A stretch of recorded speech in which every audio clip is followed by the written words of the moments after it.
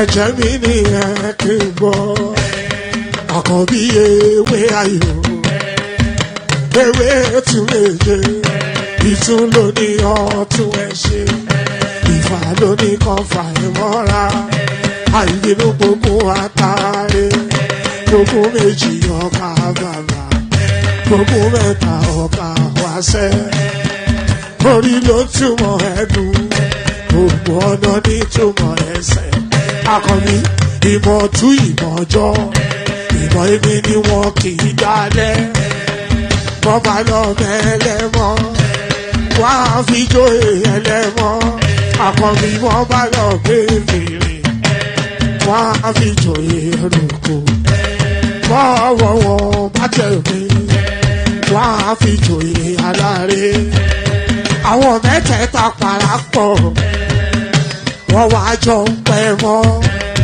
ẹ̀ẹ́mọ́ olóko jẹ wọ́n ń pa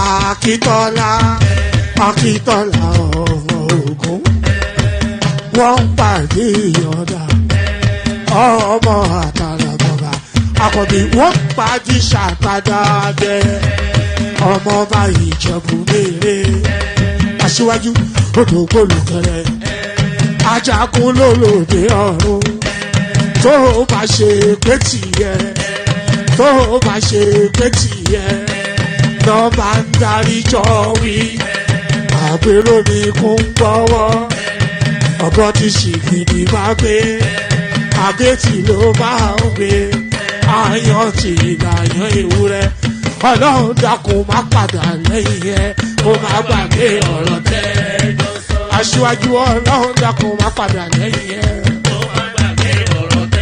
Àkànbí Ọlọ́run dákun.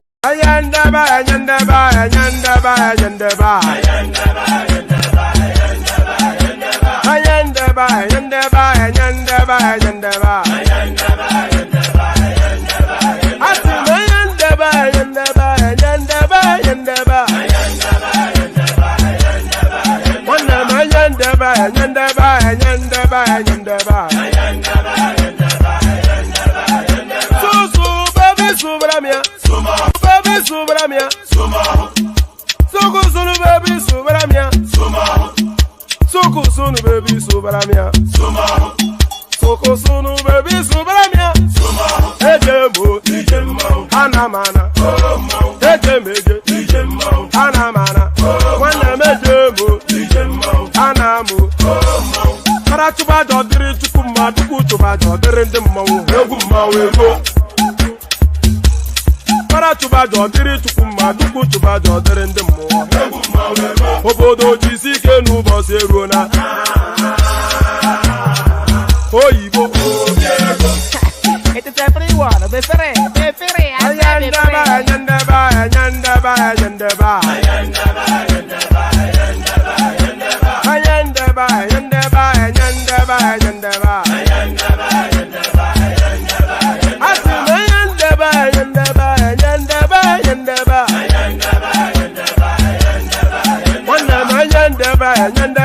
ayandaba ayandaba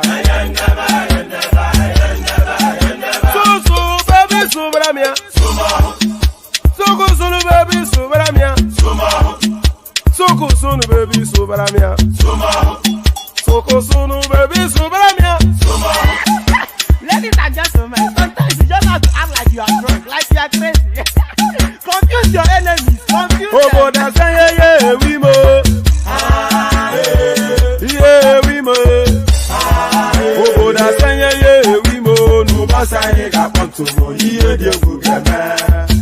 Okwitara kara mi nguru ma mi ga kuru mu gwo ya baby mo.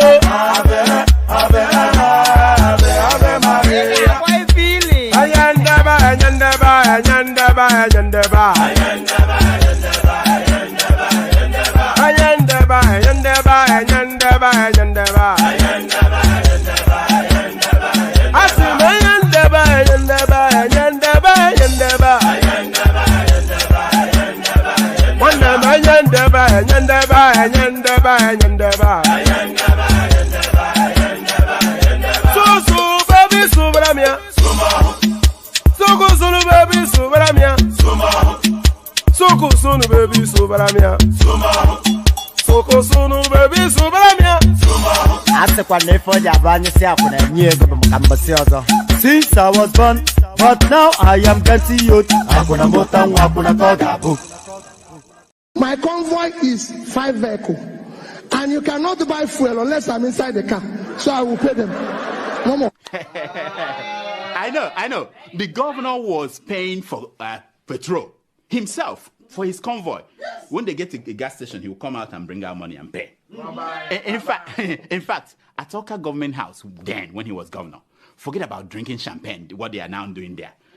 Then he gave out old newspapers as substitute for toilet roll. If you are going to the toilet, you just to save money. Yeah. He was going to run somewhere. He said he's going for interview for job. Peter, can't you give him a job? Peter, can't you do this? The boy doesn't even have. I said, none of my children have car. I was the only person who is governor and bank chairman, not to them. Isn't that mesmerizing? But I know that Peter B. I know that he's a smart man. You know? But the governor, that Obi, did he say anything about that 200 million from security vote that he was caught? His convoy was trying to smuggle out of the country. Did he say anything about that? No, he didn't. No, but he talked about that 72 billion he left behind for his handpicked successor. Because when you hear that Peter Obi left 75 billion, if anybody doubts it, call me. I know where the money is. I kept it. Did he talk about? Yeah, he did. Yeah, he did. I know. The man that he's now fighting, you know? Remember? Yes, I know. Of course. Did he talk about, what is it called again? The liabilities he left behind. Did he talk about that? No? Like signed contracts that were not paid for. Did he talk about? No? Like thousands of workers that he hired during the last weeks of his administration without provision for their pay in the budget. Did he talk? No? But definitely he must have talked about the millions and millions he was dashing out to schools, churches, town hall, traditional. Yeah. At the end of the administration, he was just giving out money without appropriation. He talked about that, huh? Of course. Of course. Okay, one last thing. Did P2B finally explain how bodies of Biafran activists ended up floating on Anambra River when he was governor? Did he explain that? No, he didn't? Why? It must be an omission. I wish I go back to the old days when I used to be the kid in the 3rd grade, playing in the street with my homies all day. Cause we live so fast, now we can't relate. We come a long way, money can't wait. And no worry about a thing, happy all days. This is how we live, we cannot complain. And nobody leave, keep the old plans. Hey, when I'm better, Mingari Zuda Kari Party.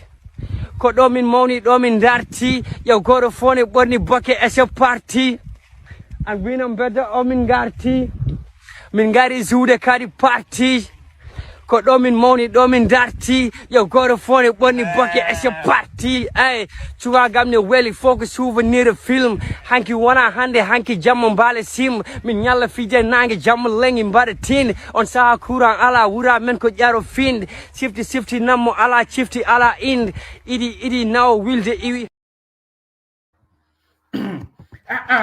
Good day. Good to see you. How many of you do a head bopping as that Fulani boy, David, you know, I bop my head along to the Fulani rap. I can't get enough of it. So the Fulani rap, and there it is right there. So there it is. Twice as nice, but first time for me, Dupsy excellent in the afternoon. It's just amazing. Just the talent of that lady, just outstanding, you know. So well done, Dupsy.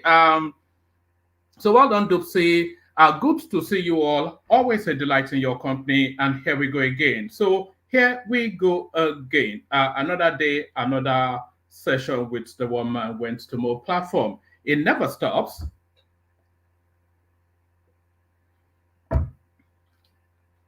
So another day, another session with the. Did you notice the Rudolph clip that I played? By the way, that's going back just a few years. It's just amazing how people's political views change in total. I'll play it a couple more times in the course of the session. So good to see you. Good to have you here. And how are you? So the usual protocol: click on the like button, please. we want to hit 100 likes today. And don't worry about the number showing on the screen. The room continues to populate all through the session. And we're looking to hit 100 likes. So set us on the way. So that gives courage then to other people to follow suit. You know, people actually follow by example. If they see that everybody else is doing it, they don't want to be left out, so they follow suit as well. So you lead that space by clicking on that like button. So click on like, click on subscribe if you haven't done that already. You should really be subscribed by now, but if you're not, correct that immediately and right now. We need all these things. These are the these are the numbers that the YouTube algorithm looks at to propel you up the conversation. So we want to, you know, if you want, the more we go up the YouTube hierarchy, the better the level of conversation one. And then it's true, with the more attractive we are to guests. We are pulling as many guests as we can just from this this guy with the funny voice talking from Kent.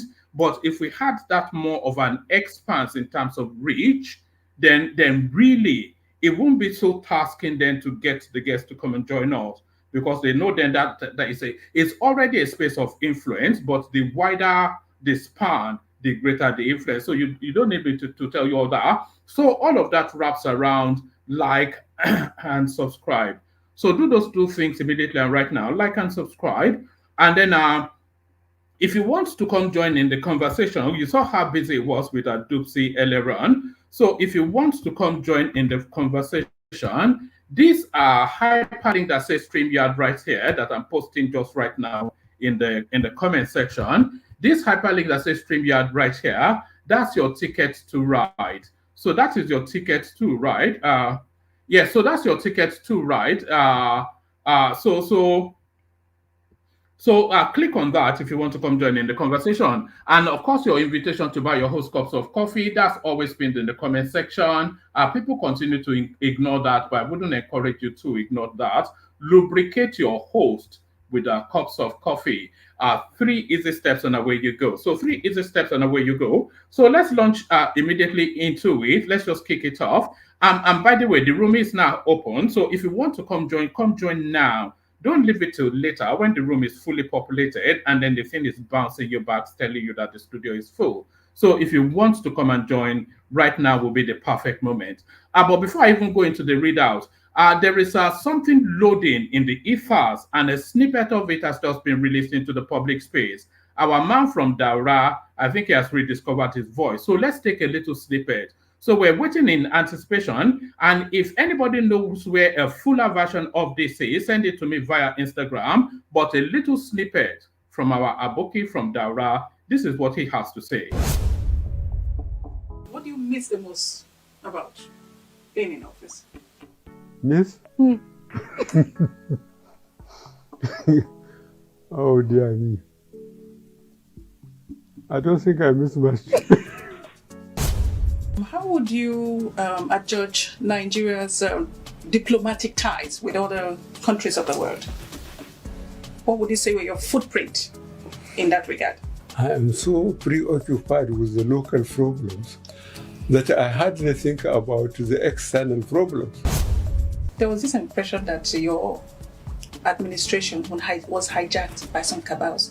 In fact, the word cabal became so popular during these last 8 years.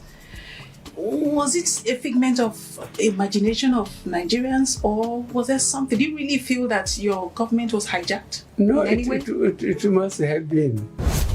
In the first months of your administration, you came out to say you have never been this ill. What really was the problem? I think only my doctor can honestly answer that question. When you were leaving the office, you did that to that your chair. What was the significance of that tap on that chair? Goodbye. Oh!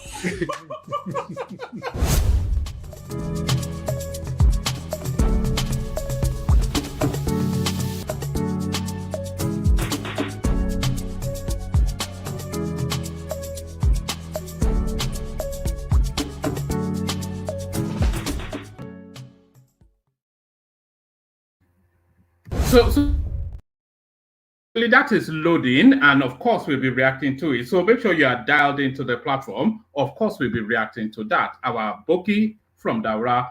So our Boki from Daura to our Ngbati from Yoruba land.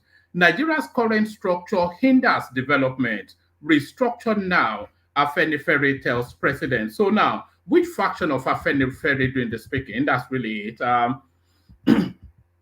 The Yoruba Socio-Political Organization, Afenifere, has said the zoning system in the country cannot guarantee the prosperity of Nigeria, noting that there is therefore need for urgent restructuring. So now, there is need for, this is a conversation that we have to take on as a platform at some point, and that point hopefully coming fairly soon. We're going to launch into that restructuring space to unpick exactly what it means. Because everybody in the country wants the country, and we all know that the format is not working and it will never work. So for that country to experience anything that is anything like a meaningful development, the country necessarily has to restructure. So we all agree on that, but what nature, what format that restructuring takes, that is where it starts to fall apart. So we will try and unpick that in the course of conversations on the platform. So let me just speak through it.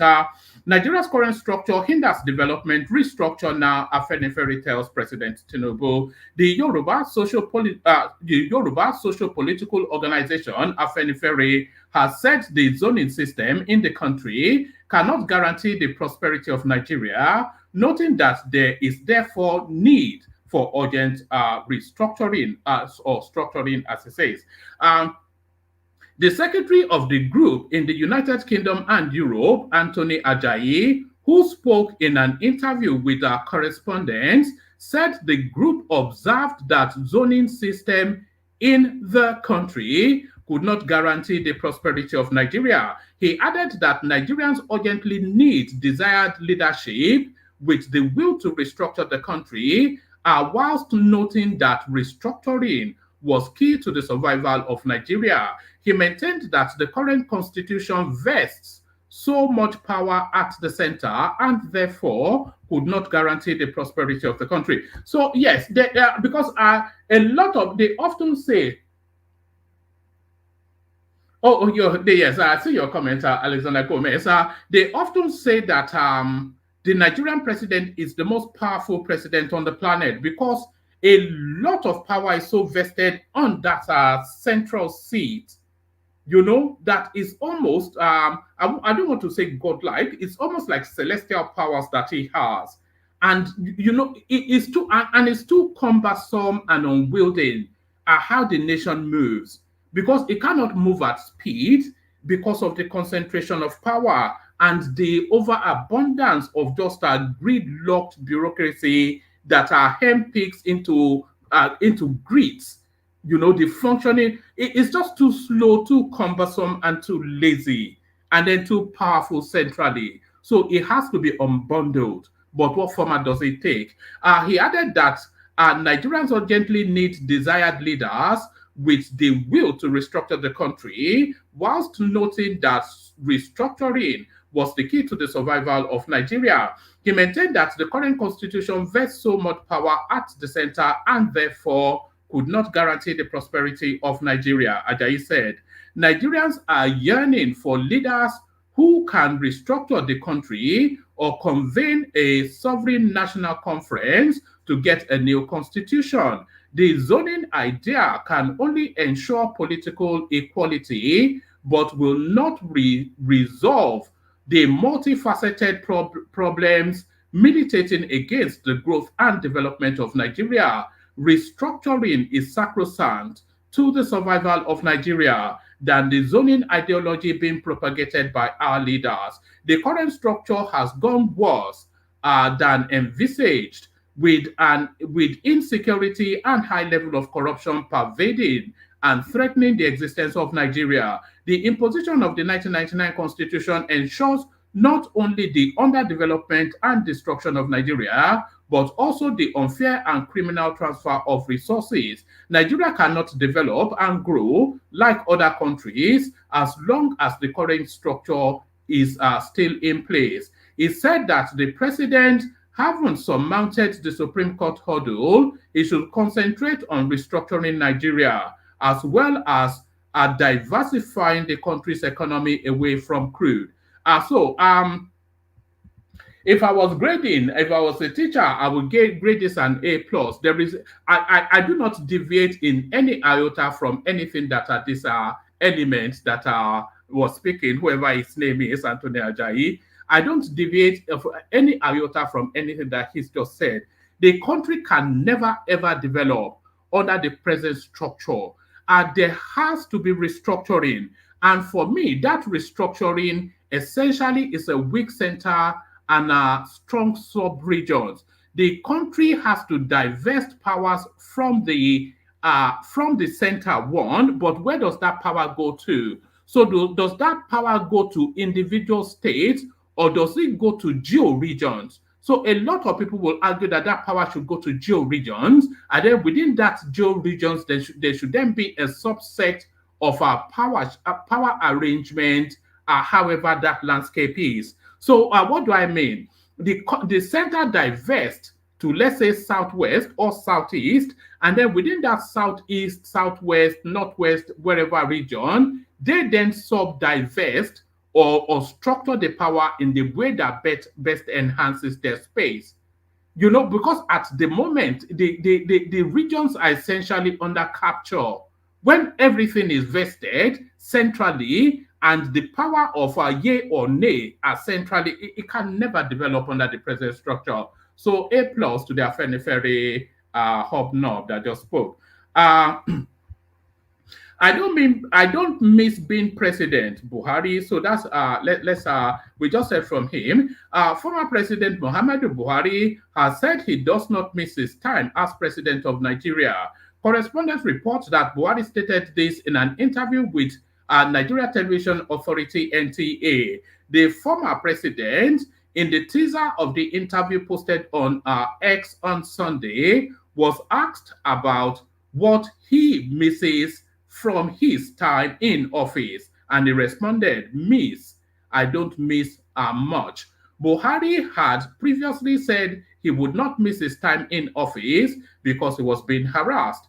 In December 2022, the former president said he was doing his best for Nigerians, but it was not good enough. He said, "I believe I'm trying my best, but still my best is not good enough. I wonder if I am going to miss much. I think I am being harassed." Buhari, when asked about the nature of his illness when he was president, said, "I think only my daughter," it was his doctor actually that he said, not daughter, but then his thick set Fulani English, you know.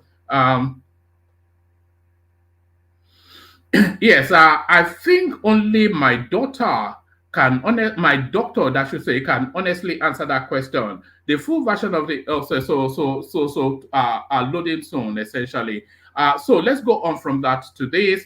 And by the way, the rooms needs populating. Anybody that wants to hop on. The link in the comment section. Let's go on to this. APC candidate Timi Silva tackles ex-president Jonathan for endorsing Bayelsa election won by Governor Diri. So, should Goodluck Jonathan, should he still be interfering in partisan politics to this level? He claims to be a PDP man still, but that is subjective, of course. Timi Silva, the All Progressive Congress APC governorship candidate in the last of the off-cycle governorship election in Bayelsa State, has described comments by former President Goodluck Jonathan as unfortunate. Silva, also a former state petroleum minister, in a post he put out, said, "I sincerely hope he, Jonathan, was misquoted." He added, "Let me quote Wale Soyinka, you can take the hippopotamus out of the swamp, but you cannot take the swamp out of the hippopotamus." Look at that. It's unbelievable, some of the language sometimes. The former president, who commended Diri for confronting the security challenges in the state, said he, Jonathan, would have relocated his mother to Abuja, the nation's capital, if the governor had lost the election.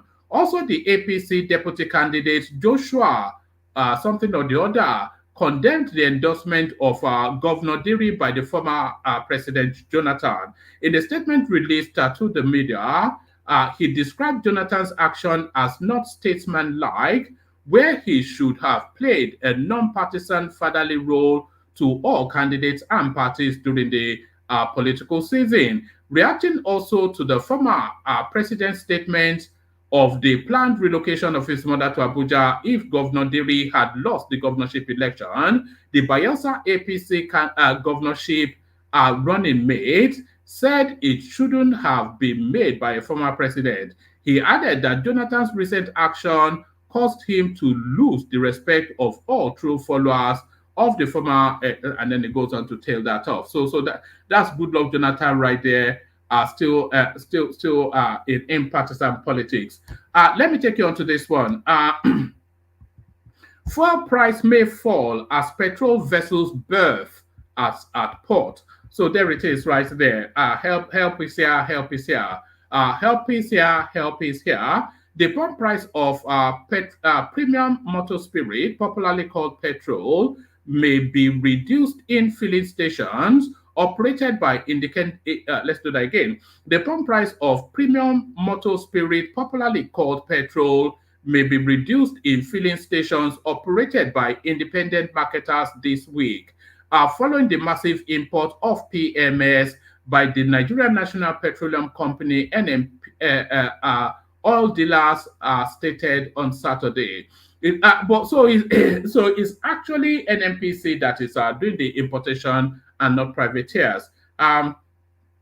It was gathered that the recent hike in petrol prices at retail outlets operated by independent marketers was due to the short supply of the commodity, which led to acts of profiteering by both depot owners and filling stations. But operators in the downstream oil sector confirmed to correspondents on Saturday that several cargoes imported by NNPC had arrived in Nigeria, as some of them are currently discharging at the port. Once the product starts hitting filling stations, petrol prices will reduce. Because the recent high cost was due to supply drop, the National Public Relations Officer, Independent Petroleum Marketers Association of Nigeria, Chief Chinedu, told correspondents. On Thursday, oil marketers blamed the emergence of queues for petrol at filling stations in Abuja and neighboring Nasarawa and Niger states on the low supply of PMS by its sole importer, NNPC. However, this will be the last paragraph, by the way.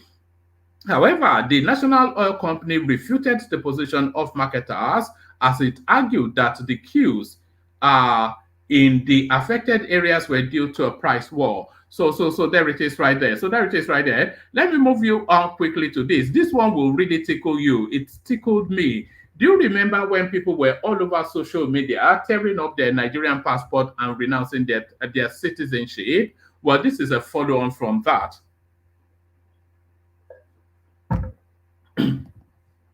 So a follow-on from that, stranded. Professor who renounced Nigerian citizenship expelled from new country. So here it is right there. You know the Obidient'S now. Having earlier renounced his Nigerian citizenship, Edwin Ijeoma, a professor of public sector economics at the University of Fort Hare, was left in the cold after his South African citizenship was revoked by the country's Ministry of Home Affairs. He is now stateless. Mr. Ijeoma, who arrived in South Africa from Nigeria on a study permit in 1998 to study at the University of Pretoria, was found guilty of fraudulently relying on a bogus marriage to a South African woman to obtain citizenship by naturalization, local media Times Live reported.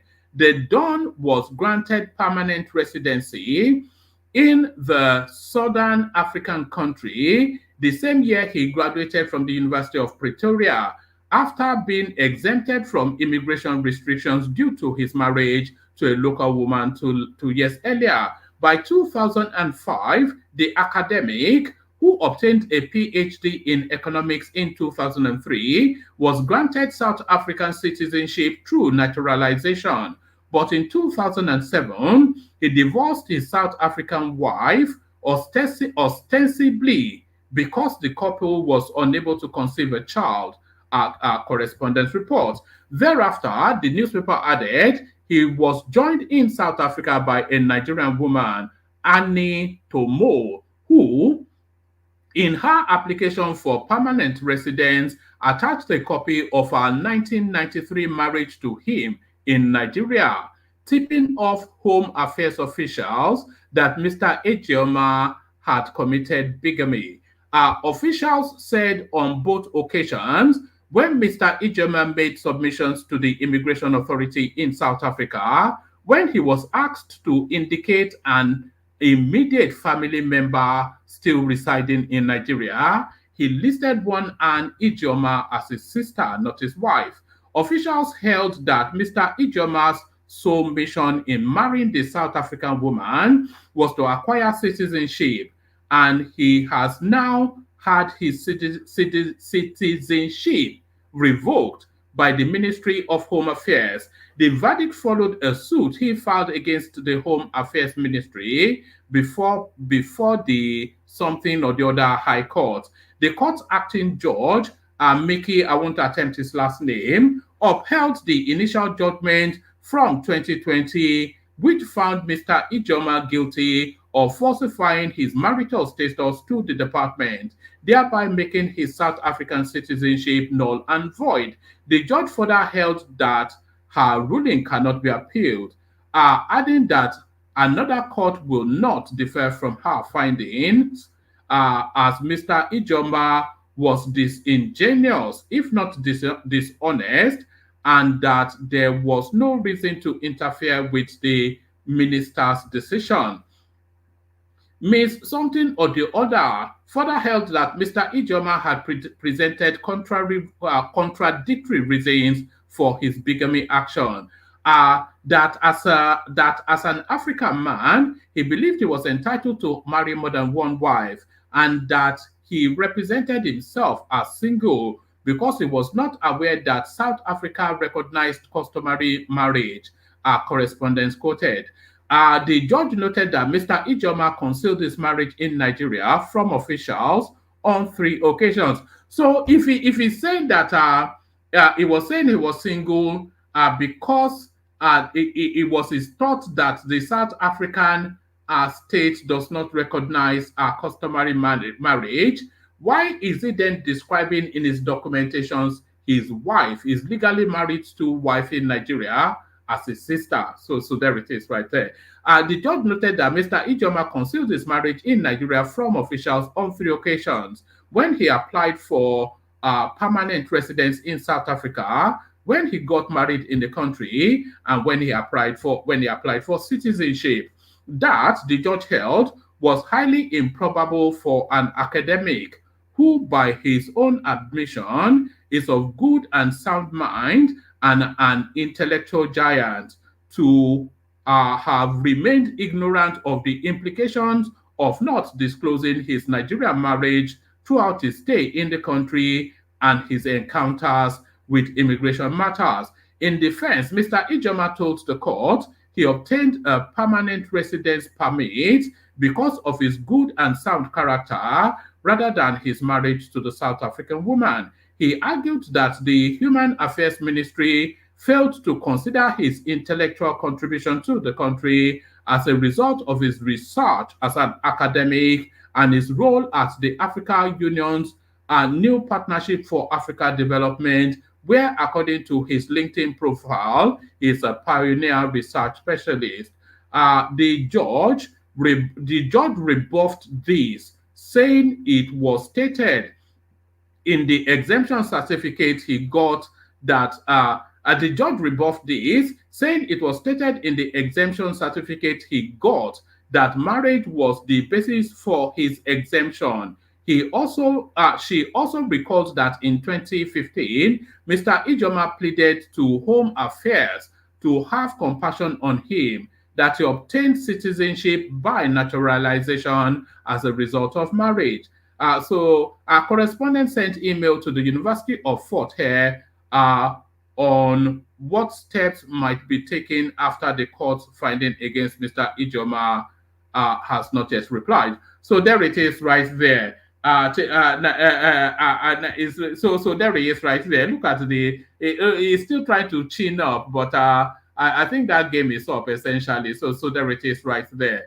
Another. Do we want to bracket him as an obedient though? That's the thing. But let's go to climes far from ours. Let's go across the Sahel to find out what is going. There's trouble brewing in the Middle East, by the way. This next headline now. People tell us that we're on the cusp of the Third World War, and this next headline propels us even closer. Iran-backed militia group hijacks Israeli ship with 52 people on board. I'm only going to give you about 3-4 paragraphs from this. And by the way, there's still plenty of space in the thing. Anybody that wants to hop on. An Israeli-owned cargo ship has recently been hijacked by an Iran-based militia group.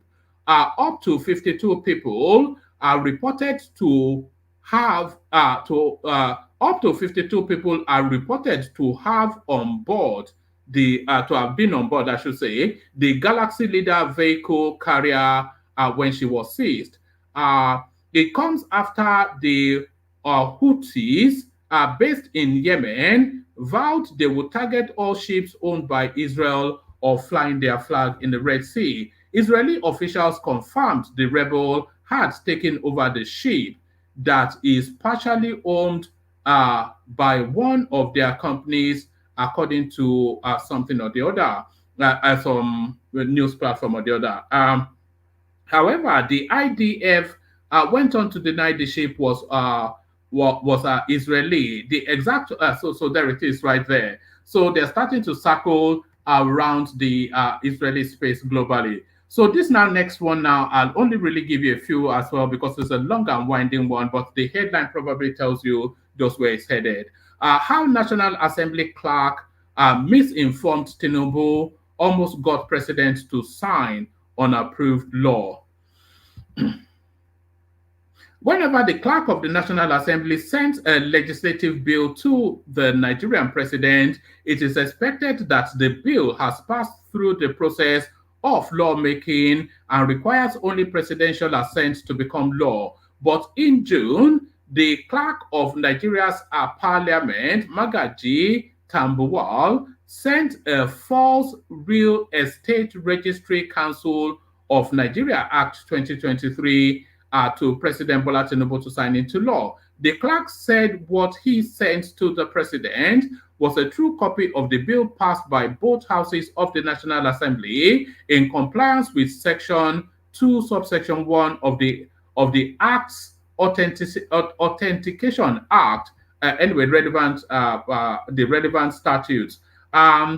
I certify in accordance to Section 2, Subsection 1 of the Act's Authentication Act, cap something or the other, laws of the Federation of Nigeria 2004, that this is a true copy of the bill passed by both houses of the National Assembly, Mr. Tambuwal wrote to President Tinubu. An investigation by correspondence, however, revealed that the clerk's claim is false, as the bill was not passed by both chambers of the National Assembly. So what's the consequence of this? Has it been stepped down is the thing. I wasn't going to read it on, but let me read it on for a bit.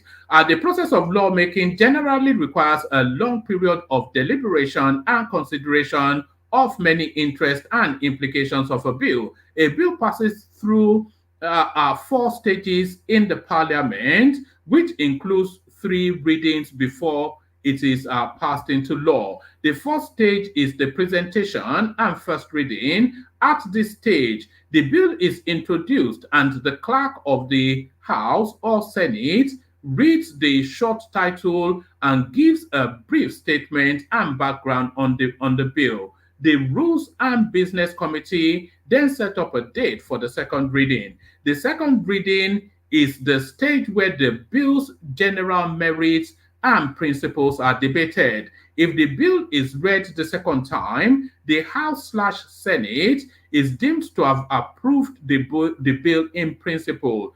If, on the other hand, the bill is defeated on the floor of the chambers at the second reading, that will be the end of the bill. Following the second reading, the bill is submitted to the relevant committees for further consideration and public hearing where necessary. The committee may approve the bill unaltered, amend it, rewrite it, or even block it. However, the practice in Nigeria is that the committee should not kill a bill, but rather report its findings and recommendations to the House for further action. When the committee is done with the bill, it presents its report to the House/Senate. If it is adopted, the bill processes to the third reading. At the third reading, the lawmaker in charge of the bill reports to the House that the committee of the whole has considered the bill and passed it with or without amendments, and moves a motion that the bill be now read the third time. When a bill originating in either the Senate or House of Representatives has been read the third time, a clean copy of the bill signed by the clerk of that chamber and endorsed by the presiding officer of the originating chamber shall be forwarded by its clerk to the clerk of the other chamber with a message that it desires its concurrence. Where amendments proposed by the originating chamber are accepted by the other chamber, then the clerk of the other chamber retains the bill and sends a message to the originating chamber that the Senate or House of Representatives, as the case may be, has agreed to the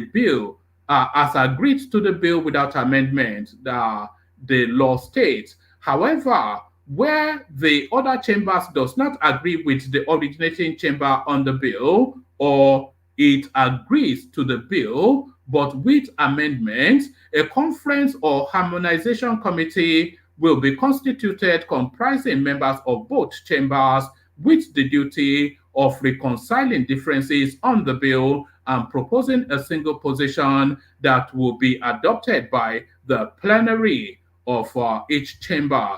At the recommendation of the conference committee, after the recommendations of the conference committee are adopted, the bill then moves onto the assent stage. Here, the clerk of the National Assembly sends a copy of the clean bill to the president for assent. In other words, the clerk of the National Assembly only sends the clean bill to the president for assent when the two chambers of the National Assembly have fully, through their stages, agreed to the. I wasn't even intending to read this thing to the stage, but you get the drift anyway.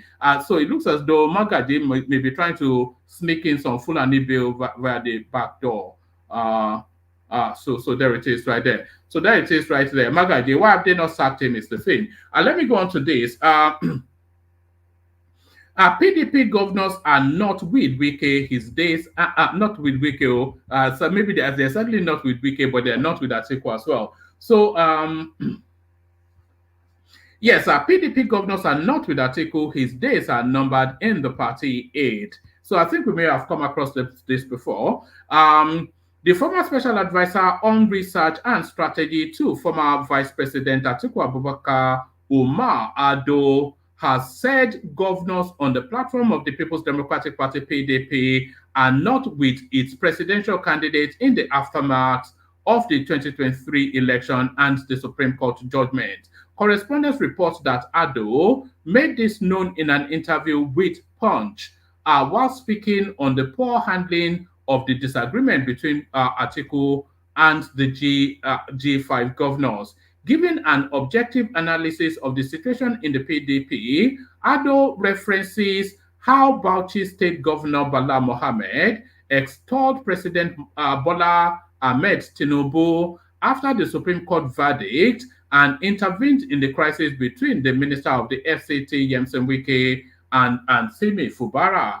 According to him, Atiku's days are numbered in the PDP if he fails to suspend his presidential ambition and take the position of a statesman. So really, that's not really breaking news. Atiku needs to yield. But over the last 2-3 sessions, hold on. Over the last 2-3 sessions, we've been bringing you appeal court judgments after appeal court judgments or overturning elected governors and gifting positions to their competitors. So we had that in Zamfara State, where Matawale, who's Minister of Defense or something or the other under this administration, the victory from the appeal court then upturned the newly elected governor there to give it to Matawale of the APC. We saw that in Kano State, when the sitting governor from the NMPP, that verdict came in, I think, was it not yesterday or the day before, and they're at the second penultimate stage of what the judiciary affords them, what the legal space affords them. So now, 2 strikes now against the Kano State governor. First, court of first instance, then the appeal court, both of them telling him that he has to yield that position to the APC candidate. So that's strike 2. So here is now strike 3. Court of Appeal sacks Governor Mutwang, declares APC candidate winner. So this is what is going on now. The Court of Appeal sitting in Abuja has sacked Governor Caleb Mutwang of Plateau State and declared his election null and void. A 3-member panel in a unanimous decision on Sunday held that Mutwang was not validly sponsored by the People's Democratic Party as provided by Section XYZ of the Nigerian Constitution. The panel held that the appeal brought by whatever his name is of the APC succeeds as the issue of qualification was both a pre and post-election matter under Section 177. It's quite a curiosity because when it was Kashim Shettima, they told us that it was statute barred. But now that it's somebody else, they open up the space. The same, remember Kashim Shettima double dipped when he was running as a senator, running concurrently as a vice president, and that was in conflict with some sort of law or the other. When they took that through the judiciary process, they told us it was statute barred. But the same set of circumstances now. So it's no longer pre-election now. It can be pre and post. This is it. The panel held that the appeal brought by whatever his name is of the APC succeeds as the issue of qualification was both a pre and post-election matter under Section 177C of the Nigerian Constitution 1999 and other sections relevant as well. The panel agreed that the panel agreed with the appellant that the failure of the PDP to comply with the order of the Plateau State High Court in Jos in suit number XYZ, directing it to conduct valid ward, local government, and state congresses before nominating its candidates for the various elective posts, and the Court of Appeal order was a breach of the law. Hence, the panel set aside the judgment of the Governorship Election Petition Tribunal for being highly inconsistent and breach of fair hearing by relying on expunged witness statements to refuse the appeal. So there it is right there. So the Supreme Court, the next stop, and then he'll be out. So via the judiciary, what they could not get via the court. So let's go. Let me see. Which one do I want to bring you first? Okay. Let's go on to this one. Let's go on to this one. So this is a little bit of Yemsen Wiki. We'll just take a soup song because it's about 15 minutes long. So I'm not quite sure how much of it we want to watch. Chairman of our party, the chairman of today's occasion, former Deputy Speaker of the House of Reps, senior senators, and members of the House of Representatives, that are here, the Right Honorable Speaker, and members of the State Assembly, that are here, our dear leaders, our celebrants, and your spouses, that are here, gentlemen of the press, ladies and gentlemen. Let me first of all start by appreciating and thanking God Almighty for today and congratulating the celebrants, the Executive Director of the Financial Assembly and the representative of the state in the Niger Delta Development Commission. The chairman.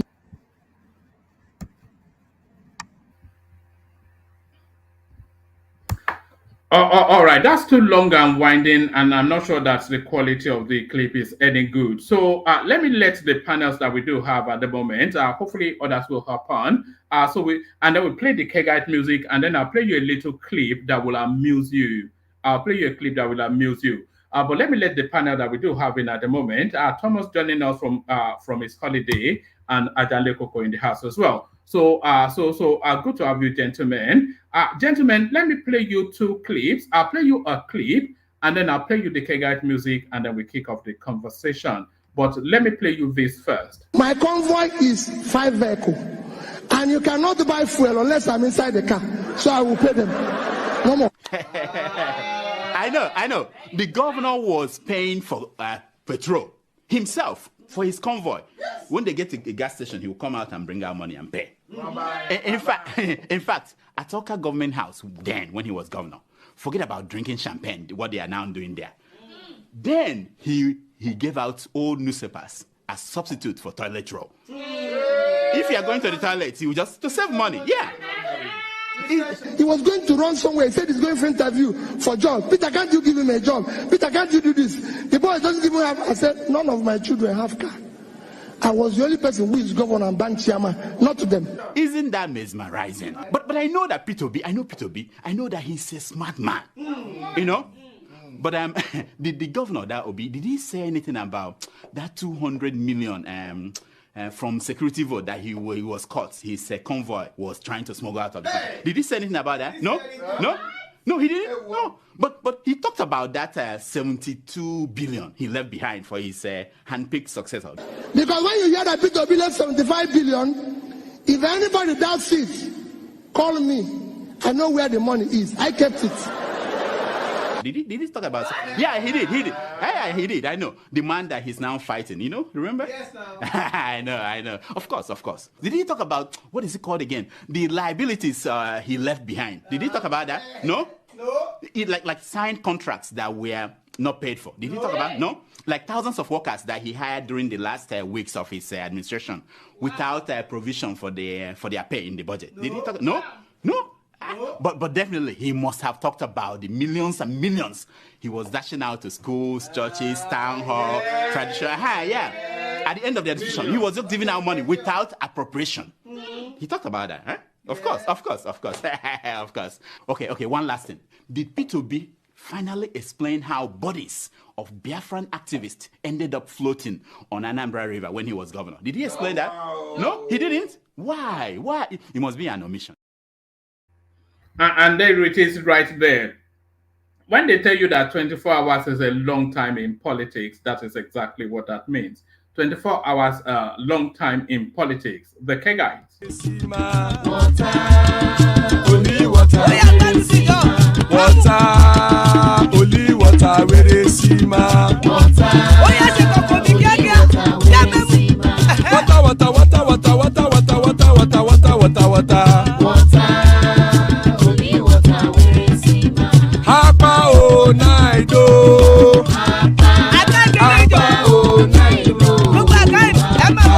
Hapa you don't come oh.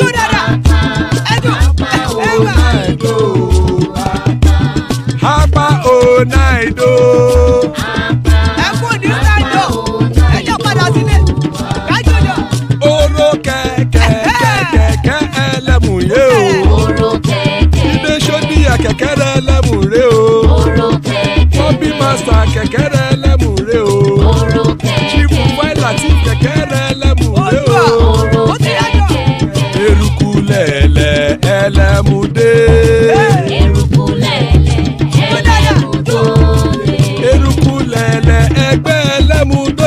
rẹ o.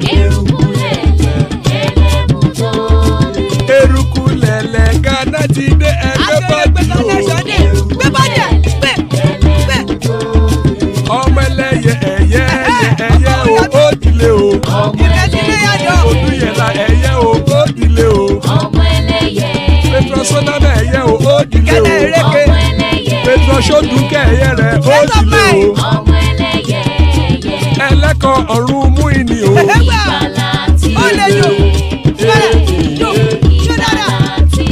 Àkùkọ ọ̀run mẹ́kọ̀.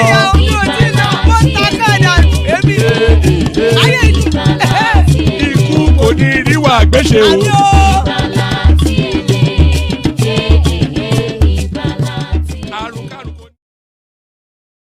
And there it is right there. So, Iku Koneru Agbeshe, may death have nothing to do with us. So, we've got Jan Lekoko and Bishop with us. So let's kick it off with Bishop.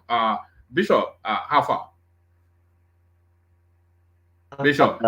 Can you start with Jan Lekoko, please? All right. Hopefully he's ready. Jan Lekoko, are you ready? What's up, one man? Jan Lekoko, how far? I do. So there it is. Where do you want to kick it off? Do you want to kick it off with the restructuring? Nigeria's current structure hinders development. Restructure now. So this is Afenifere still beating that drum. And the argument that the constitution, the way it is composed, in fact, the full structure of the country, the way it is structured at the moment, is not in any way geared towards anything that can bring any sort of meaningful development. We might make micro snail steps every so often, but we're not going to propel to anything futuristic. The way the country is too cumbersome, too unwieldy, too heavy loaded at the top. So that language of restructuring again, and Tinubu was upon a time a proponent of that. So do you see him hearkening to this call, Ajani Koko? Thank you, one man. Greetings to our listeners around the world. Click on the like button, share and subscribe if you haven't done so. I am very glad that the Afenifere is calling on Tinubu to restructure the country.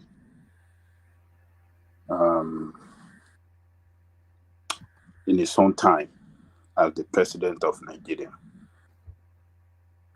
This is what Yoruba usually call Sinyon Igbere Ipako. Sinyon Igbere Ipako.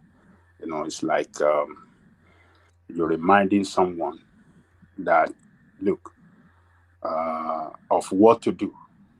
When you're reminding someone of what to do, particularly what is being known to be fighting for. So, in this case of restructuring, I think what Afenifere is doing is to remind him, do not forget what we believe in, what we were proposing when the Fourth Republic started in 1999. The political party known as Alliance for Democracy, that Tinubu was a strong member with Baba Yadebanjo and all the NADECO members. They were strongly proposing for restructuring. So now Tinubu is there. Does it still stand for restructuring? If it stands for restructuring, it's not something that I'm expecting him to take on in his first term, because I think he will want to use the fullness of the powers of that presidency in his first term. But in the second term, he might well look at it as a legacy project. If we cannot start it now,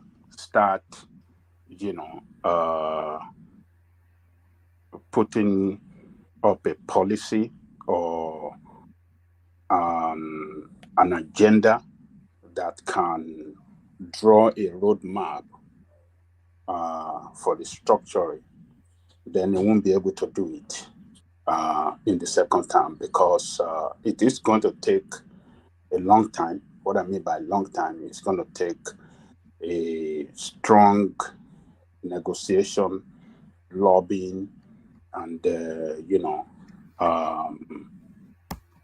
getting those that really, the power that be across the country, politically,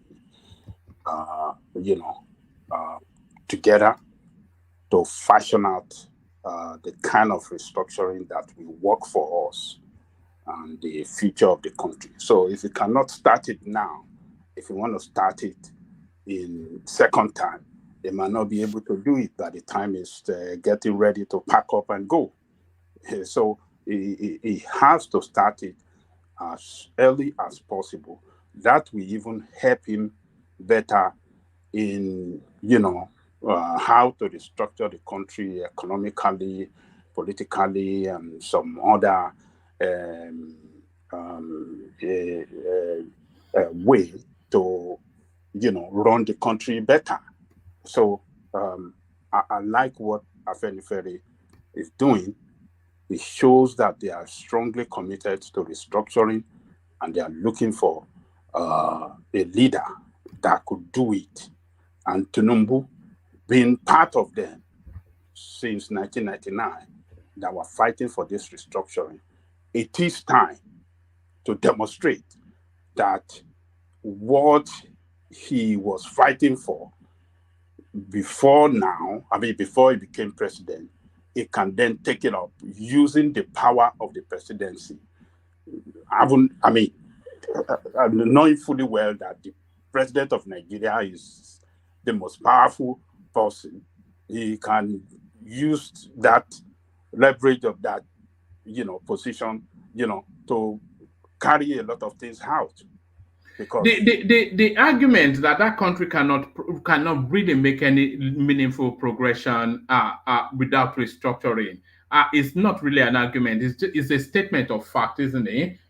Under the present composition of that country, it's near impossible it's just too cumbersome, isn't it? Yes, if we don't restructure that country will just be circulating, or maybe we'll just be running it like how do you call this thing? Is it this is it spinner they call it, that'll be spinning round in one circle? Yeah, like a Ferris wheel sort of a thing. Yeah, Ferris will be spinning around, and we don't move nowhere. So but for me, I would like to suggest to him right now, the first step towards that is to change that law that surrender the administration of local government to the state, to the control of the state government. It should be able to. Did Buhari not already act on that before he left? I think Buhari already did something on that. I can't remember. Maybe he did. I cannot remember. But there should be a law to say the local government must operate independently without the control of the state. Financially, today, every fund, every allocation. Is it okay to contribute? Good evening, gentlemen. Hold on. Every allocation from the federal to the local government goes through the state. That should stop. Tinubu should be able to change that, to take up a political will to, make a law, use the majority of his member in the Senate, and in the National Assembly, to change that law that the money for the local government, allocation for the local government must go direct to the local government direct to them and not through the state. And the state government must not have that power to dissolve the local government administration. Once local government administration, is sworn in, they should be able to complete their term. No state governor must have that power to dissolve them. No circumstances they should be able to dissolve any local government. That is the forced restructuring that we need. If we can do that, if Tinubu can do that, then we will start to see local government working for the people. And that will gear up development across the country. So, but as we have it today, you see local government under the direct control of the state. The state can dissolve them anytime. The state can conduct election for them anytime. And that is not the way to do it. It is not good. So what I'm trying to say here is that Tinubu should, listen to Afenifere. I mean, how do they want to do that structuring? They should start to work out the modalities on how to do it and engage with people that matters across the country. I don't think that, politicians across the country, I don't think that they detest restructuring, but we see people at the top of the political power, particularly the presidency, not taking up the political will, to push for it. The president can push for it, and I believe it will succeed if we start to push for it now. So I think Bishop wanted to come in. Yeah. Yes. Okay. Yeah. Bishop. Okay. Thank you. I just wanted us to interrogate two things very quickly. Both Adebayo's position and the submission of Ajale Popo here. Adebayo should come back and tell us its own definition of restructuring. Just for the benefit, it wasn't actually Payo Adebayo. I think it was. We know that. I know what you mean. Yeah, of course we know that it's Payo Adebayo. There's nothing like Afenifere in the sense of the word. It's what Adebayo says. Because restructuring has been so. It's a very sensitive and dangerous topic. Payo Adebayo told us very openly that he prefers anarchy than for APC to rule Nigeria. He said our constitution is useless, that there is no law in Nigeria, that he says all manner of things. So what modality does he want that restructuring to take? Is it still on the present constitution, or we need to reconstitute? And if you are going to reconstitute, is he going to allow the will of the people? If majority says this is how they want it, is he going to accept it and allow it? Because we have a policy whereby many people, no matter how knowledgeable they are, if things don't go that way, let's even assume that they are right, but majority is wrong. But if things don't go their way, they believe, because they are the judge, that they are right. Is Payo Adebayo going to accept? We all know that the Payo Adebayo and some of the Nareko and the rest, Afenifere, they set up what do you call it? Sovereign National Conference, and they had their own whatever, and we saw how it ended. Even though by their own selected few persons, we also saw how it ended. So, what modality are they expecting it to take? Because we seem to have a fixated idea about this restructuring thing. Yeah, you were very right. Buhari did everything to get local government autonomy. both financial and administratively. And it is sad that it did not go through. They took him to court. They did everything. He signed Executive Order 10 just to grant autonomy, financial autonomy to local government. Let local government, they took them to court, they did everything. Now, when they managed to insert it through executive effort into the constitutional amendment, we knew how many states, I can check the record now and bring out those states that voted against that singular item, which is the beginning of true restructuring in Nigeria. Let local government be fully independent. Yeah, they are going to get it right. They are going to make mistakes. They are going to stumble. But let's go and check how many states actually voted against local government autonomy. Because Yoruba used to say something, afago kenya paro. It's okay. But the little effort about restructuring that was made, Buhari did everything about local government autonomy. They refused. He did everything about judiciary autonomy. State refused. In fact, the most annoying thing was that House of Assemblies majority voted, and that was why that law did not pass. Not because the National Assembly did not pass it, but because they need concurrence of 24 states. They couldn't get 24 states. So, yeah, it's good. It is okay. It is what everybody talk about. But when it comes to the nitty-gritty, the same people that are talking about it now, they have no clue. They have no idea about how do we begin. Okay, Buhari said, I want to begin from... I don't think they will resist it if power is being divested from the center to the So why did they vote against local government autonomy in the constitutional amendment? Because power was being removed from them. That was why they were. That's what I'm saying now. So how would you now do it? Except we want to say, okay, let military come, and military just use jackboot to say, which is where we are. No.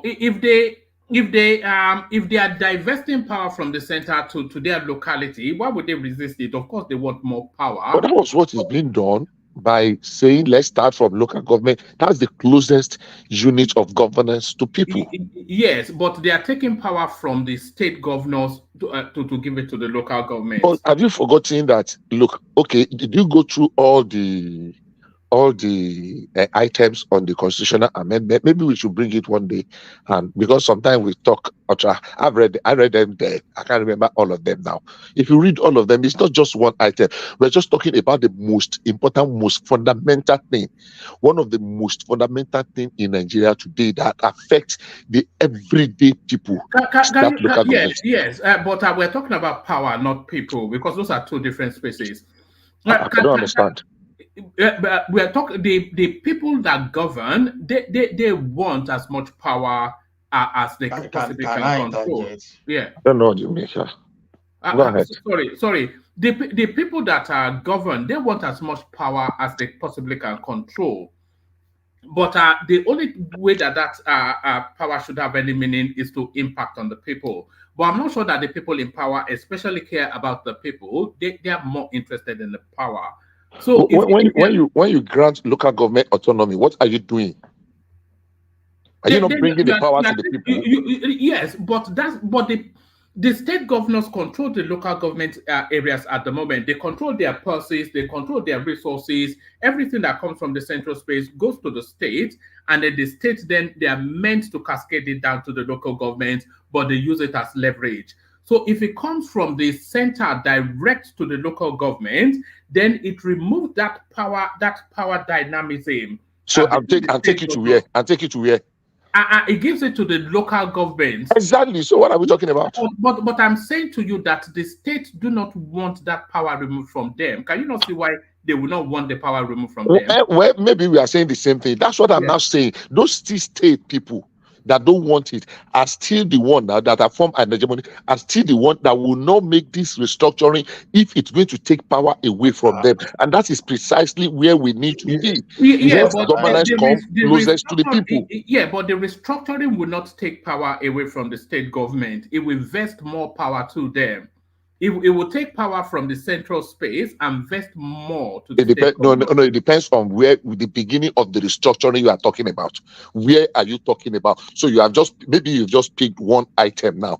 If you want to No, take it very the holistically, broad strokes of it is to devolve power from the center to the regions. Is that not what the restructuring? Because the see. center is too Okay, unwieldy. let me say this one before I would let the person that want to interject. You see, I have some experience when I lived in the Niger Delta. I have some experience when I lived in the southeast, in the south and the southeast. Even in states, some states that have some level of resources. The state has so, but the resources is not everywhere in the state. Let's use Ondo State, for example. If Ondo State, a small area in Ilaje, has oil, and there is or delta, that it is only in Ijo or Urobo land that has oil in delta, you will see, and they give all the power to the state, you will see the kind of animosity that exists within the state itself. You will see the kind of, it could, in fact, local civil war, that is localized civil war, will be so rampant because everybody, it is not all the parts of the state that these resources we are talking about are.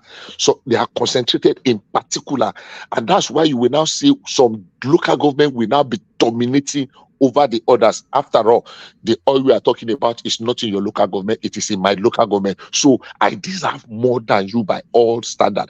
And that will bring out the kind of strife that it will be, the fire of that strife will be difficult because everybody will be doing it in state and a state and a state and a state. And it will be, but if we say as it is now, so I just 1 minute. My view is that local government, what do you call it, autonomy is one, it's not the like one size fits all. It's not the thing that's going to cure everything, but it's going to bring governance closest to the people that we are talking about. All right. Ola, quick interjection and then back to Ajane Koko. Ola. Yeah, see, the thing I wanted to say there the other time is taking power from the state governors, so you expect to see fight. If you go back to our 1960 structure, correct me if wrong, I think the regions, they had power to create their own local governments and recognized by the federal. Not until the military started doing their rigmaroling, that you just dash local government at will just to divide the resources of the country. I think the federal unit of that country is 36 states. It should be like that, and you leave every state to create their own local government. Share resources between the states and the federal government. Then leave them with the so don't use the size of the local government to share anything. That is one thing I just want us to I want to suggest about that restructuring. All right. Now, Canada Airway recently, the Supreme Court just found that okay, even the municipalities and the cities, they are under the control of the provincial government. So as we may want them to have that autonomy, they are not that autonomous states. They're on their own, but according to the responsibility that the provincial government gives them. So, but I don't know how it is what is obtained, the way they do it in America, which I believe that is going to be similar. And if I see what is being practiced in Canada is similar to what was practiced in Nigeria in our first republic. So the thing is, what Buhari was trying to do that time, that Lagos, that the governors were going against him, they were all politicians. They understood what he was trying to do, not because Buhari was that benevolent, but just some kind of administration structure that they are building for the future. So don't give autonomy to local government except it's come from the states. So concentrate on sharing the power between the state, because there are 36 federal state units plus FCT. Then allow the state, if you want to create 1 million local government, let them go and do that. That will help them. Don't release money directly to the local government. So they will never agree. And personally, All I right. will not even support that. All right, brilliant. Back to Ajahn Lekoko. Well, in America here, the city operates independently from the state. The state does not control the city at all. The city operates their system, they operate everything on their own. Yeah. So, and that is the way we used to operate in the Third Republic. The local government get their money directly. The abrupted Third Republic, they were getting their money directly from the federal government. It doesn't go through the state. And that was why we had development across our local government during that time. Local government were building, building roads. They were building street lights. They were doing drainage. A lot of things that they were doing. They even give some local government even give, free books to students, to elementary school students in their local government.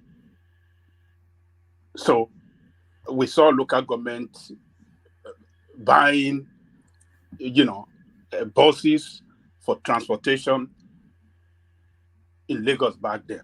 It started by local government, Lagos Island local government, first time in the history of Nigeria to have a public bus fully air conditioned. First time in the history of Nigeria to have public buses with full AC.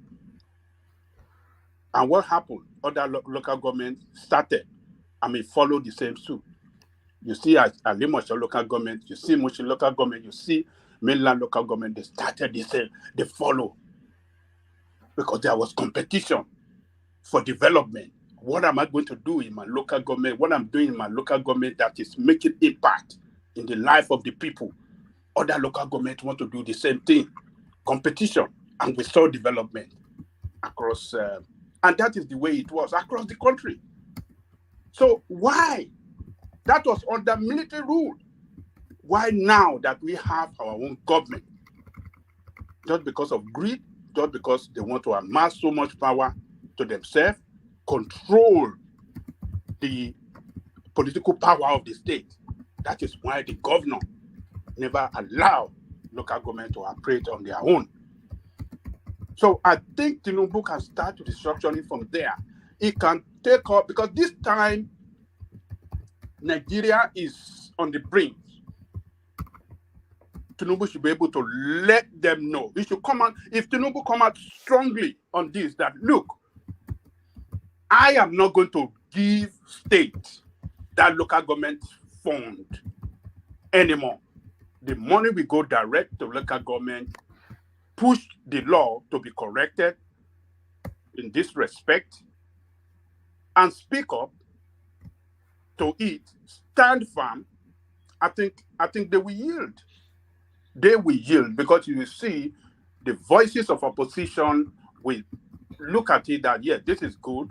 You will see the Obidient'S will shout loud about it. You will see some, other NGOs or civil society organization. Everybody will jump in it that, look, the president is trying to do the right thing. We must not stop it. I think if we can start from there, it should take the bold step, the political will, to start that restructuring from there. And I believe it will succeed. He will succeed because he have in his party now, he should be able to get. I don't think that Buhari consulted wide enough. I give credit to Buhari. At least he tried to do it, like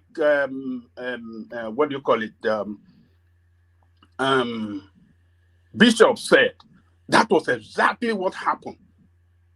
Majority of the states across the country, they now approve it. They did, even in their state assembly, they voted against it. Ekiti State was one of the states I can remember. I think Lagos State as well. Maybe Oyo State voted in support. I think it was only 2 states in the West that voted in support of it. The entire state in the South is voted against it. It cut across the whole country. So voted against it on the assembly. If you don't mind. Yes. Okay, after that interjection, Ajale Koko, round off that space. We're still just on one topic. Kominola, and then round off that space. Okay, see, you know why I will not blame this state that kick against. So I've been able to dig out something in the American Constitution, then almost the same thing as Canada. Then that means that similar to what is obtainable in the United Kingdom. So the thing is this: the federal government granting power to the local government directly, even when you look at our constitution, seems to be illegal. So I don't know. I'm just saying same. If a lawyer is saying, we say, because in United States now, it is the state that grants the city, municipality, and council the power to operate independently. So indirectly, that means the state creates cities, they create municipalities, just like it's the province. We do the same in Canada. And that was exactly what we're doing in our first republic. What Buhari was doing was more of politics. It's a way we're just doing another thing entirely. So if Tinubu can come, what he wanted to do in 1999 that pegged him against Obasanjo, if he can do the same thing, just share power with the state and allow the state to go and do whatever they like with the local government, I think that would be the best way to go. But if you want to be giving money directly from the federal government, then it looks like you are even violating the 1999 Constitution. I'm not a lawyer, but that's what I understand. Okay, let me round up. Who created the local government? Is it not the federal government? It's federal government that created local government. It is not the state. The military administrator. It is not the state that created local government. The LCDA. But that's why we'll be fighting for restructuring, right? Hold on. But that's the reason. That's one of the reasons we'll be fighting for restructuring. Well, when the restructuring comes, then we will do it. The LCDA created by Tinubu in Lagos. It is not federally recognized. Lagos State, by Constitution, have 20 local governments. Only 20 local governments is recognized by the federal government. And those 20 local governments are the ones that federal government used to send money to directly under the military government. And those local governments are the only local government that is still recognized today, according to our local constitution. So the LCDA that created by Tinubu, he created it for his own selfish interests. We understood the politics then. So what we are saying is that the recognized local government by the constitution of the country should have, because they are recognized by the constitution, so as we have 36 states across the country recognized by the constitution, and the 36 states get their funding directly from the federal government. Why can't local government get their own funding directly from the federal government as well? They were both recognized by the constitution. And there are 3 tiers of government as recognized by the constitution: federal, state, and local government. Why should state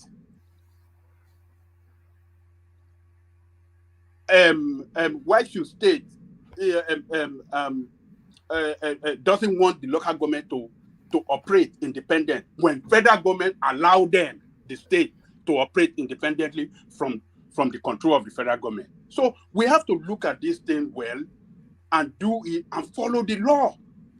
What the law says is the law, and we should follow it. When we don't follow it, then we won't get it right. And that is why we are not getting it right, because the state doesn't allow federal government I mean, it doesn't allow the local government to operate.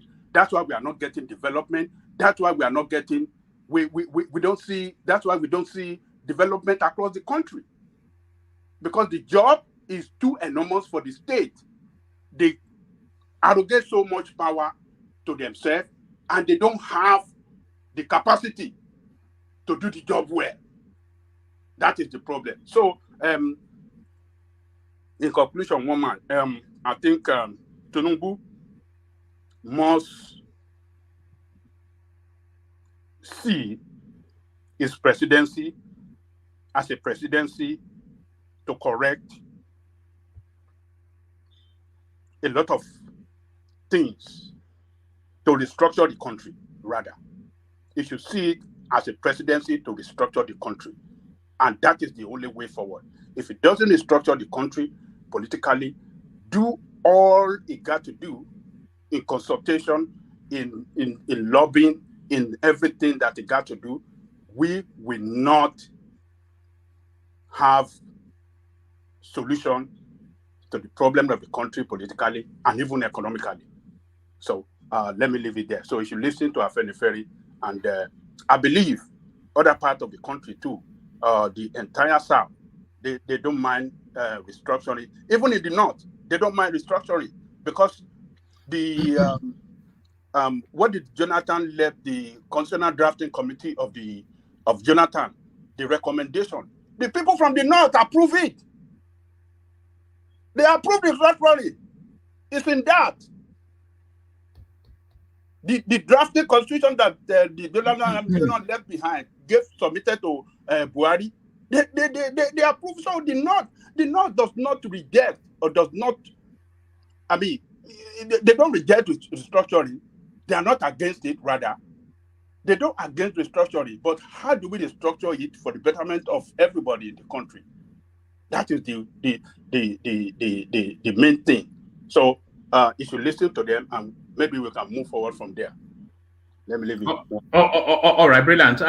So this one now, APC candidate Timiprik Silva tackles ex-president Jonathan for endorsing Bielsa election won by Governor Diri.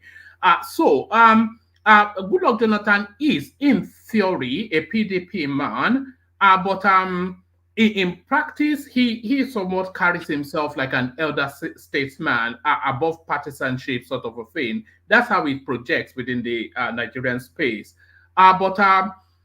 Particularly, I'm not quite sure what he did pre the election, but post the election, he went as to say something as outlandish as if Governor Diri had not won the re-election, he would have relocated his mother from Bayelsa State. So a lot of people felt that was too extreme a statement.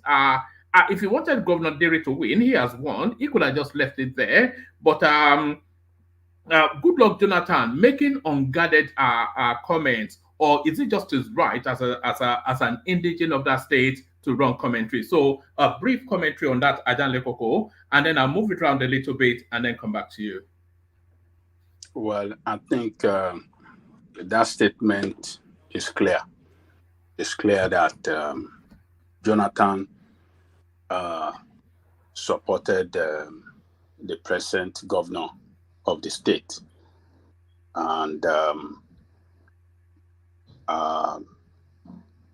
that statement as well, I can interpret it that he's mocking the APC Demetri, or what is his name, is mocking him. That you think these people of this state can trust you and hand over the state affairs to you to run. I think that is what is, telling that guy there. So the statement of, what do you call it? Jonathan is very clear. It's very clear that he strongly. But should he be above such statements? Is really what people are asking. Look, it can't be above. He's a PDP man. In theory. It is whether He's a PDP man. He was president under the platform of PDP. And he's still, that is his political base. PDP is his political base. Even Obasanjo was there before the election to campaign for the present governor. Obasanjo went to campaign for him. So how would Jonathan, being a citizen of that state and origin of that, how do I describe him? He's a citizen of that state, will not support his own governor from the same party that have supported him before, that worked for him before? People should forget about this nonsense and the elderly statement. What is elderly statement got to do with politics? That PDP is the party that make it possible to be what it is today as former president of Nigeria. It's PDP that made everything possible for Jonathan. All his achievement politically is PDP. Right from the deputy governor of the state, to the governor of the state, to the vice president of Nigeria, and the president of Nigeria, is PDP that make it possible. You want him to lay back and sit down. Some people are saying that, oh, as the elderly, what is stupid elderly statement? What is the meaning of that? Are you going to tell me that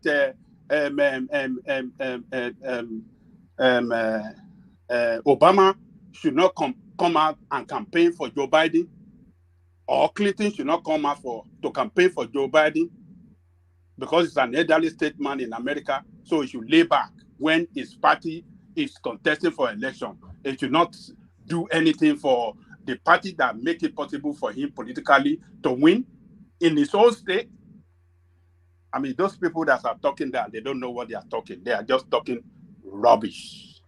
Rubbish. I will leave it there, woman. Oh, all right, brilliant, excellent. Still plenty more topics to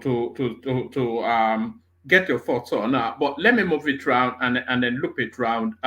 Let me move it in the direction of Bishop. See if he's ready. Bishop, you're up next. Yes, I am. Good evening, everyone. Good evening, fellow Nigerians. I'm sure you are enjoying your weekend, even though some people are already in the new week, Monday. Please click on the like buttons as you call me. That's the least you can do for this platform. Thank you. Let me interject on what Ayaleku just finished talking about. If it is true that former President Goodluck Jonathan said if Timipre Silva had won, he would have relocated his mother away from Bayelsa State, then Agbai Otole.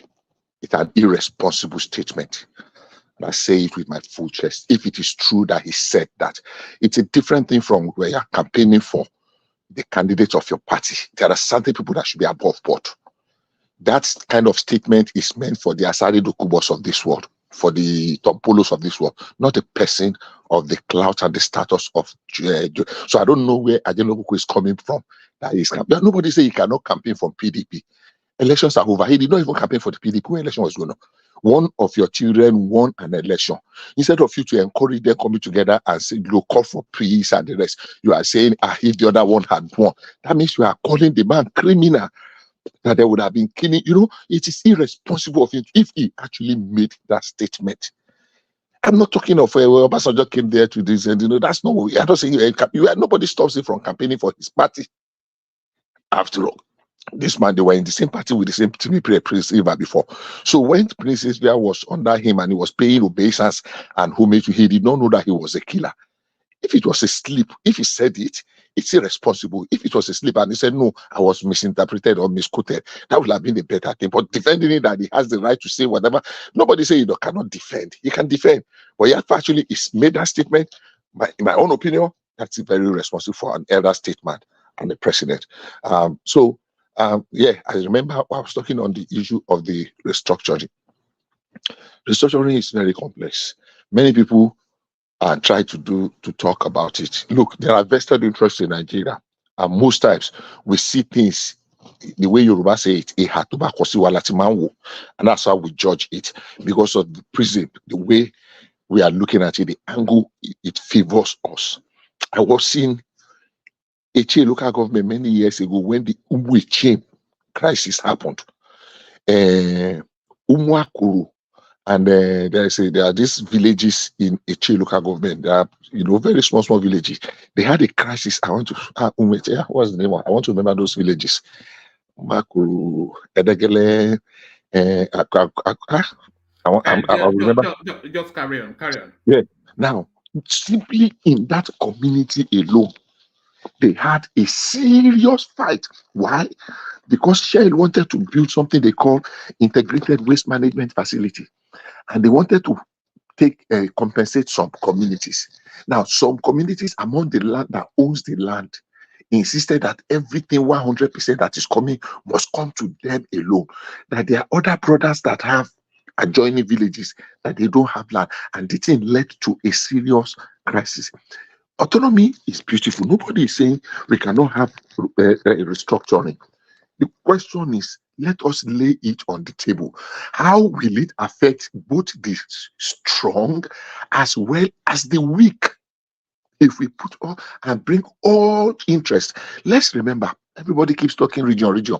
In a present constitution, as the presently constituted in Nigeria, there is no regionality. There is no region in our constitution today. It's only state. Everybody said that there's power to the region. As we have it today, this region is just our own expression. There is no region in our laws as it is today. So it is either federal, state, and local government. And if I love that we divest power to local government, I am not saying it's going to turn around and become El Dorado overnight. I am saying, yeah, they will stumble, they will struggle, they will, they will make it, and they will work. Everybody keeps saying that, all local governments in Nigeria can survive. It is not true. Some will still be dependent on some others. It is not true that all local government will survive. In fact, it is not true that all states will survive. Some states just survive on what federal government gives them. Yeah, they can get something, they can improve on it gradually when we get there. But I support local government autonomy. 100%, and I have been saying this for as long as I can remember, because it's one of the very true restructuring. Local government autonomy, judicial autonomy. Then let us have let us change the resource rule that we have now. I'm looking forward to a time that resource control can get to 50%. Move it up gradually. We begin to see the impact. At least when it gets to 50%, everybody will be comfortable that let the people have at least a minimum of 50% of their resource. To some extent, it is still some resource control, because it will be like, okay, you are paying royalty to other states, but nobody will just Afenifere should not just wake up and come and be sermonizing. They organize sovereign national conference that they made so much noise about. On the last day, they were supposed to adopt their whatever. They were throwing chairs up and down. We saw it on television. How many years ago was that? That we have all of a sudden forgotten. This same Pahayo Adebanjo rubbished our constitution. There was no time he will ever talk anything. He never sees anything good in Nigeria. If things don't go his own way, then that thing is not.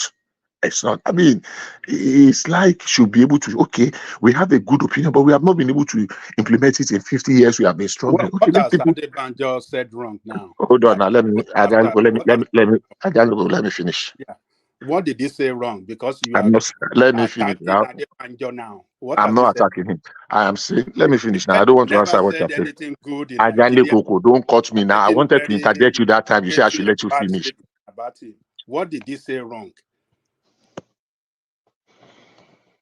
So as I was saying, it is easy. Yes, we need restructuring. We can take it one step at a time. All the people that were talking, they were among the people that opposed the little modest restructuring attempt that was made by the last administration. I hate the fact that it failed. But hey, we have to subject. They went to court. He used executive order. They challenged it about local government autonomy. We are talking of a wholesale. He proposed among the critical things, the exclusive list. There were about 8 of the exclusive listing that they are ready to let go. Look, state government can now develop their railway. State government can now develop their electricity. State government can now control certain things. immediately they bring security, local government autonomy, and gradually introduce resource control. Because if state government is removing some of those federal government is removing some of those responsibility and giving it to state, definitely somehow eventually it will affect the sharing formula that we have. Because hey, the reason why you are collecting so much is because you are taking care of me, but now it is my responsibility, so give me fund. It is an argument that is tenable in the National Assembly. So it is not the people that have rubbished everything. We need a new constitution. How do we get a new constitution? This is the selected representative of the people are the one that's going to determine. So why do we say, oh, we have to tear the local government constitution, the present constitution, throw it away, throw it into fire, burn it to shred, and start? Where do we start from that it will not lead to conflict? Serious conflict for that matter. I'm quoting Payo Adebanjo. There was something very volatile he said in the recent past. I'm trying to remember. I don't want to quote him out of context. That's why I'm not quoting him. I'm trying to scratch my head to remember that thing he said about the fact that if one person did not become president, that Nigeria will cease to exist. I'm trying to remember what he said. If I remember, I will quote him. The same person is the one that will not prescribe to us how Nigeria will be ruled, how Nigeria can prosper. I don't think so. That's my view on whatever Afenifere is saying. So whatever they are saying is for their selfish interest, and because the candidate is so boldly and wholeheartedly supported lost. So they are just looking how to, if you be how would they have prescribed that we go about this structuring? It's easier. No, I don't think I don't think it was a push against Tinubu, especially. Afenifere has always been in the restructuring space for a very, very long time. So Daniel, that's my view. And it's not an anti-Tinubu. I think the whole country wants restructuring. So I'm not quite sure it's they're just presenting them a piece of work that they feel they should take on. So, question for both of you guys: is it Pa Adebanjo that asked for this, or Pa Fashoranti? No, that's why I was trying to get at with Bishop. It wasn't clear because it actually came out of Afenifere UK. Afenifere is synonymous with Adebanjo now. That's what he told us in an interview. That's his own selfish. That's his own Afenifere, not the. That's what we're saying. There's no. Of course, Afenifere is rubbish. I listened to his interview. Is factionalized now. He called Baba Fashoranti Senai. He used it on Ruben Abati and what do you call it? Arise. Adebanjo called Baba Fashoranti Senai. Because Adebanjo, he has messed up Afenifere. Completely. And I've spoken with some people and their view about what Afenifere had turned out to be. They're not participating. Even the youthful ones among them, that Adebanjo is so dictatorial. That's the truth. But let's leave that for another day.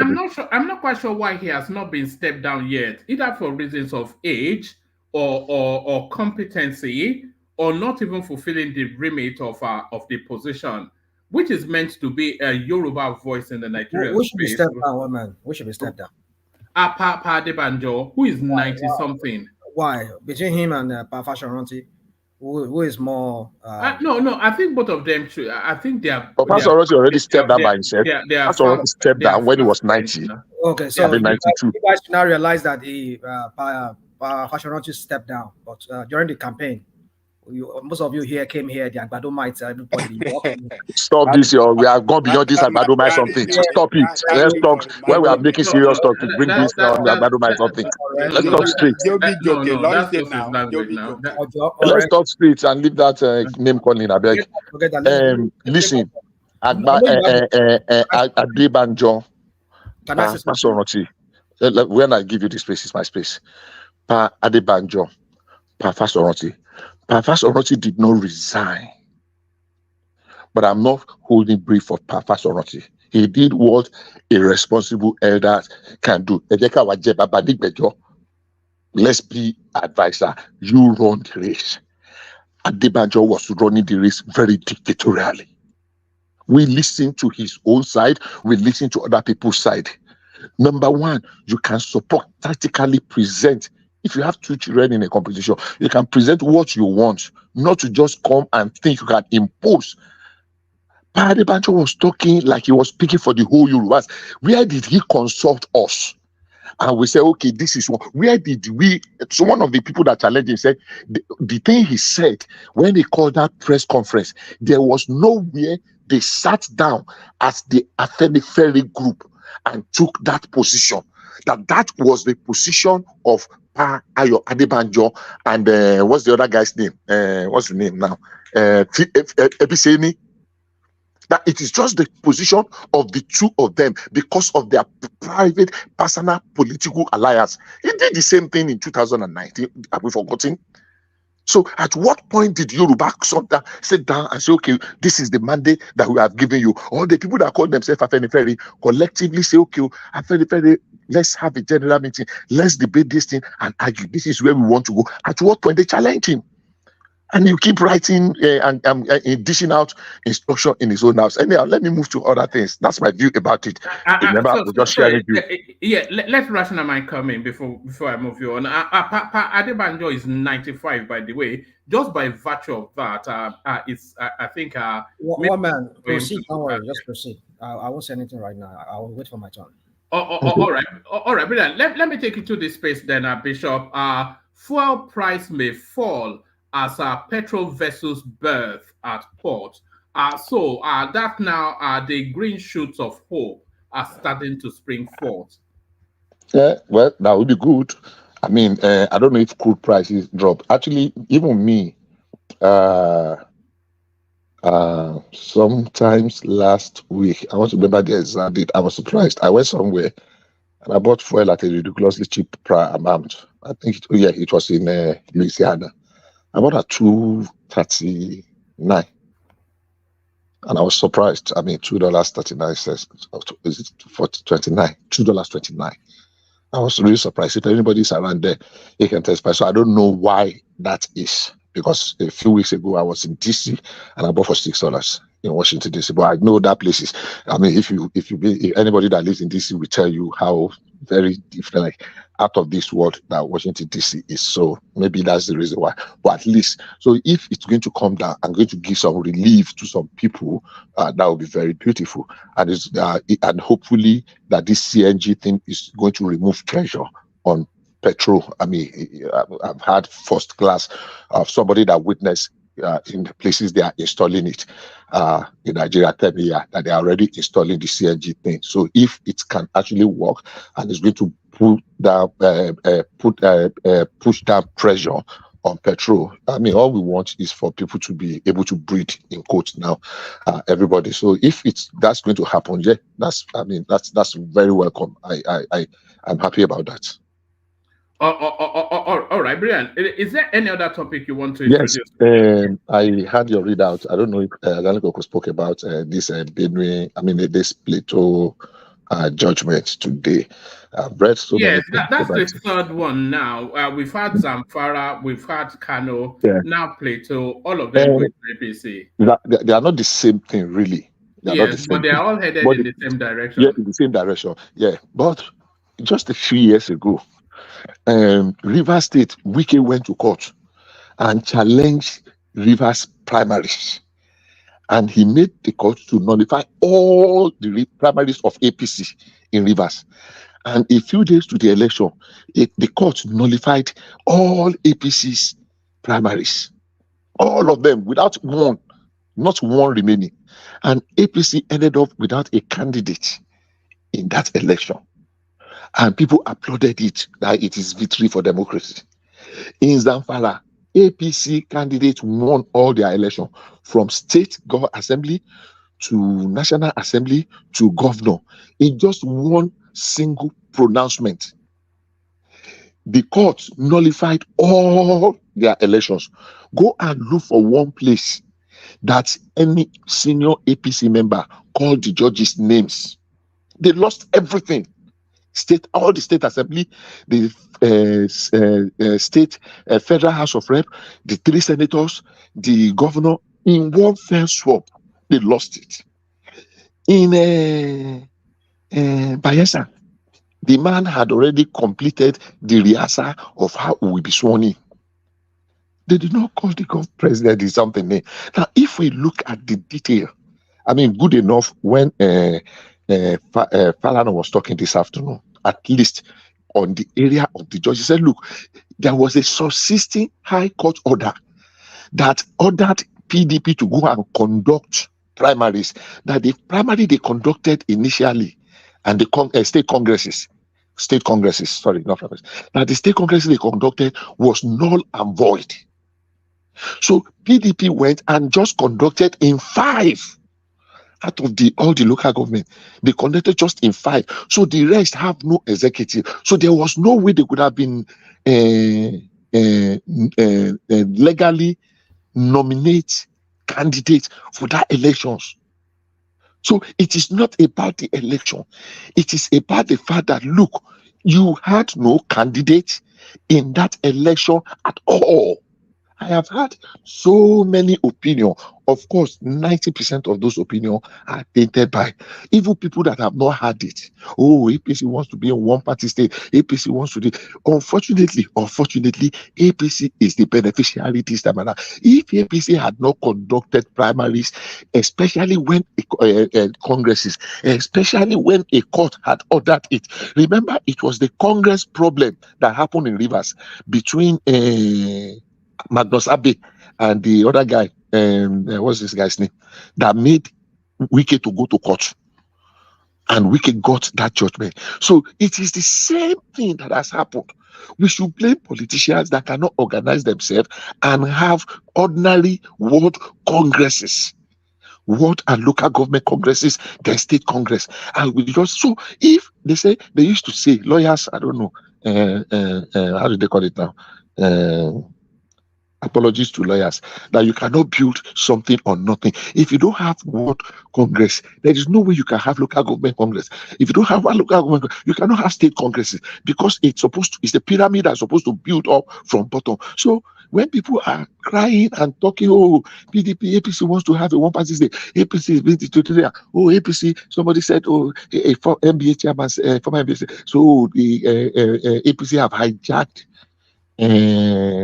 the judiciary. It's not fair. Yeah, sometimes it might not go our way.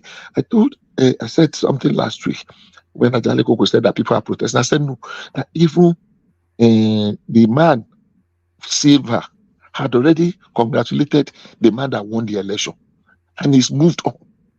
I remember I said it here when Ajale Koko said, "Oh, they are protesting." I said no, because I don't know. Yeah, election. There was a time in Nigeria that PDP was ruling 28 states, 28 out of 36.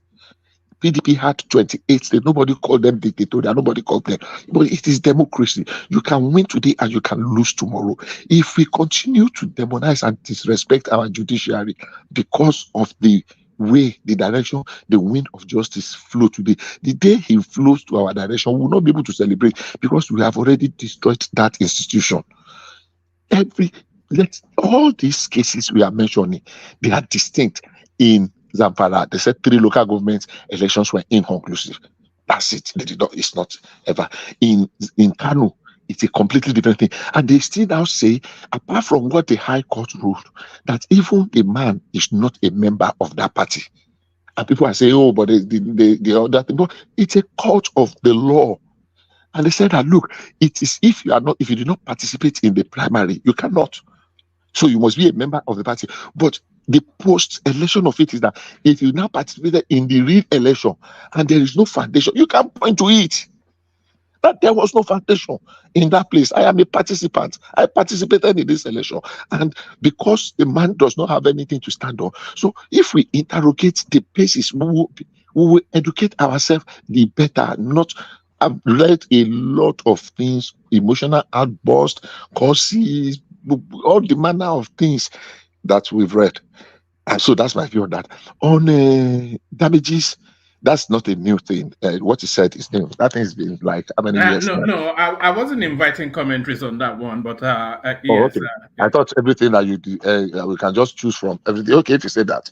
Yeah. If you say that. So is there another thing, one more thing that you say? No, I want to loop, there's still plenty, but I want to loop it around because the room is now starting to populate. So I want to loop it around so people are not waiting for too long. So. Yeah, and then I'll loop it back to you shortly. But let me loop it in the direction of the Owala from America, otherwise known as Kulata. So Kulata, Do you want to free flow to the space, or do you want to go I through the I talking want point? to free flow. After Yeah. the Bishop and Ajanle could go deal with the topic, there's not much left to talk about, really. I mean, Bishop has thoroughly dealt with restructuring. Ajanle Koko too gave his take. My own brief take in that is, I mean, with the economic situation we're going through, restructuring of the kind of that everybody wants, resource control, it's nearly impossible to do at this point. That's just the truth. They'll be biting, they'll be taking small bites at restructuring. Maybe they'll do police, maybe they'll take one other thing from exclusive list. They'll just be nibbling on the exclusive list. But the full total resource control at this point in time, let's not kid ourselves. I don't think the appetite will be there But given the do you not think that that is timing growth? There's so many resources laying fallow within the Nigerian space, because the government of obviously just they concentrate solely on oil. So all this bitumen, and which is the topic lithium, I really everything. want to Yeah. talk about. Yeah, All right. you're segueing to a topic I'd like to talk about. Yeah. Yeah, Yeah. you're right. You're right. You're right. But I'm just looking at it like, I mean, before we do resource control, right? It has to do more than resource control. What about the existing debt? Are we going to share that too? Like, they're so it's it needs it's not something you can do willy nilly. And I think we have to gradually walk Nigerians through it. If it's going to be done in Tinubu's government, it's probably going to be done in the second term because he will not even, from a political standpoint, he will not want to risk his second term on a proposition that is not really guaranteed. I mean, we couldn't even do the local government, and then you're talking about the big daddy one. So then you will have states like Osun State, Ekiti State, Ebonyi State, all the northern states scrambling. Like, where are they going to start making money immediately?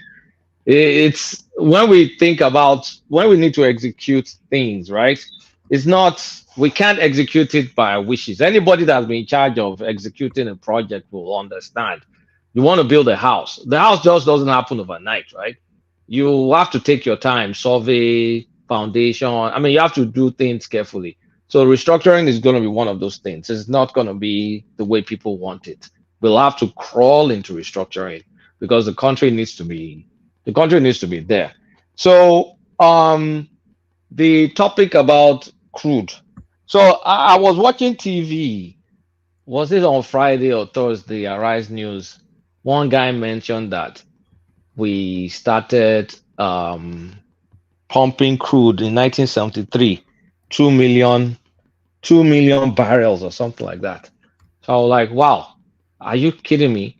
Like, when our population was low, we were pumping 2 million barrels a day. No more, no wonder the country was awash with money. They did not know what to do with it. And our population was low, and we got rid of other things we used to do, like cocoa. I mean, if you check your Instagram, I sent you a link that shows you the historical average millions of barrels a day we've been producing since 1973. I think it's the most recent thing I sent you. So it got me thinking. We were producing 2.5 or 2.6 or 2.7 in the 77, 78. So no, it was 2.085. I have the data here. The average is nobody's average. In 77, 78. Yeah, 77. The average 2.085 million. 78, 1.897 million. I think 79, 2.302 million. And then it dropped in 1981. So I guess the point is, why are we surprised that Nigeria is effed up? See, when we've been producing relatively the same amount since the early 70s. A lot of people here were not born then. We've been producing the same amount. Our population has been growing, and we've constantly, year after year, relied more on crude oil as our our main source of forex. in the 70s when this thing started, we still had other sources of forex. So were still doing cocoa. We did cocoa to the regular till the 1980s. Even maybe I will say, if I remember correctly, maybe it started dying early 90s. So we've been producing the same amount. Woman, if you scroll down, Yeah, you yeah. see the I was total. just scrolling. We're almost half what we were in 1973. Eh, so why? So we and when we started producing this thing, we now stopped doing other things we were doing. We weren't even investing the money to just say that, okay, assuming we were producing it and we kept doing other things we were doing, at least we'll know that, okay, dollars will be coming from multiple sources, multiple sources. But the more we continue producing, the more we relied on just a single thing. And us being and as lazy as we are, we stopped cocoa, we stopped rubber, we stopped all those other things, and we just relied on this single product. And we've not really, I mean, since they started, I mean, since I have this list, I don't think what we produce has grown past this by It'd be interesting to see how much Saudi Arabia has been pumping out in that same period of time because I'm sure their own will have grown. Because when I look at the early 70s, we had 2 million. The only time we produced more than that in a significant chunk was during Goodluck Jonathan's time. I think we hit, there's a 2.457, 2012, 2011, 2.4 something. Okay, under Obasanjo, we hit 2.6. 2.6 in 2005. We're at 2.3, 2.2.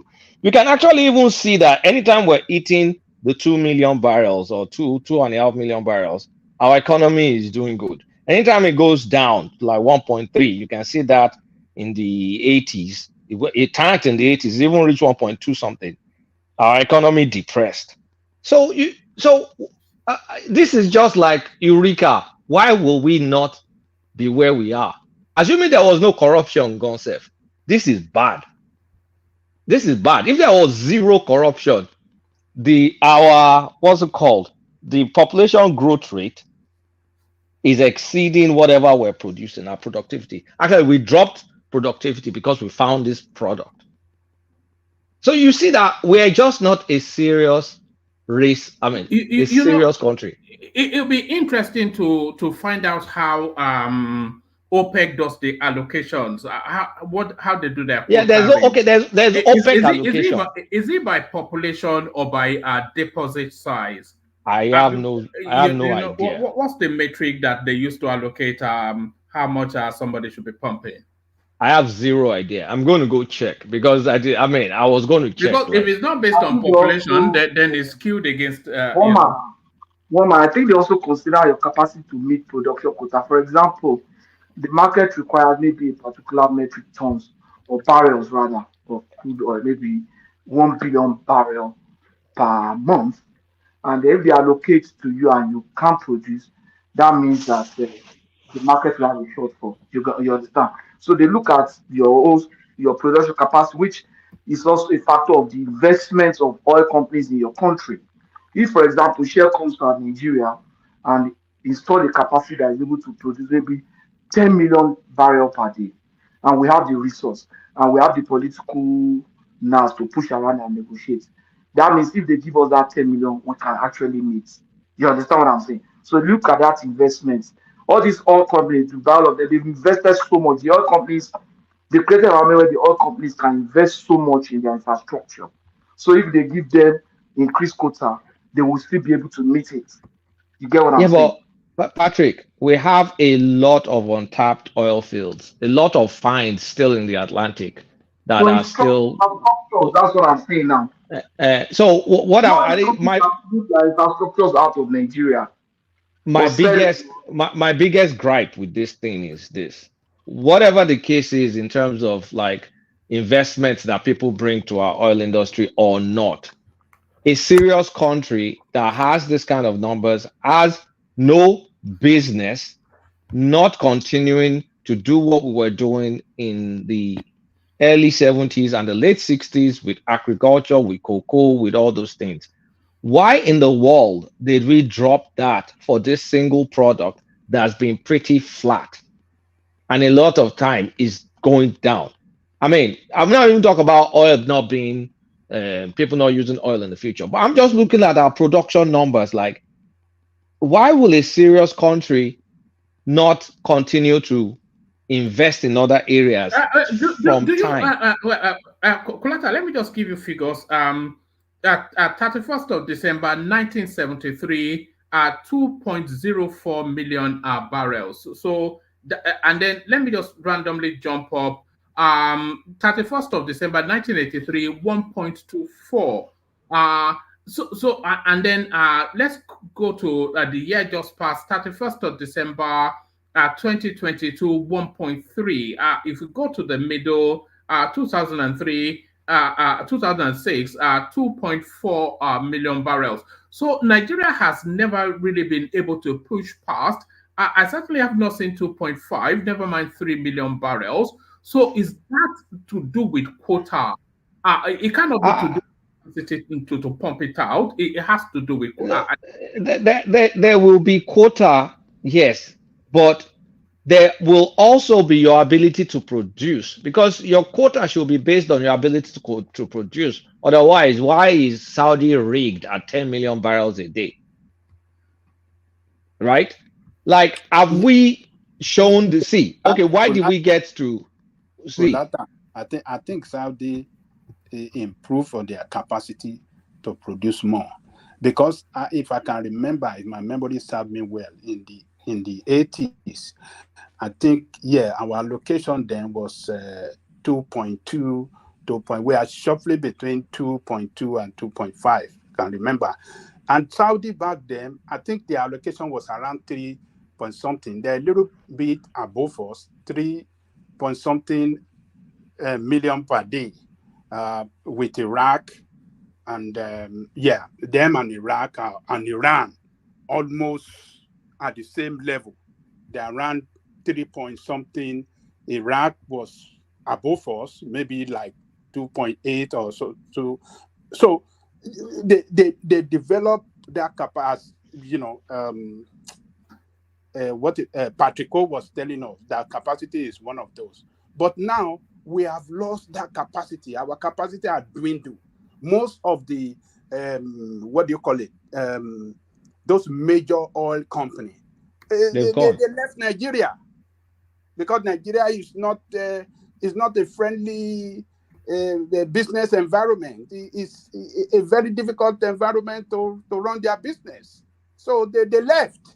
They sold. And do we have that infrastructure on our own? To improve on production? We don't even have it. So that is the problem. You can continue. Yeah, but it's not just that problem. Like, assuming, okay, if this is the kind of what we'll be doing, then why did we disinvest from other areas? That's my point. Because our population in 1973, I'm sure it could not have been more than 60 million or something. But now we're at 220 million, so many mouths to feed. The same freaking oil production, same range. Kulacha, good morning. I want to draw your attention to. Sorry, carry on, Simba. Yeah, Kulacha, if you take a look at the oil production, if you remember, you discover that even our government before, our leaders, our head of state or president before, they were not doing anything fantastic about our economy. It's only, if you look at 1973, that's what we call the oil boom. That was when Gowon was talking rubbish that doesn't know what to use the money for. That 1973, look at the oil production that time. Look at the surge. And if you remember, 1971, that was when Saudi cut oil supply. And that was when the oil price jacked up. And the same time, that was when Qatar started growing their economy, 1971. If you look at 1983, when everybody was crying in Nigeria, That was when the Buhari regime came about, when everything, austerity, everything. If you look at the oil production that time.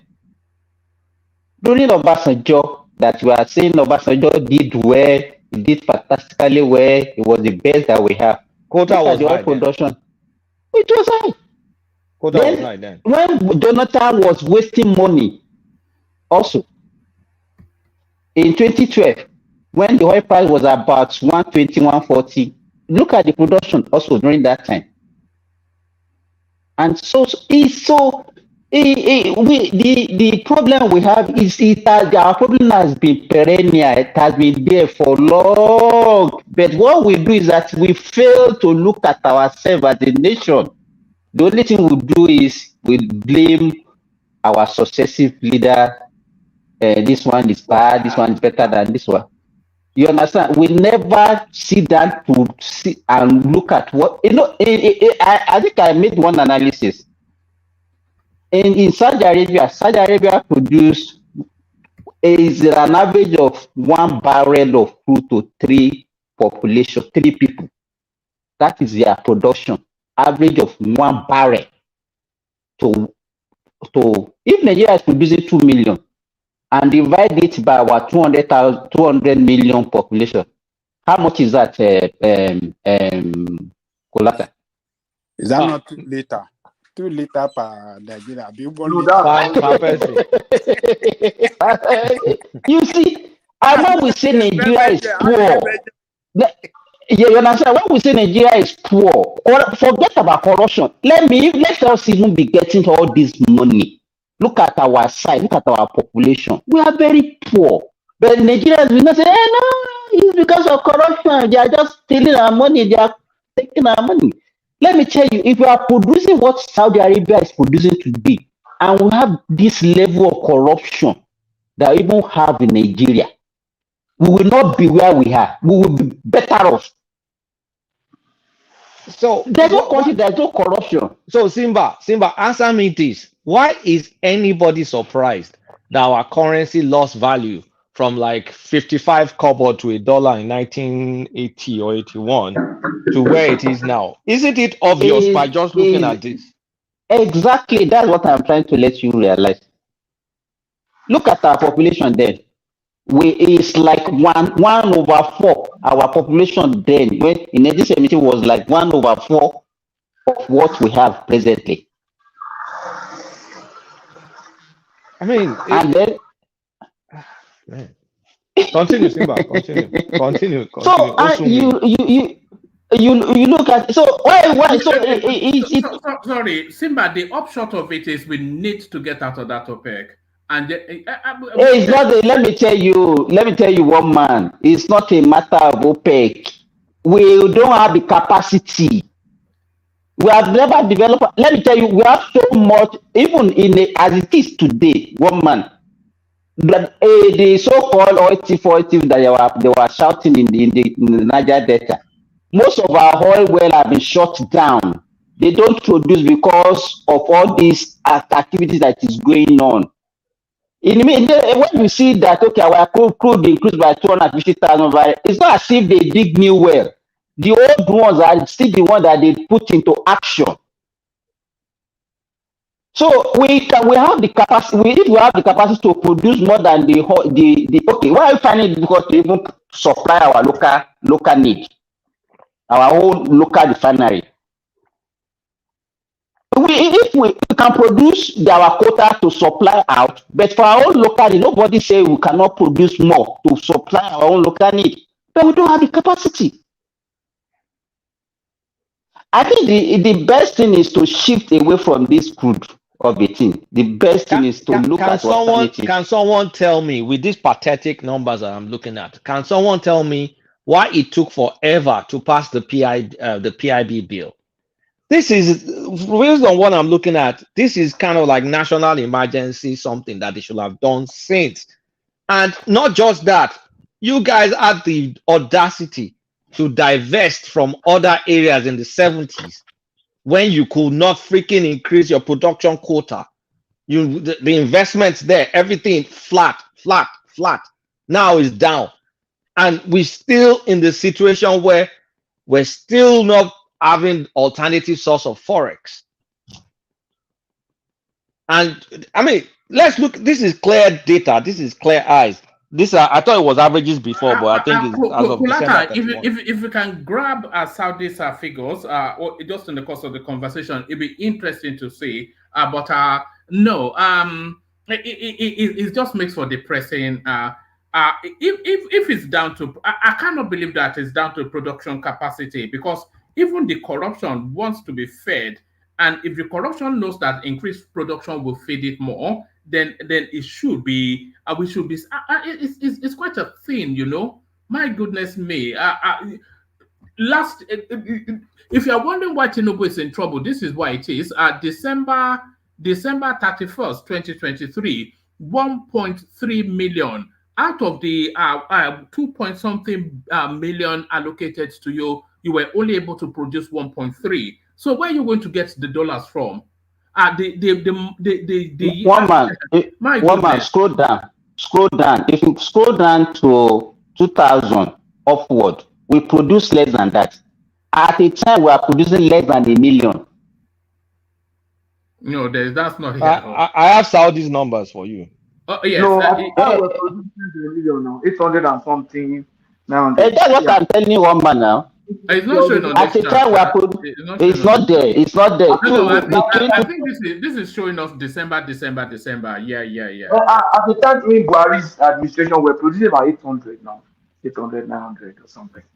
So, but this is not a matter of OPEC, in my opinion. This was a matter of lost opportunity, right? Not just lost opportunity, recklessness. Because when the population was small, you did not invest in other areas that will have created forex. Not just that, you destroyed other areas that was giving us forex before we even found crude oil. You destroyed it because you had this. And you say you don't want to talk about restructuring. Is restructuring not the answer to all this? Why did you think that happened? I mean, I was on another platform yesterday. They said it's spiritual. It is because the best of us are not the ones willing on. That's just the best of us. Spiritual problem. It's a spiritual problem. I'm just weak. Honestly, I'm just weak. Our politicians then go with other needs of spiritual. The best of us are not the ones willing on. Yeah, but nobody should be surprised. Nobody should start referencing naira to dollar was kiniko. That was nonsense, because you can see now, like, there's no way we will not get to where we are. Like, I mean, yeah, plus corruption, it speeds it up. But no investment, a lot of divestment. Why? We don't plan for the future. Like black people, you just get money and start spending like drunken sailors. You don't think for your future generation. You know, are you with Kaiser on that black people something? It's true now. It's showing here. Like, okay, when the population was manageable, at least don't now start running away from cocoa, running away from rubber, running away from palm oil, running away from other things that we used to do. We just abandoned it and just relied on just this single thing. And the single thing, we can't get past that. 2.6 is the highest we've done, and 1.2 is the lowest. So we're just between one range, and our population we're just breeding like rabbits. All right, these are the Saudi figures. 1973, they were producing. There was never a time they were not producing 3 times as much as you. Anyway, in 1973, they were producing 7.7 approximate million barrels. So that's 1973. Fast forward to December 2022, they are producing 12.1. So that's nearly double, somewhat thereabout. It's a marvel. So, Mama, do you know the population of Saudi? Do you know the population of Saudi? I was just about to check. 35 million, including immigrants. 35 million, including immigrants. It's unbelievable. Yes, 35.9 million people. It's unbelievable. So in one day, they have one person is 0.3 barrel. I mean, 0.3 barrels a day. One person in a single day. Hey, Let me tell what of us are our own? Saudi's budget for Earth alone is more than our yearly budget. For Earth alone is more than our yearly budget. So, not like I want to like put fire on Tinubu's behind, like I've been doing recently. But so all this target of him wanting to get to 4 million barrels that was in his manifesto by 20, what did he call it again? I can't remember the year. Basically, maybe it's end of this first time or maybe beginning of the second time or whatever. 4 point something barrels. Is that not pie in the sky? Is that realistic? It's not possible. It's not possible. It is possible though, if they, because what is timing the productions, there are artificial blockages and corruption. So but we're looking at the time that the demand, I mean, people are even moving away from this resource. Not now. What you are saying is not something that's happening. It's not now. It's it's not even the next 20 years. I mean, but well, I get it, but Kulata, what I'm saying is that even if they give you a quota that is maybe 5 million per barrel, you don't have the production capacity to meet it now. Just like any factory, they have like optimal production capacity now. That you understand what I'm saying? But he promised to raise it. He promised to raise it. The question is this now. You are now saying it's either you are going to talk to the people that were here before to now reinvest in their infrastructure, put in more money, bring in more maybe platform, rig and everything, which they have done before, and they saw the hell that they went through. So would they want to take the risk when they can just go to a Qatar? Not onshore. Nobody want to take that risk onshore. Maybe offshore, but definitely but not even they are attacking them offshore now. They attack them offshore now. So I think that is gonna can go to Middle East or go to somewhere in maybe Southern Africa, just Angola and the rest. There's one place in South America now that Kulata. Let me draw your attention to another thing. Do you look at the cost of production of oil in Saudi Arabia? It's expensive. And the cost of production in Nigeria. It's cheap. In Saudi Arabia, it's about $10. It's about $10 or something. I read it a long time. And our own is almost like $30 something or $40. It's like $30 something or something. You know, you need to. If you visit, why is that? Insecurity is one of that. It's not insecurity alone. The terrain. It could be the terrain. Kulata, if you visit Aramco, if you see their oil facility, even if you are just driving along the road, you see everything is on the surface. It's on the surface. Very easy to police. You can see. Zita is in this field. She should come. Zita. Sorry, Kulata and Simba. Let me just chip in my little experience of the oil industry. At least I spent some years in the upstream sector. Number one, we know what we are not a very oil nation. We are more of a gas nation. That's one. Number two, our limitation, our cost of production in Nigeria is one of the highest in the world.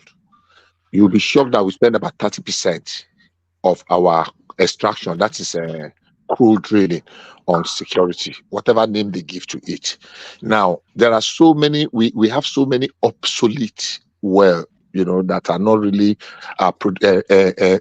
economically viable. And that was why a lot of the IOCs were abandoning our land rigs for offshore. For a very long time, Newfound, I think after these two offshore find, I want to remember them, that happened about 10 years ago, 2009, 2008. There have been no real major. Is it the one for Fanfa? The one for Fanfa? Not Fanfa. Or the Malibu? No, not Malibu.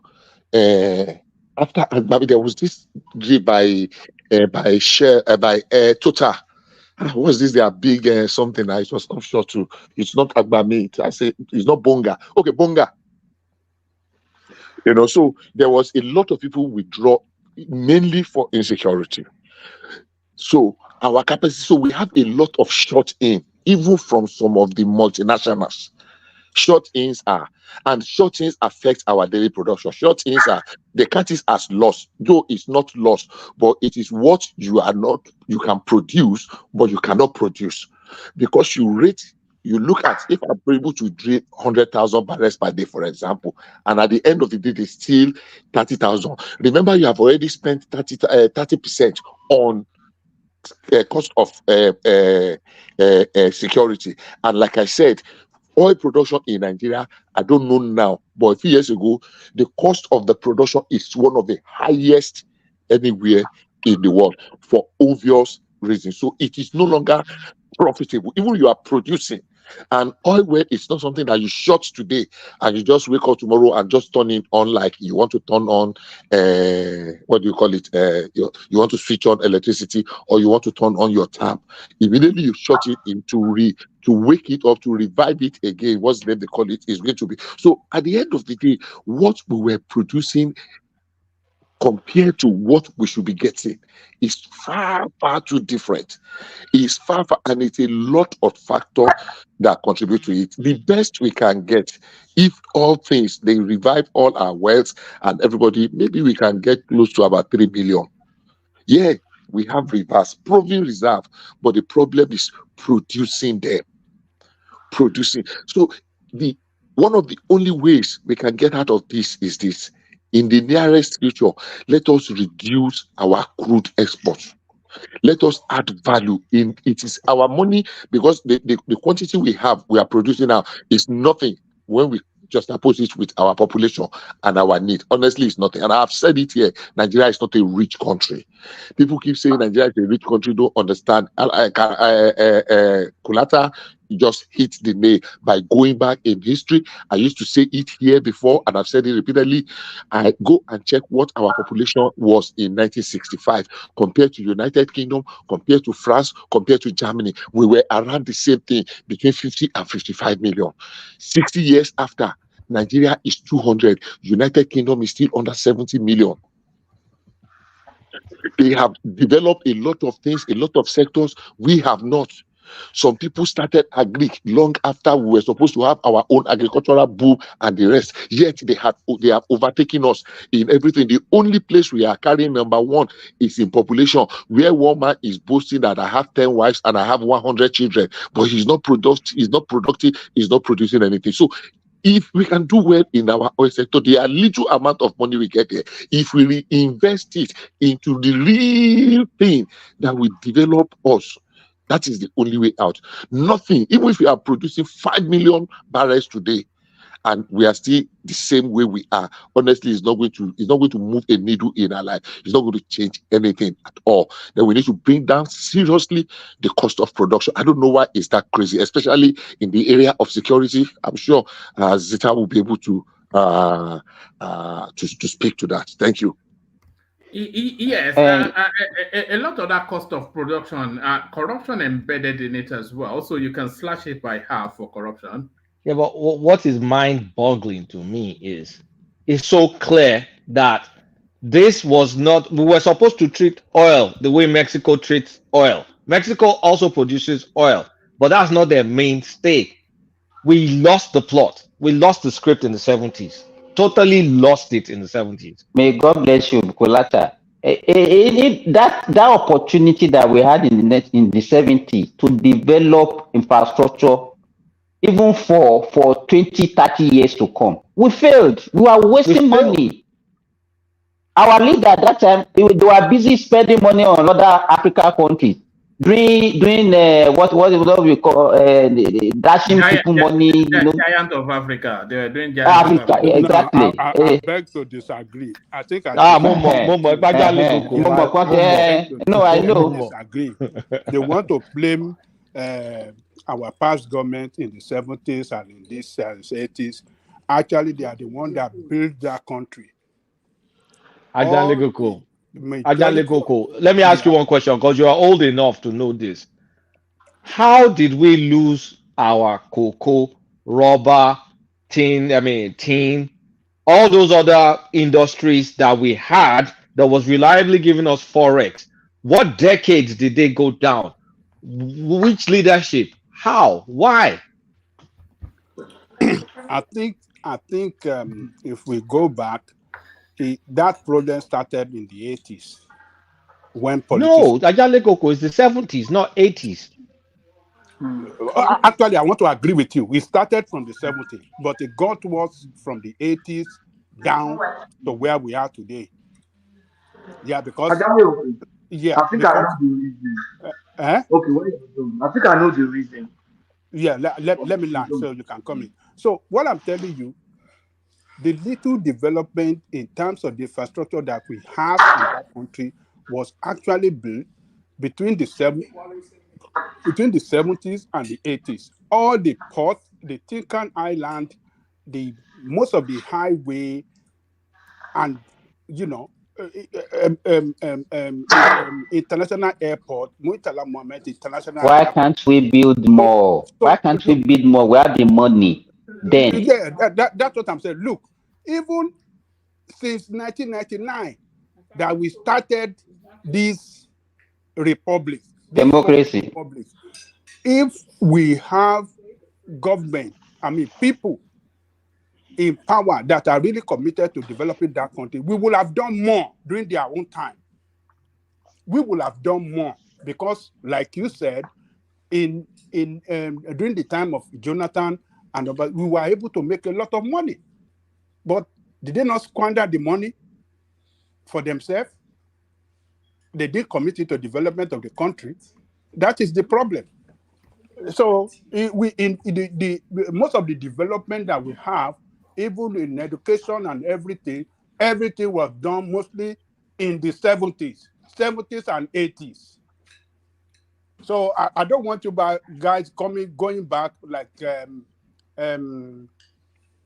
Simba saying, "Oh, they didn't do anything in the 70s." That is when everything started. I didn't say they didn't do anything. What I said was that time when he was busy spending money on Gambia and all those things, they are not futuristic. That's what I'm saying. You could have just look at. Let me tell you, come and see what the Saudis are doing with their money here. You go into the desert where there is no human being, nothing. You see road, you see electricity, you see they've already built what they can use in the next 50, 60 years. Let me address that issue. You see, Kulata, there are some factors that made that happen. The fact that we moved from agriculture and everything. I will stand with Ajaleko that a lot of investment were made in the 60s, bridges, roads, and everything. But investments were not centered in promoting other areas of the economy like agriculture. So even if they have built more, they will still have built more ports. Those ports were not necessarily built for export of agri products, but for export of oil. You understand? The proper road construction would have been to the villages to support agri. But you were building the cities. So the farmers who were in the villages, they started moving to the cities.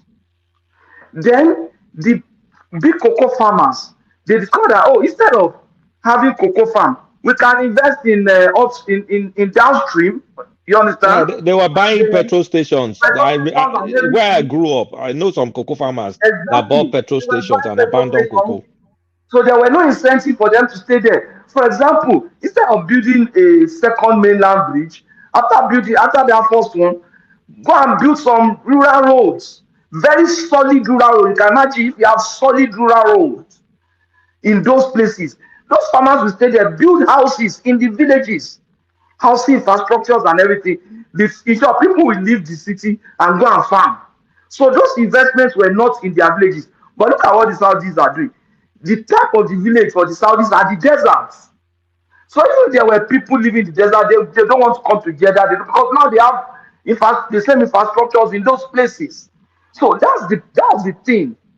They did investments in infrastructures in Haiti, but they were wrongly done. They were wrongly, apart from schools like Ife that were cited in Ife, some schools cited in villages. What were the things that were put in place to make sure that the places where you have these agricultural activities going on, what were the things that were done to ensure that they stay there and they have access to markets and everything. So nobody wants to struggle now. When I can just sell my cocoa farm, go and buy Patrick, one in petrol support station. of what you said, even our industrial growth, our industrial development was recorded in the 70s. Yeah. All this money were invested on so many things. But we Our industrial abandoned development, Ajale Koko, we abandoned all our other forex makers in the 70s I think too. in the 80s, it was in the 80s that the it was in the Wahala started. 80s that it got Okay, going. someone mentioned a good point in the comment section. Like, you know what? Yeah. Our GDP grew. Kulata, 1 minute. So even our industrial development, we recorded it in the. There are so many industries that sprang up across the country. It was like a wind fire everywhere. Industry. Yeah. Do you know how many textile industry that we have in Kano alone? Kano, we had over 40 textile industry in Kano alone that hire over maybe 400,000 workers in Kano We have alone. sugar company. We have sugar company. Bashita in Lorry. And not only that, even in Niger, Sunti Sugar Company. Even our international diplomacy, we were able to use that money to position Nigeria as the leader of black race in the international world. You see, the leaders we had back then, look at Gowon. What do you want to tell me that Gowon stole during his own time of money? He had nothing at the time that they overthrew his government. Nothing in his was he foreign not the account. one that did Festac? Because that's what Baba was saying. We were spending our money on Festac and he had nothing in his foreign account. Some people have to pay for his school when he was in Britain, when they overthrew him. So, Abajale Koko, what was the reason why Muritala take over from him? If you listen to it, was corruption. Corruption was part of the reason he gave. That was not true. That's obvious now. That's not true. That's not true. Look at, let me tell you one of those that destroyed this country. Obasanjo, Muritala was one of them. Now we are asking for foreign investments. Do you know that Obasanjo and Muritala virtually told the foreign investors to leave? Who does that? Yeah, that was when they were nationalizing all this. Yeah. You just look at them and say, all of you go. Now we are begging for them to come. The people that were that was when BP was changed to National Oil. First Bank was from Barclays Bank to First Bank, and Shell is still in Togo, Benin, in all those Ghana and all those areas. Anytime I visit Togo, I see Shell there, at least in Togo. So, but we told them they should go. All those places where you have Eleganza, all those companies that were there that time, you told all of them to go. Who tells foreign investors to go? Now you are begging them to come. All right. Round up that space, Kolata, and then I want to take you on to what's on the screen if it interests you. So, I mean, this data, very enlightening to me. The cookie crumbled when we had the energy crisis in the early 80s. Someone rightly mentioned in the comment section, that Israeli war that sparked off the energy crisis. Yom Kippur. Yom Kippur. And also, when I look at this data, I see that Obasanjo was simply lucky because oil production was it was up. It was very high during his government. And also there was a lot of investments coming in because we just got out of military government. So basically, none of our leaders has done anything spectacular. None. You were either just lucky that we had high oil prices and high production. When the oil prices tanks, our economy goes with it. We never divested. We never got serious with trying to build up other areas and maintain it. Especially maintain it, like in Indonesia and all those areas. They produce oil, but they also produce palm oil. That even makes them more money than crude. So, Kolata, if you are the president of Nigeria, or you want to just suggest, how long do you think it can take somebody to fix Nigeria with the mirage of problem that we have now? He go tell. I'm not gonna. It shouldn't take that long, go. One man, it will taste more. It will. You may except get lucky. Let's just say we are lucky. Okay, with Buhari now, all the oil crude that we're selling, we're not making money out of it because it's used to pay. It's used to pay BC. So we're not. I mean, even if oil production goes up, it'll just make our petrol prices go up more. At a time in 2020, if you remember, Kulata, they were selling at negative, minus. So it will take time, one man. It will take time. I'm not even gonna lie. Based on this thing that I saw, it really opened my eyes. Like really opened my eyes. Like we've never been a serious country. It's by miracle that Nigeria is still surviving. Kulata. It's by miracle. I don't even know how they are doing it. You know, that's been the case for a long time. A lot of people wonder why that country has not collapsed. It should have collapsed a long time ago. I don't know what sustains. I think it's probably diaspora remittances that sustains that country. Probably. And prayers. Yeah, and prayers. You know, I don't know. You know, but Kulata, this story now is coming into the news stream. Iran-backed militia group hijacked Israeli ship with 52 people on board. So this is just the first entrance of this storyline into the news cycle, and we'll see how it develops. But if this is the case, then that opens that window of a launch against Iran. And if that launch against Iran takes place, then we're all in trouble. Yeah, this is going to be a tough one because Iraq backed Hezbollah. They gave Israel water like in 2016. So if Iran is entering now directly and hijacking Israeli ships, I hope Israel does not escalate this and use some weapons that are not supposed to be used in normal warfare. Honestly, I've tried to ignore this Middle Eastern space because I'm like, what my business? But it just keeps getting in your face and getting in your face. I hope it doesn't escalate into another full-scale Middle Eastern war, because the reason Hamas did this was because a lot of deals and peace deals has been negotiated with Israel, and you could see Saudi was going to sign with them. UAE, I think UAE has already allowed planes to be landing, if I'm correct. So things are kind of like Trump did a good job. That's one of the areas I like Trump. He did a good job facilitating a lot of like deals amongst those people. And I think Hamas now felt ignored. So Hamas feeling ignored, they did that bold move they did to reverse all those gains. So now we're where we are, and it seems to be escalating further. I do hope this, I mean, I don't know if there can ever be peace there, because you took over some people's land, right? And you, not only that, they have every single incentive to chase them away from Gaza because of the oil and gas find in Gaza, which could make Israel like $500 billion or 400 and something billion dollars. So they have every incentive to even chase Palestinians out of that tiny Gaza. So it's Iran entering the scene frontally. It further escalates this crisis, and with that, oil prices may go up.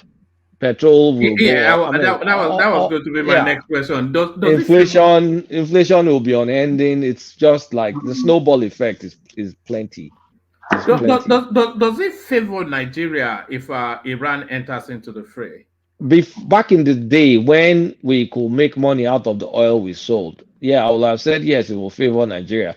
But right now, like I said, our everything is encumbered. It's already all whatever we sell is offset by some BC or the other. So, well, it favors Nigeria, but we won't directly see the money because I mean, it's spoken for. Kulata, it cannot favor us. You know why? Anytime oil price goes up, that is when you see the crisis in Nigeria, because we don't refine our own oil. The price will go up. So most of the money that you are making. Hold on, Simba. I'm actually talking about supply. Because what I'm saying, yes, you end up using most of the money that you make. Yeah. to pay subsidies. That's Yeah, what but we'll you be see, doing. Simba, An average I, oil price is what favors us in Nigeria. Average oil price. High price doesn't favor us. Low price doesn't favor us. If favored us under the Babangida I administration, price used to favor us in the past. under the Now, Iraq war. now it doesn't favor us that much because a lot of I don't know, forward contracts, money owed to all these oil companies, I mean trading companies that used to do crude stuff for us.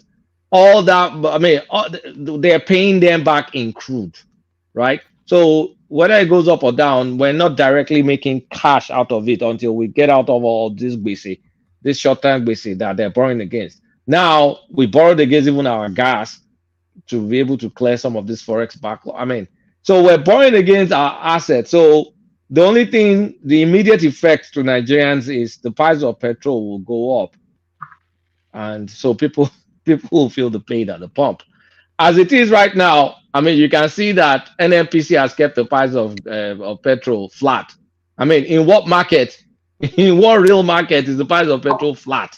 Like, doesn't change. Like, really, you go to your gas station in UK, you go back there next week, it's still this. I mean, the price is not changing. You go there today, tomorrow, today. I mean, of course, who's fooling who?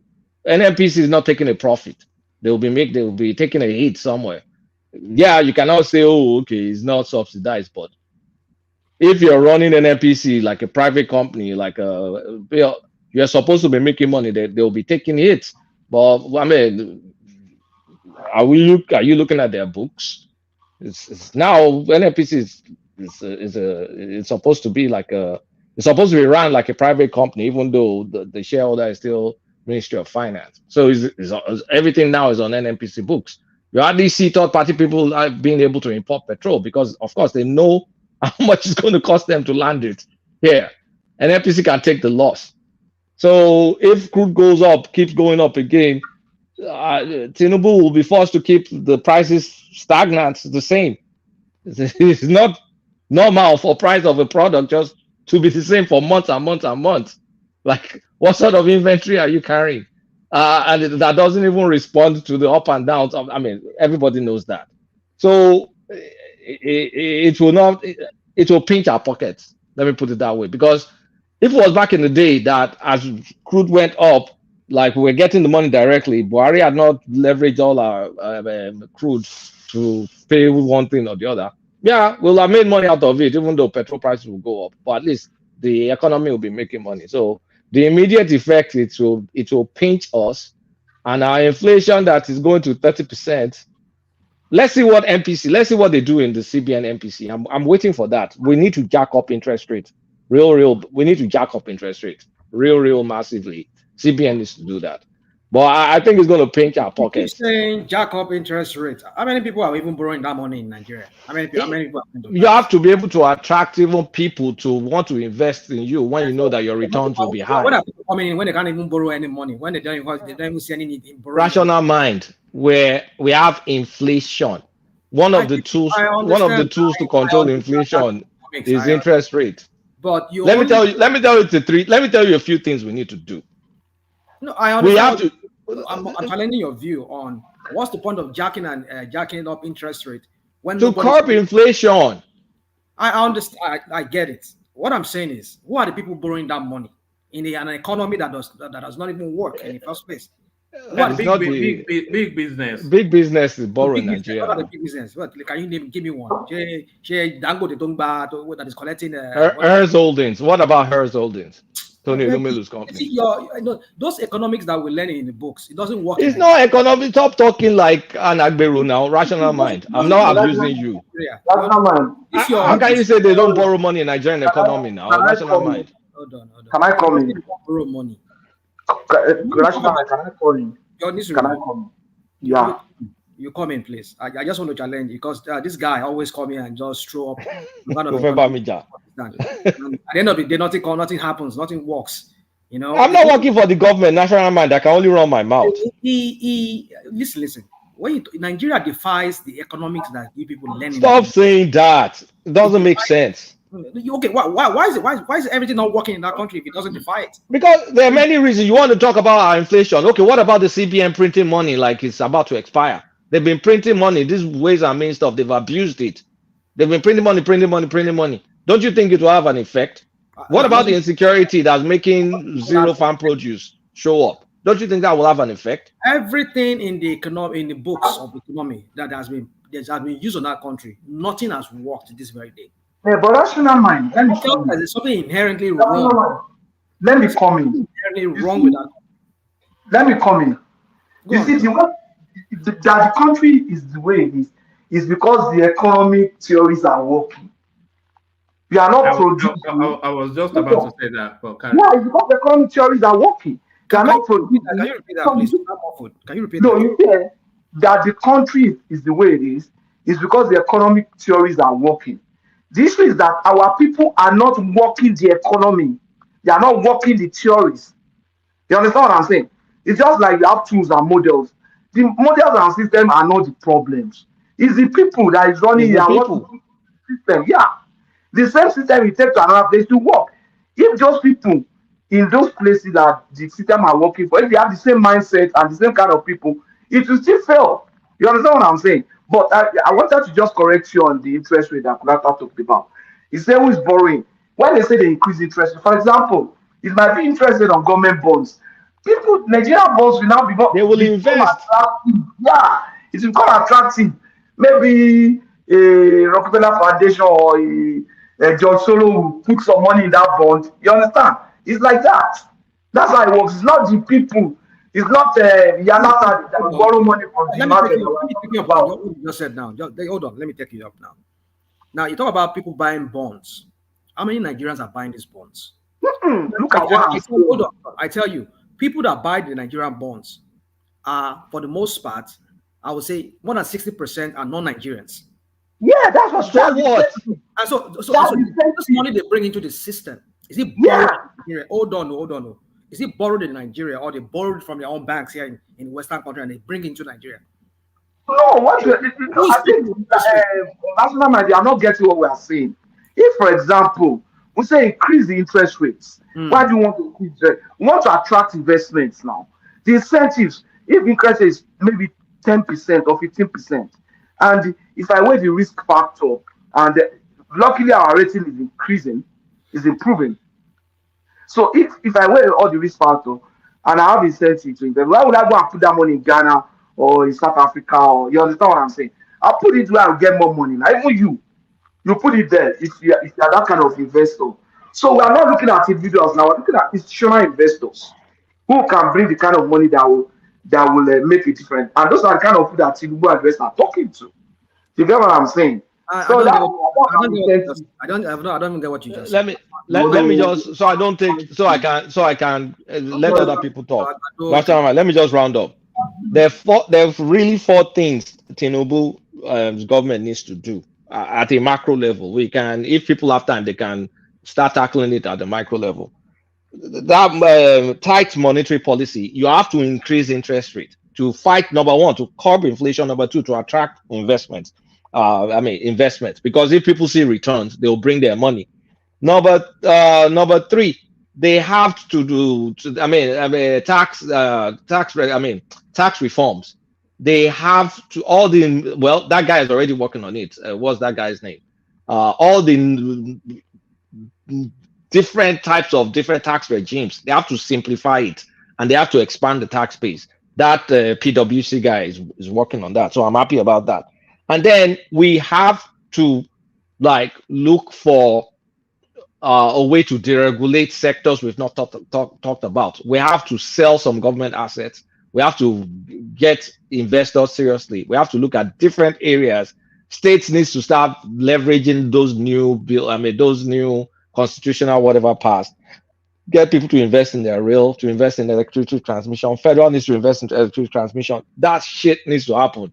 We need to sell right of way. We need to do whatever it takes. Sell part of the refinery. I don't care. We need to kind of bring investors in, deregulate, look for creative ways to just bring money into this. What's it called?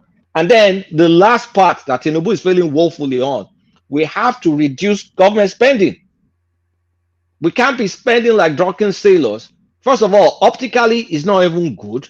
Then second thing is, for Christ's sakes, this is not the time to like go on. I mean, I know government is the last what's it called? Is the spender of last resort. But at this point in time, I think there are a lot of inefficiencies and bloat that can be cut down. Things that should not exist. Those are kind of like the 4 high-level things I think this government needs to fix. Oh, 5 things. Of course, security. Everybody knows that. But if Tinubu is not getting into all these things in a serious way, with all this data we looked at oil production, I think we're just joking. So let me round up with that, one man. Oh, all right, brilliant, excellent. When is it never not excellent by Kulata? So thank you, Kulata. Stay with us. Rational Mind, you're up next. Yeah, one man, just give me the topics, please. All right, you can free flow or you can go to the topics, but let me give you this. Okay, first of all, before we go into any topics, I just want to say something, one man. Yeah. I remember some few days ago, I came here and I was saying to you that the basis by which they removed the Kano State governor, I mean, President, I don't know, should I call him the present Kano State governor, the one that will soon to it's still there, subject to Supreme Court. Yes, yeah, even though Kwakwanso is saying he shouldn't go to, they should give it up. Yeah, but carry on. Well, I don't know if I'm just hearing that from you for the first time, but I think I said something like one of the rulings, or even not the rulings, was the basis for that ruling was that it was not duly nominated for his candidacy for the election. And you read me something that I think most of the even Sahara reporters carried it, just the way you said it, that it was based on some calculation they did. They deducted some numbers from him. I think that's what most other major newsprint reported. But I know I saw it somewhere and heard it somewhere. And for me to confirm that, I think one of these other YouTube channel, is a synonym or whatever they call it, Sino, whatever they go by. They had the NNPP had a press conference in which the chairman of the Kano State NNPP party said that the ruling, not the ruling that they based it on, was that their governor was not duly nominated by their party. So I was like confused. What's going on? Why all these confusing stories that we hear in our newsprint? So that is just that. So I don't know. Even other people here has heard about that. And I think that's the same thing that playing with this same guy you have on the screen here. What's his name? The governor of Plateau State. I think they are playing the same card of not being nominated properly. It didn't go when the primary. At the primary stage. Yeah. So you see, it begs a lot of questions. We kind of like, this is asking a lot of questions. I've said it on this platform, and I think I want to maintain my peace at some point with this. That because what they told us about the primary stage, especially during the remember when Kashim Shettima was being challenged along the same lines, and they told us it was pre-election. Exactly. So you see, you ask a lot of questions like, what is going on? You see, this is what you get when you have people like somebody like Tinubu running the country. If we had limited that guy to only just his Lagos, and maybe someday in the future somebody gets him out of that place. Now that you have this guy in the federal, oh my goodness, you guys that are who are supporting this guy, you are creating a monster. You don't know. I just wait for that country, that the trajectory that country is going to take on this guy. This guy will corrupt anything corruptible within the system in that country. Everything will just be dancing to his tune. Everything will just be to his whims and caprices, or whatever they say it in Nigerian English. I mean, you won't have a country in a true sense of it as being a country. You have a criminal organization run by some criminal some criminals in charge. That's what you're going to be having. Because I tell you, when some of us like this come here, we dice this judicial people in Nigeria, we call them names, we call them out, and some people go to the extreme of bringing their children and which I'm against that. But you can kind of appreciate people's. Let me say you appreciate. You can kind of understand people's anger. Why? What they foresee might happen under this guy. We're seeing it playing out before our very eyes right now. So for me, I kind of shudder when I see all these things. And when I speak the way I speak about Tinubu, not because I hate him, because I just hate his politics. This guy corrupts and corrupts anything corruptible within the system. So, woman, I'm asking the question: what was the basis actually for that of the NMPP in that Kano State? Because what they are, because when I was No, the Kano one was invalid votes, which is a more solid one than the one for Plateau. Okay, but then woman, that one is open and short. Okay, well, that was what was reported in some national dailies, some newsprint in Nigeria. But I tell you now, if you can go to Synonym or whatever they call themselves, go and listen to what the what's it called, the Kano State chairman for NNPP said was the ruling in this Friday, that they said their candidate was not duly nominated, and for that reason his candidacy is null and void. And I mean, that's what I heard. But I know I've heard it prior to that, until when you said you were trying to correct me that very day, and I just had to keep quiet because I was like, I don't even know what to believe anymore in Nigerian news spread. So until I saw that video where he was saying it, and so I was like asking questions, what is going on here? And so, but then I'm not surprised that they're trying to play the same card in Plateau State. Well, you see, for me, I just want to say, I'm just fearful of what Nigeria will become. And we're talking about investors coming to Nigeria and invest. If I am an investor, I want to come to Nigeria, seeing all the crap going on in that country. Do you think when I see criminals running the whole show in that country, and I want to come there and invest, and I have to bribe every single one of these criminals because the institution does not work anymore. There's no law and order. Everybody just want to get their own cut. I mean, how do you expect people to come there and operate? I mean, do legit business. So you wonder when the Arabs are saying to Nigerians, like, okay, we'll give you the money, but we'll come and implement the whole thing ourselves. I mean, because they know the person in charge of that country, they know that he's a criminal, and they know that all these people that are with him, they're all criminals like him.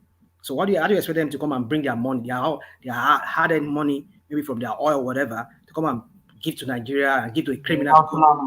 Can I interject? See, what is that? I want to interject because you're on an international space. What about? And so what? And so what? Hold on now. You see, you don't. Why I'm interjecting. Okay, I'm interjecting because I'm in international space. Okay, and we have panelists here, and you've been saying things that nobody tried to correct you. Everybody listening to you will say that, oh, he's correct. After all, there were people on that panel and nobody raised the issue. Nigeria is not currently run by criminals. Oh, okay, really? Let my own attraction also be recorded on this platform. That party said Nigeria is not currently being run by criminals, and the people that surround him are not all criminals. They might be criminals in his own perspective, but the rulings that we have seen coming out this day suggest that the judiciary are working, and if you are a foreign investor and you come to the country, you can rely on judiciary. If they cannot hit a sitting government, then you can find justice in that country. That is the perspective from which I'm seeing. It can be laughable to you. The fact that you have a judgment that does not favor you, people like you are the people that does not favor you, does not mean you now praise you. Problem now. Investors will come. Investors will come, and that country will. They will not go out completely out of that country. No progress. Okay. Thank you very much. For investors come and invest now. Is that not why it's jumping from one capital city to another capital city, begging for people to come and invest in Nigeria? I mean, do you even need to do all of that crap? Somebody was suggesting here some days ago that, okay, you need to do it. It's the chief marketing officer of the country. You need to do it. You don't just sit down. It's the chief marketing officer of the country. You don't just sit down. You need to do it. Right? Yeah, you will do it. You know why I would do it? Because people like you are the one in the international community painting the country bad. So he has to come and correct you now. He has to do all that work. People like you are not doing what you are saying now. You're not correcting anything. You don't need to do all this work. Yeah, this Mr. The country is bad. Somebody seems to not even believe that we are Nigerian. It can't be bad. Criminals. You are here in North America. You are here in America, and you are in North America. I meant to say you're in North America when it's on the same continent where things works, where their criminality is managed. The They manage it to the lowest of the lowest. Not as if they don't have criminality here, but they have institutions that work. But now you and I were here, and you are trying to paint a picture that is not that does not even exist. How corrupt would you say the United States is? No, I don't want to do comparison here. I'm not going to do what about here. You're the people bringing what about. I'm just trying to say that you're trying to make some people. I'm trying to make a case here that they are here in North America where things works, and you wish the opposite for our people back home. You have a government run by criminals, and you expect people to come and okay, no problem. You see, Sherry, I only speak my mind. It's up to anybody to accept it or not. I'm not forcing anybody to accept it. We shall see. Because I said this some few days ago when one man was asking me, do I expect Tinubu to fail? Well, I'm not saying he's going to fail. I'm not as if I want him to fail, but I expect him to fail. Rational mind. Rational mind. Rational mind. To fail is what I just said, the criminality around him. Rational mind. Rational mind. It's repulsive. Rational mind. Where? You're very hypocritical. You're living. Yeah, you are extremely hypocritical. Okay, you're living in a country where our Supreme Court justices. I don't want to use this to talk American politics, so just end it as soon as I say this. Go on now, where our Supreme Court justices are vacationing in billionaires' place. They're funded by billionaires. That one, America is. I mean, you're saying we're living in America like it's some righteous, pious place. The chief judge of America, and also the black guy there, Clarence Thomas, being funded vacations and all sorts of things, school payment by billionaires, officially sanctioned by this country. But yet you have the audacity to say Nigeria. Yes. Can anybody question the Supreme Court justices in this country that are going after billionaires? In my state, the INEC official, the version of INEC official in my state of Georgia, ran for elections, conducted his own elections, and won that election. Can that ever happen in Nigeria? What are you talking about? Hold on. What did you? Can you repeat that? Can you repeat that now? In Georgia, the current governor, when he first won, he conducted the election. He was the Mahmoud of the election of the state, and he was on the ticket, and he did not resign, and he won. Can that ever happen in Nigeria? Did they rig the election? Of course. Why are you asking that question? So let's not be saying all this. Let's not be saying all this nonsense. That Nigeria is this, Nigeria is that. Hold on now. What kind of question is that? Can I address you? Look. Yes. Hold on. Yes, he contested the election, but the institution worked. He didn't. Institution. No. Let's stop this. Kulata, can I answer that question? Can I answer that question, Kulata, please? Yes, you can. Yeah. Okay, Adaniko, let me answer what happened here. Let Adaniko land, then coming after him, and then back to Rational Mind after that. He ran an election. He wasn't the one. Yes, he still have his position in place while running. But he wasn't the one that conducted, that officially announced the result or in charge of the result. We have other members of that electoral committee in the state that reported to him. That carried out that process. So don't paint the picture as if he was running the election and at the same time he was the one that counted, he was the one that announced the result. No, the difference between the office and the personality, that is what we said when you have institutions that work. It was the institution that run the election, not his own, not by him, his personality, not his personality that run the election, but the office. He is different from his personality is different from that office. So you should get it right. And don't paint the wrong picture to international, to our international audience. Okay. Can I quickly come in? So that's how you run elections in America. I am a candidate. Can I quickly come in? Can I quickly come in? One at a time. Let Bishop go first. Hold on, Rational Enigmatic. Bishop has been pushing to come in, so let Bishop come in. You come in after him, and then Rational Mind takes the floor back. Yeah, thank you. I just want to say two things very quickly. Ajanike, you are very wrong. Brian Kemp was the Secretary of State. He was in charge of the election. Shortly before the election, he supervised the delineating of what we call ward and what do you call it in our place, which was deliberately skewed about some minority voters. And they made so much noise about it. So this idea of somebody announcing or not announcing is not, he was the one that funded, coordinated, executed that election completely from beginning to Bishop, they also cut the voters' roll. Bishop, exactly. remember. Of course, they disqualify a lot, hundreds of thousands of eligible voters, in the delineating and the rest. So let's put that one to rest. Even people here know I live in Georgia too. That's number one. I want to say something about the Kanu vote. Two things why the Kanu vote was upturned was, number one, it was proven that the man was not a member of the party. In fact, he himself took INEC, APC, and the party, his own party, to court about the primaries that was not conducted. He took them to court, and the judgment is there. So apart from the figure that was deducted, that was said it was not valuable, the fact was established that he was not, because he himself took his party to court. I can look for the verdict of that party and forward to you right away now if I pull up. So those are the two reasons. And in all honesty, I think they are cogent enough. But yeah, the Supreme Court is still there.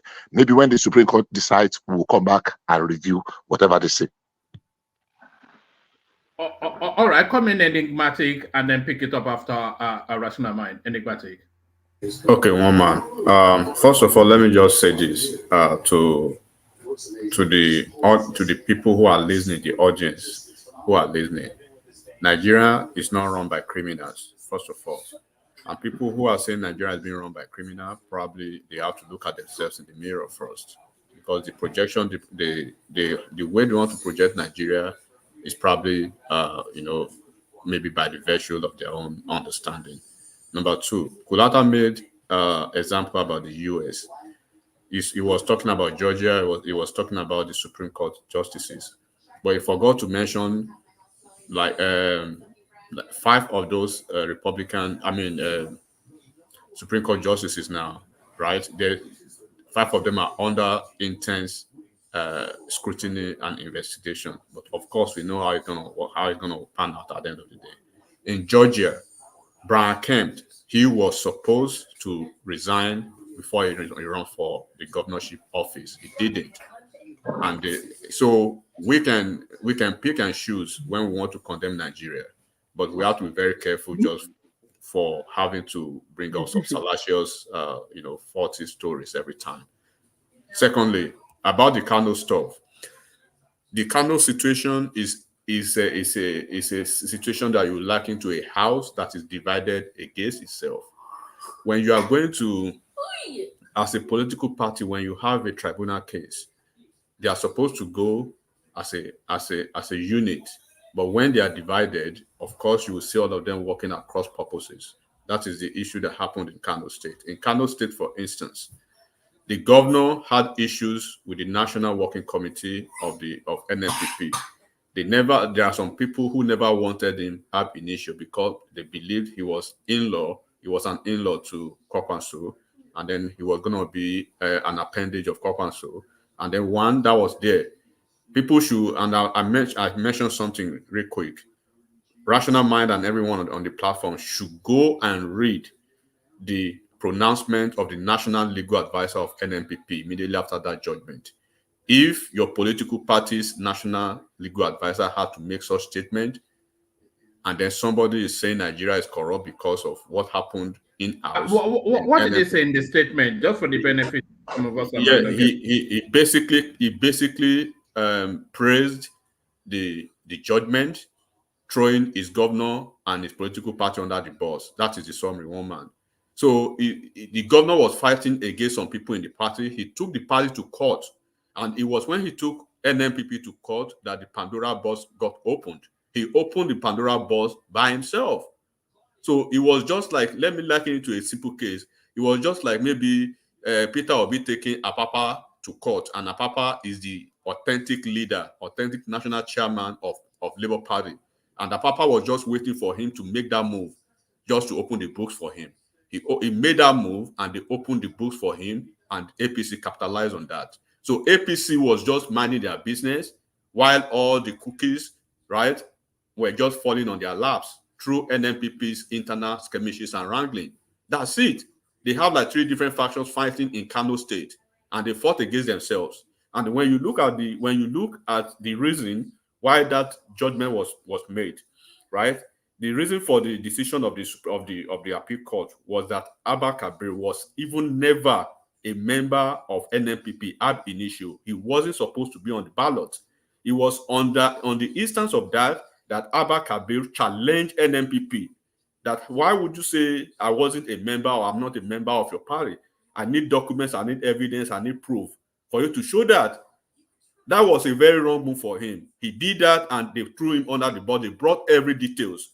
So therefore, he was disqualified under Section 177 and the paragraph C, right?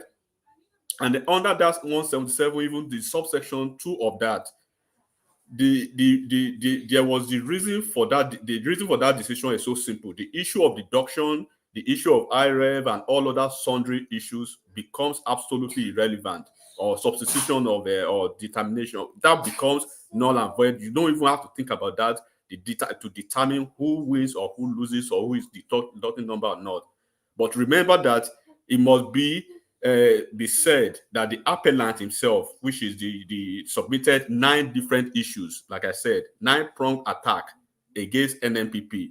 So at the time of deciding which one to choose, because at this point the Supreme Court had the latitude and the liberty to choose, because ab initio it has been established that this guy was even never a member of NNPP. It was NNPP themselves, right, that brought the receipt for the court that APC capitalized on to show that this guy was never a member of their party. So the court, in its own wisdom, right, picked and choose 3 issues, the 3 major issues in those their issues now. So first, when it was established that Abba wasn't a member of the party, so it became very clear that he wasn't even supposed to contest. He does not have the moral ground and the political even stand to contest ab initio. And at the time he participated in that election that was held on the 18th of March, that this guy now was the anchor of the judgment on that appeal was, you were never a member of NNPP, so you shouldn't have been on the ballot at all. So the reason is so simple. Once the court decides that a candidate is not qualified for an election, that's the end of all issues. It means that you have no business whatsoever with that election, to be in that election, to be on the ballot, to even be a party to this tribunal case ab initio. So mutandis, that's the case. It is so easy to decide. So everything that deduction is coming is, you cannot build something on nothing. So you can talk about building the issues of deduction of number on the premise that if it's been established that he was actually a member of NNPP. But now that base is already cleared, right, and already obliterated, it became so there's a vacuum. That's a lacuna right there. So that lacuna will have to be filled. For you to fill that lacuna, it means you were never a member of the party ab initio, so you cannot hold on to any mandate. You never had a mandate. Okay, That's it. all right. So people, hold on, please. Hold on, please. All right. Hold on. Land Yeah, it let and me back to land this. Rasnam. There's Yeah. a reason why I come for this, because people only Nigerians are not listening to this. You may hate Nigeria, you may hate the leaders in Nigeria, you may hate the politicians in Nigeria, but nobody has the moral righteousness to come on different platforms to say Nigerians are being run, Nigerians are being run by criminals. we need to understand that, and do not come over here every time to lie about issues. Go back to the fact, read very well, and come and speak about it. You know, like an established and somebody who is educated and has some brains in the head. I will leave it at that one, man. Yeah, all right, one man. Enigmatic, yeah. That little jar at the end was not really necessary. It's but okay. It's okay. I've learned to take some people for what they are. I will not even force about anything. Some people just irredeemable. There's no way you can talk to them. They will never change. I just realized that's how some people are. Let me just go move on, one man. You see, we all come here to talk about what we read, what we will listen to. I'm not a journalist. I will only do my own research as far as my time permits me, and as far as the materials that I have in front of me for me to do my own findings, and I will speak to that. If you go, woman, if you can play that that video on synonym, whatever they call by. Is this symphony? Or is this Symphony? Okay, I don't know. It's synonym. Synonym. I don't even know. I mean, Is it I know it starts.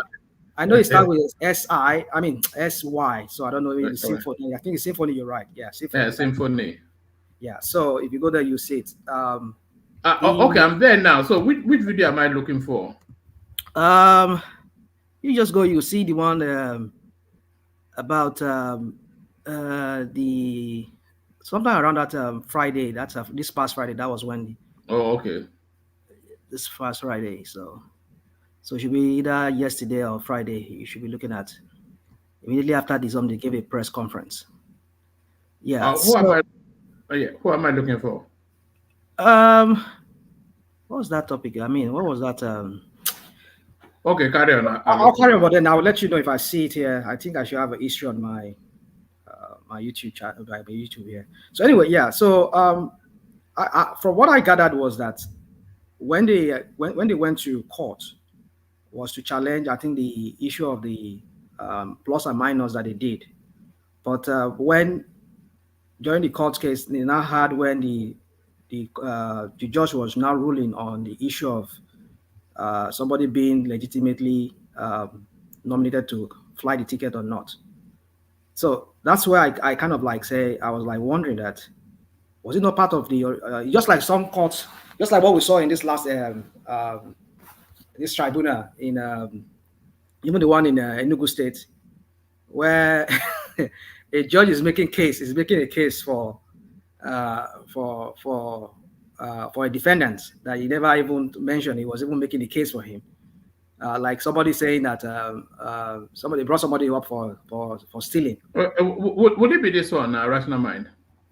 I don't think so. I'm still looking for it here because I had to just. All right, carry on. Anyway, yeah. So what I'm trying to say is that, yeah. I think I must have. I know I was appeal court judgment on Kano governor destabilizes NNPP. That's what it says here. I think that that should be that one. Appeal, yeah. Yeah, it will be this one. No. You just passed it. No, not that one. Go up.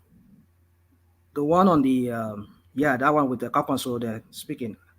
It's a 22 minutes, 57 seconds. All right. You have to. Okay, carry on. We'll say. Well, anyway, yeah. So what I'm trying to say is that what he just said here, I don't even know what he's just talking about because, like I said, we've seen the many reports on talking about the figures that were deducted. They never mentioned this issue of the candidacy now, but somebody now came here now started twisting the whole thing because he feels that he's more knowledgeable. he has read the whole story and everything, and he knows more than what is out there. Well, I'm yet to even see what he's talking about. But my point is this, one man, is that INEC has this guy's nomination form and everything. If he was not, INEC would not have allowed him. And we've seen here that the Supreme Court has made pronouncement in the past that anything that is supposed to have been handled before the election, if you did not handle it, when you're not a party to that election, you cannot bring it up. But now that APC is bringing this up now, point of realize, you say what? Point of correction or information. Sorry. Okay. INEC, by the new electoral law, does not have right to disqualify anybody on the basis of what do you call it? educational qualification or something like that. Well, I'm not talking about education. I'm talking about the ruling that by the Supreme Court that any pre-election matter that's supposed to have been pre-election matter should have been handled before the election. And if you're not a party to that election, you cannot even challenge it. I think there's a Supreme Court ruling. Okay. Yeah, was that not the busybody rule that they used in medicine? That thing, we are mixing it up. Please, hold on, please, Joe, let me land, please. It's called it interloper, or whatever they call it, whatever this is the legal jargon. Meddlesome interloper, meddlesome interloper. Fala no gbotie. I'm international level.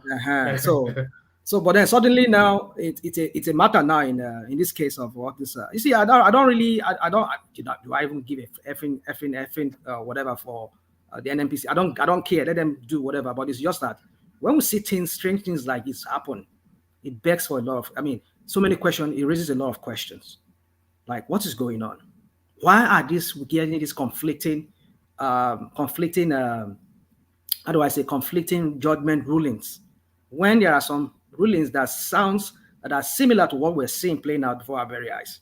That you cannot bring up a matter that has been a matter of before the election, and now somebody's bringing it in and then they are admitting it and they are ruling on it. It calls for a lot of worries. So my point is this: is that you can speak whatever legal jargons you want to speak here. Tell us that they are legal NNPP. I mean, that's an NNPP, whatever. You can say all of this. Yes, I mean, you see, I said it one man here that Tinubu will buy anybody buyable. He would play any of those is that is silly politics that he plays in the book. He will play it just to get whatever he wants to get. I'm not surprised if the treasurer or whatever he calls himself in NNPP suddenly came out and say, yeah, you people should forget the case, or even this what's his kid name? Kwakwanso is now himself talking about you should forget it and should prepare for the 2027. I don't. You see, this is the same guy we saw. But with Kwakwanso, it's a different matter. I think they've expelled him from the party. So they've expelled him. Yeah, but that tells you, even if the party expelled him in the first place, that tells you there's something they knew that this guy was doing already behind them. Because we see this guy in France with was he in France or where was he with Tinubu, dilly-dallying with him every time going to Aso Rock, and then people were thinking maybe he's going to have some kind of political position. He was going to be giving him a ministerial position. We knew this guy was just maybe selling his party. Without Kwakwanso's backing, that guy is toast. If they call for a rerun with Kwakwanso and Ganduje both on the same side, it will be a landslide. Of course, I mean, see, that's what I'm saying.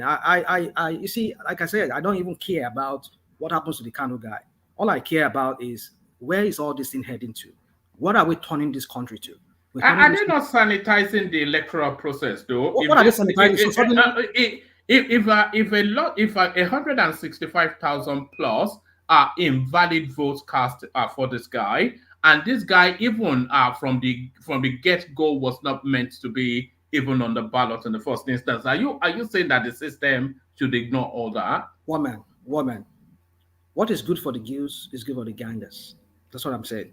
If APC, they do they have their own crap that they did, and Supreme Court is ruling that you cannot bring it up because it's a matter of election. So you're not part of it. You're meddling interloper, whatever they call it. You cannot bring it up again. So why can't we use that in this case? That's the question. Now, that's what they are arguing on. That is what even the NNPP now said they're going to argue on, that there's a Supreme Court that you cannot bring it up. Maybe it could be that the guy was not properly nominated. That's the crap that's a system we run. A system that is not even, we don't do things properly. Like when your boy himself was even signing his paper, signing his what's it called, his form in 1999. That's why they went to Chicago. He was putting there Chicago State University, putting different two universities there. So he went there. Even this one that they did recently, all the crap that he filled out, and they had to use the back door to like whitewash the whole thing. I mean, it tells you that there's something inherently wrong with our system. And then, yes, some people are trying to make issues. Georgia. I mean, you saw what happened in this last election that took out Trump. When the Secretary of the State, Trump called him and was asking him to help him find certain number of votes so that he can get ahead of what's it called Biden in the election in Georgia, but she saw what happened. That's a system that works. These all the people that were involved. They are now in court. They are facing criminal Rational mind in cases. support of you. The guy So what are that you said he talking rigged the about? election is the one that pushed back against Trump. The Kent Exactly. governor. He's the one that pushed back against and they are in the same party.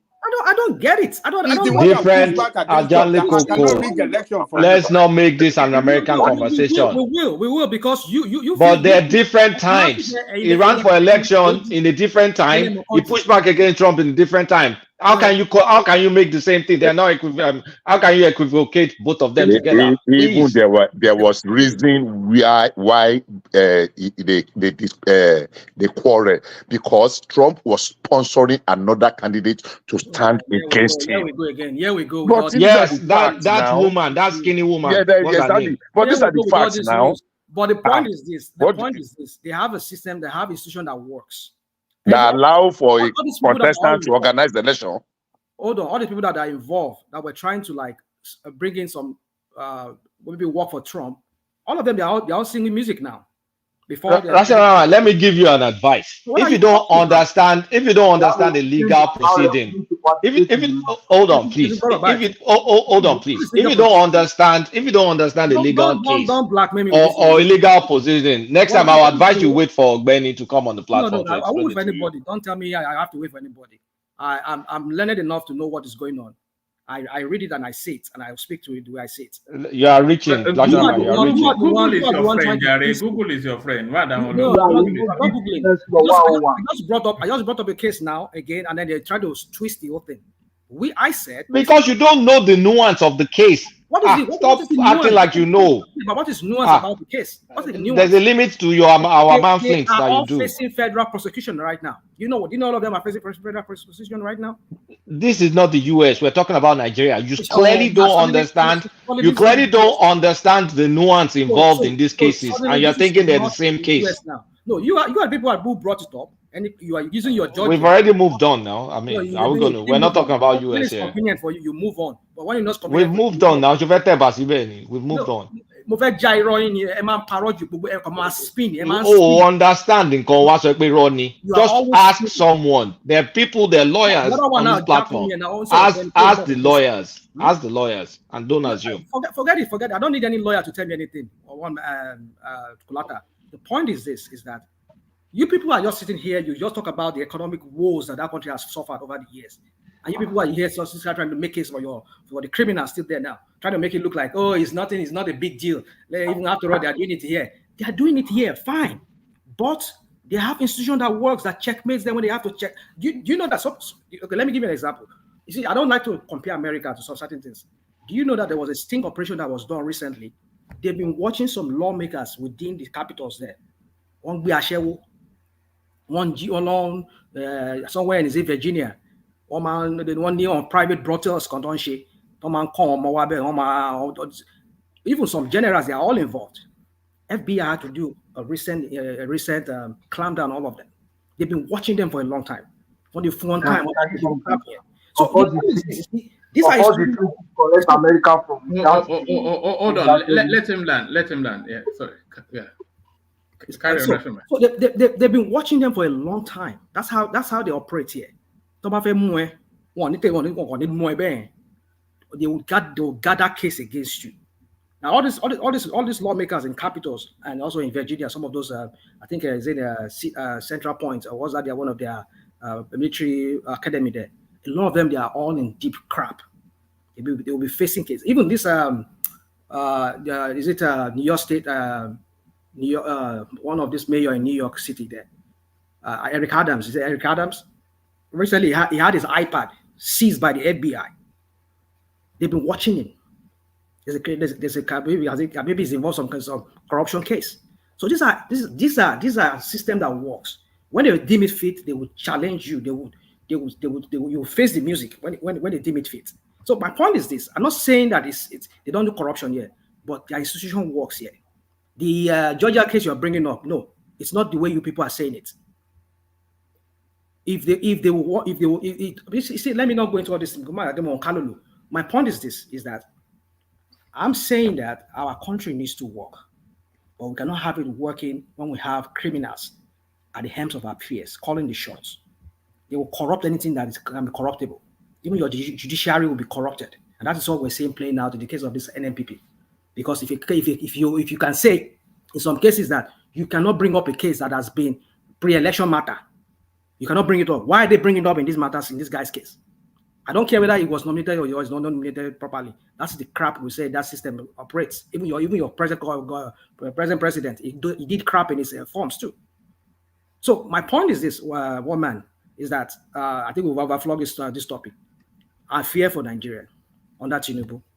I'm not surprised because this template he used in Lagos is what he's going to replicate in nationally, and we all should be worried about it. I rest it there, one man. All right. Let me take you to another. Yes, let me take you to another talking point, and then we see how it flows from there. PDP governors are not with Atiku. His days are numbered in the party. This is an aide that once upon a time a functionary of Atiku. So who's calling time on this guy? And I think time is up. Usually in the UK, well, it's been a while since I went to a pub.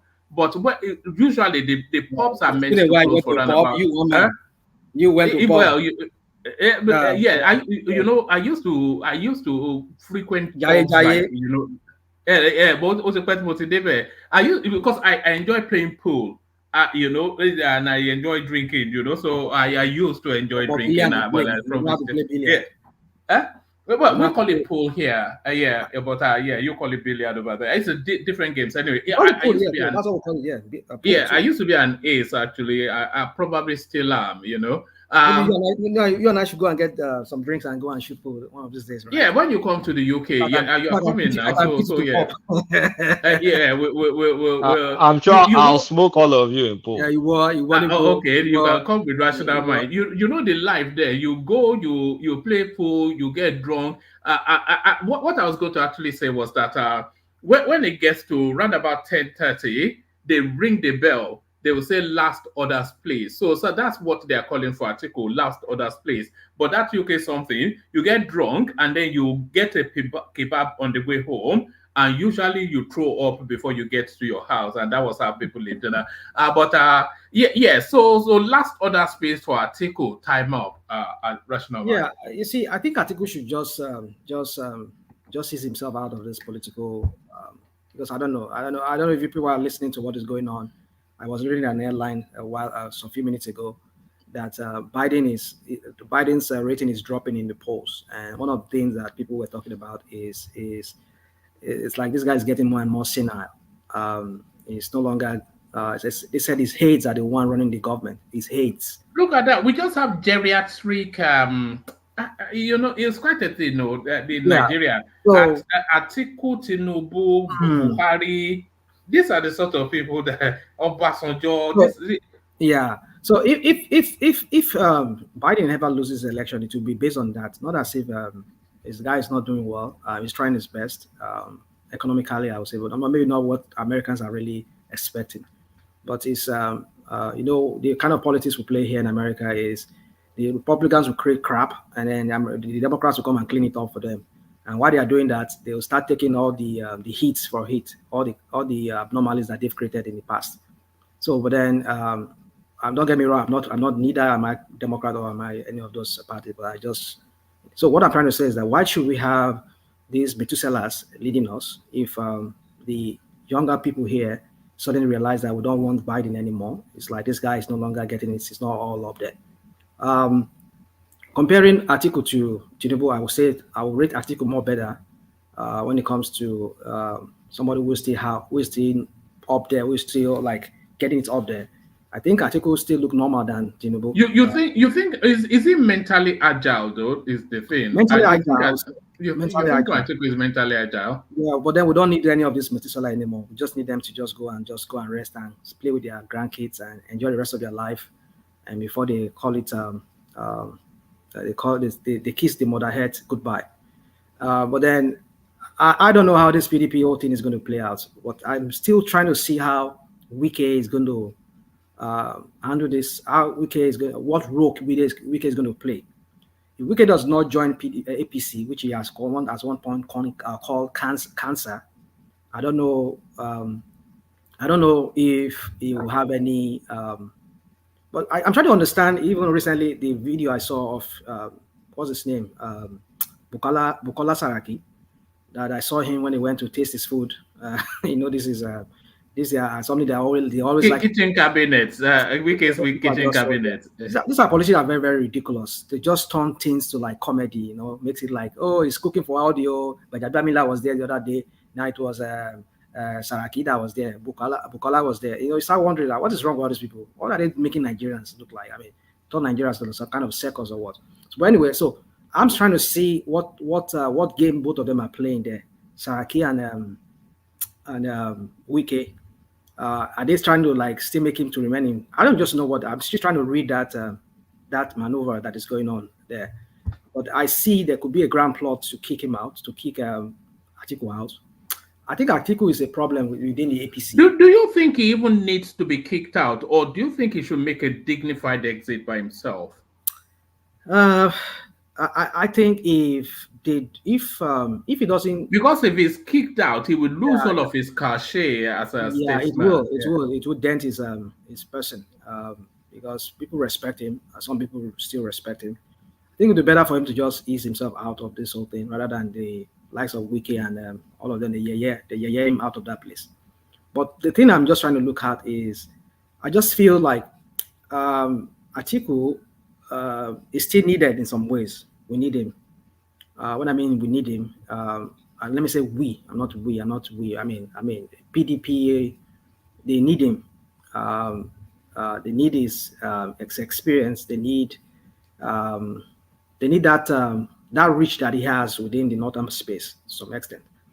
For me, I just believe he just needs to ease out. He just needs to just bow out of that thing, bow out of politics and go relax somewhere. But Wike, it's very, very difficult for me to understand or to see how Wike is going to, what role is he going to play? Because you cannot be dilly-dallying with the APC right now, and you want to join the opposition against APC in the future. So that is why I think Wike is playing for 2031 because he's certainly out of the circle for 2027. He cannot go from Minister of FCT and then go and pick up PDP ticket and say he's fighting. It's just that can't happen. I think he's playing for 2031. And a lot of people feel that the power will be going to the south after. Oh no, not even 2031, is it? Because that's the northern slope. Well, you see, one thing about politics is that every day, every single hour that goes, anything can happen. Wike is there today. And how old do you think Wike will be by 2031? You are talking about Wike will be in like in Wike is in his mid-late 50s now. Yeah. So by it will be like 60 something now. Then. So you see, we don't need all these people. I mean, this is the same idiot that was talking about Wike a few days ago. We're talking about I play the politics in River State so that something like I think he said something like around the it's 55, so he still has 16 years in him. Yeah, well, a woman, whatever it is, I just believe that these people will not be relevant at some point. So you'll be 70. We have to deal with another. If it's 71, well, is that not the average age of the Nigerian president? So, yeah, we don't need them. We don't need them. So that's why I don't. You see, woman, it's very hard for me to say anything right now. But I just think, let me just answer your question. I think Atiku just abandon that party. You are too old. You'll be 80 something by the time Tinubu will be doing his 4 years. You'll be 80 something. So and Tinubu too would be in his 80s. I know we are just lying that he's 71.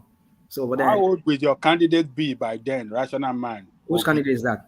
Obi will be like for 71. He was going to his 70s. Obi is older than Wike. He's older than Wike. He's like 5 years older than Wike. So rational man, you still support Obi that time. Well, at this point, I don't have any candidate anymore. Obi's last throw of the dice will be in 2027. What if politics is where that is one thing about Tinubu. Tinubu ma filaye suwon. but you man run politics says that you just throw your hand in the air and just like just leave this guy. This guy he just captured everything. Nothing you can do because he will make sure everybody around him, anybody capturable will be captured, and you just see yourself as the only person out there in the cold, and like that's why I don't just like talk about him at this point. Since he has become the president, I just don't like talking much about him anymore because it's meaningless to me. The only thing I can just say is that whenever I see opportunity to beat on him, like I'll beat on him. That's just how but that's what I can do. But so you see, woman, just in conclusion, other people are waiting. I think Atiku should just pull out, just be like somebody that just give advice and support people and support other candidates within the party, and that's all I think he should be doing. But if he's looking to contest again, because this one that he's talking about, let us all come together and form a mega opposition party. Is he trying to be the leader of the party? I don't know. People like Shawara and the rest of them at Obi, I don't think any of them want to be part of such a group. So he should just be like somebody who supports, not like as a godfather, because I don't want to use the word godfather, but someone who will give his support to the upcoming politicians within that party. But then if he still wants to contest, well, I wish him the best on that. Woman, I just let me rest it on that. All right, brilliant, excellent, always excellent by Rational Mind, of course. Our fans' favorite, Rational Mind, fans' favorite. So another fan's favorite. Hopefully the connection is good enough, and it's not as echoey as we were hearing earlier. Patoski, you're up next. I hope you have you're in a better place to speak. Patoski. So can you hear me now? Yeah, it's much better. There was some echo, like you were in some tunnel or something, but that's much better now. So do you want to lower now? Yes, but those he's always rattling something in the background. So yeah, speak to us. Yeah, but I think as per all the topics, I think everybody has really exhausted this. But looking at article, let me just speak on that, and then I can just pass the baton on to someone else. Article might run in 2027 because he will be running against an equally old person. You understand? Tinubu is running for second term, so what stops him from running? You get what I'm saying? And he's someone who can really battle Tinubu, and it would be obvious that he could only run for just one thing. So I don't see Atiku not running, except that maybe he has become born again. That greed and incentive that keep pushing him to run is still there. I don't think he has been delivered from that. So I don't see anything happening that will make him run. But another thing I also want to say is that Tinubu has a lot of work to do. And as far as I'm concerned, he's not pulling his weight yet. That's the truth. I supported him, but it doesn't mean that when the guy is not doing well, we cannot try to correct him. He's not pulling his weight yet. Nothing is being done in power. You understand? The guy there is just down. He's not even talking to people. They are not moving anything.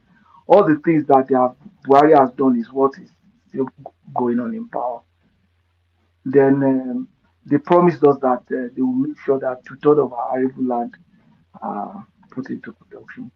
Very soon, rainy season will start, and nothing is happening now.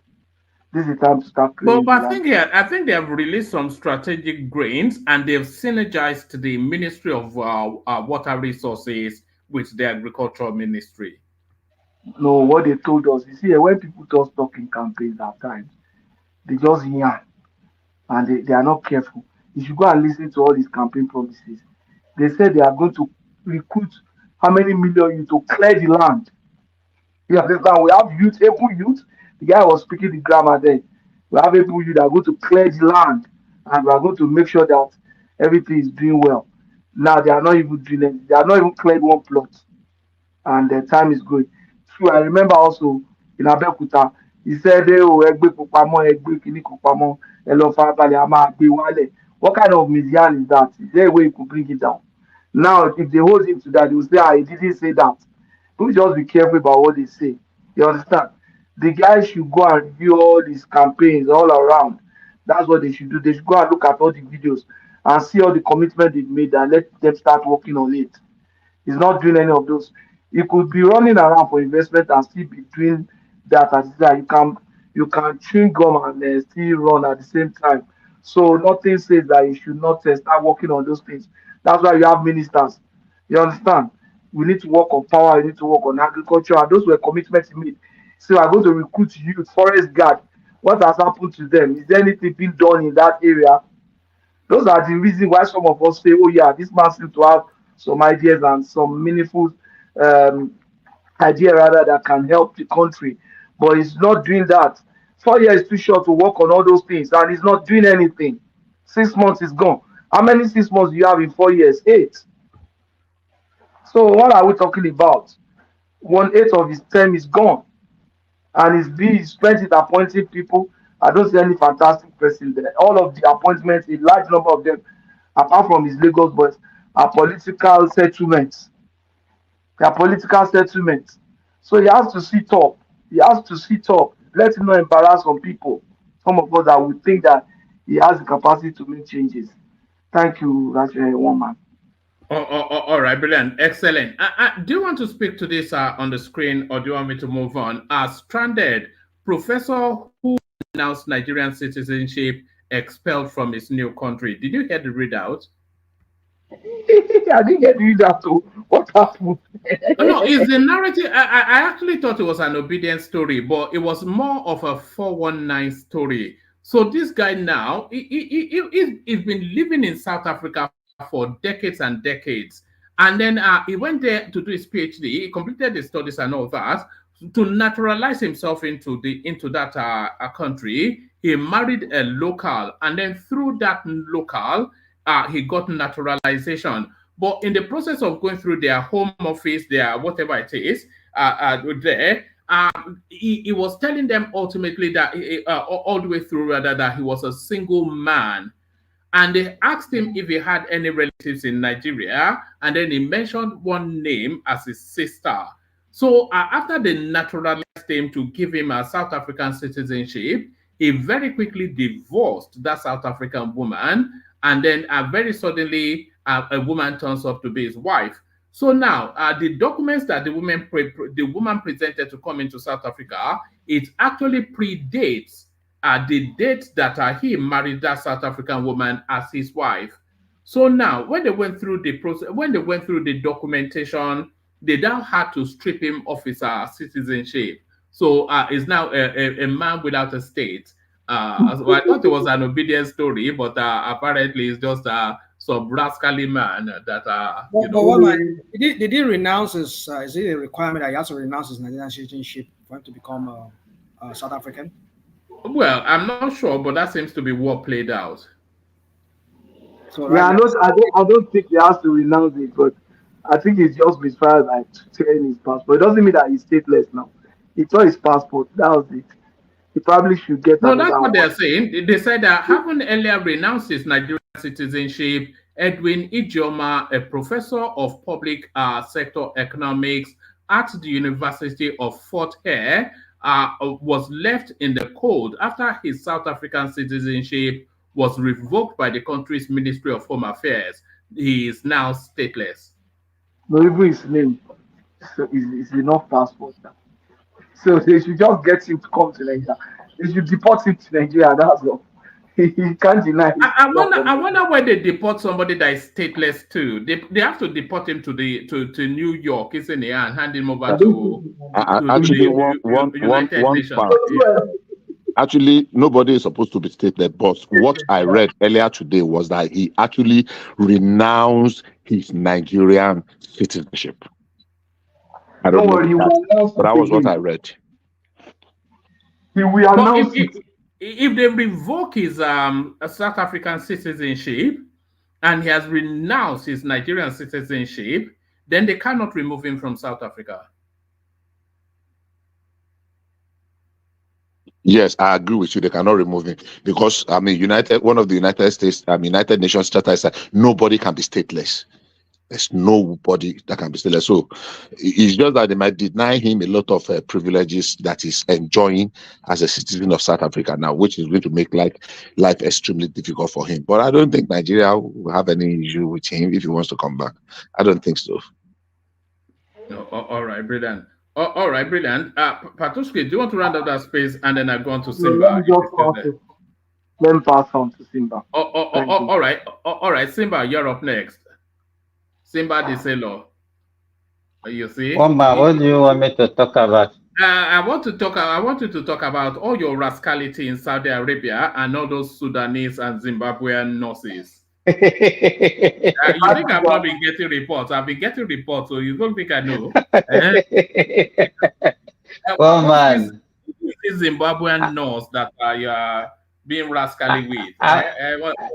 Africa ni gbogbo wa, ń tọ́jú ara wa ni. Taking care of ourselves.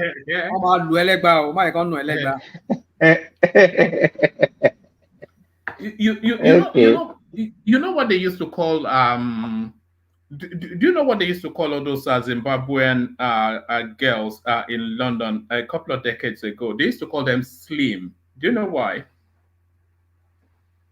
Why? Wọ́n ní pé wọ́n ní àrùn tí ò lóògùn. You know àrùn tí ò lóògùn. Yes. Slim. Okay. What does that mean, slim? When you say slim, as in they are losing weight. So what does that? How does that? I don't get it, one man. So if for reasons of àrùn tí ò lóògùn.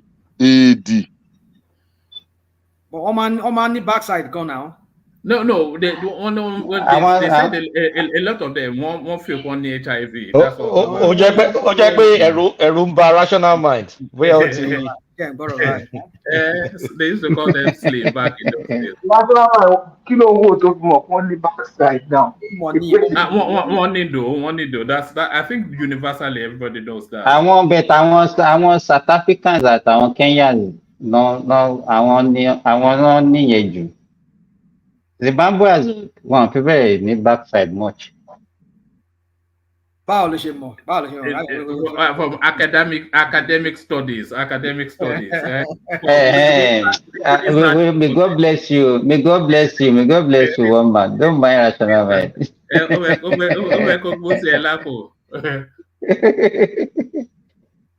All right. I mean, I'm not sure if you want to attack any of the topics. Do you want to? What I want to say that let me say this. We have been discussing this opposition, the margin of opposition for several days now, and I've been wondering that we are talking about this opposition, and do we really mean opposition to help our country to move forward, or we just want to have opposition for the sake of having opposition?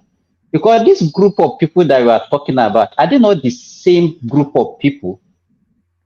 If you are talking about Maja, I think who is championing it is asking Kwankwaso and the rest to be and all those things.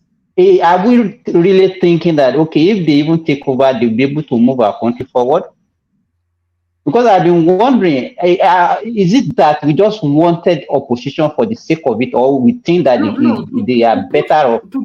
To put the government in situation under pressure, they have to feel pressure from somebody that is that has the potential of replacing them. So that would drive performance. Okay, because I'm just wondering, because this is the same thing that happened in 2015, and we all know what happened. So if we are also preaching and hoping for the same scenario, then to me it doesn't really make sense.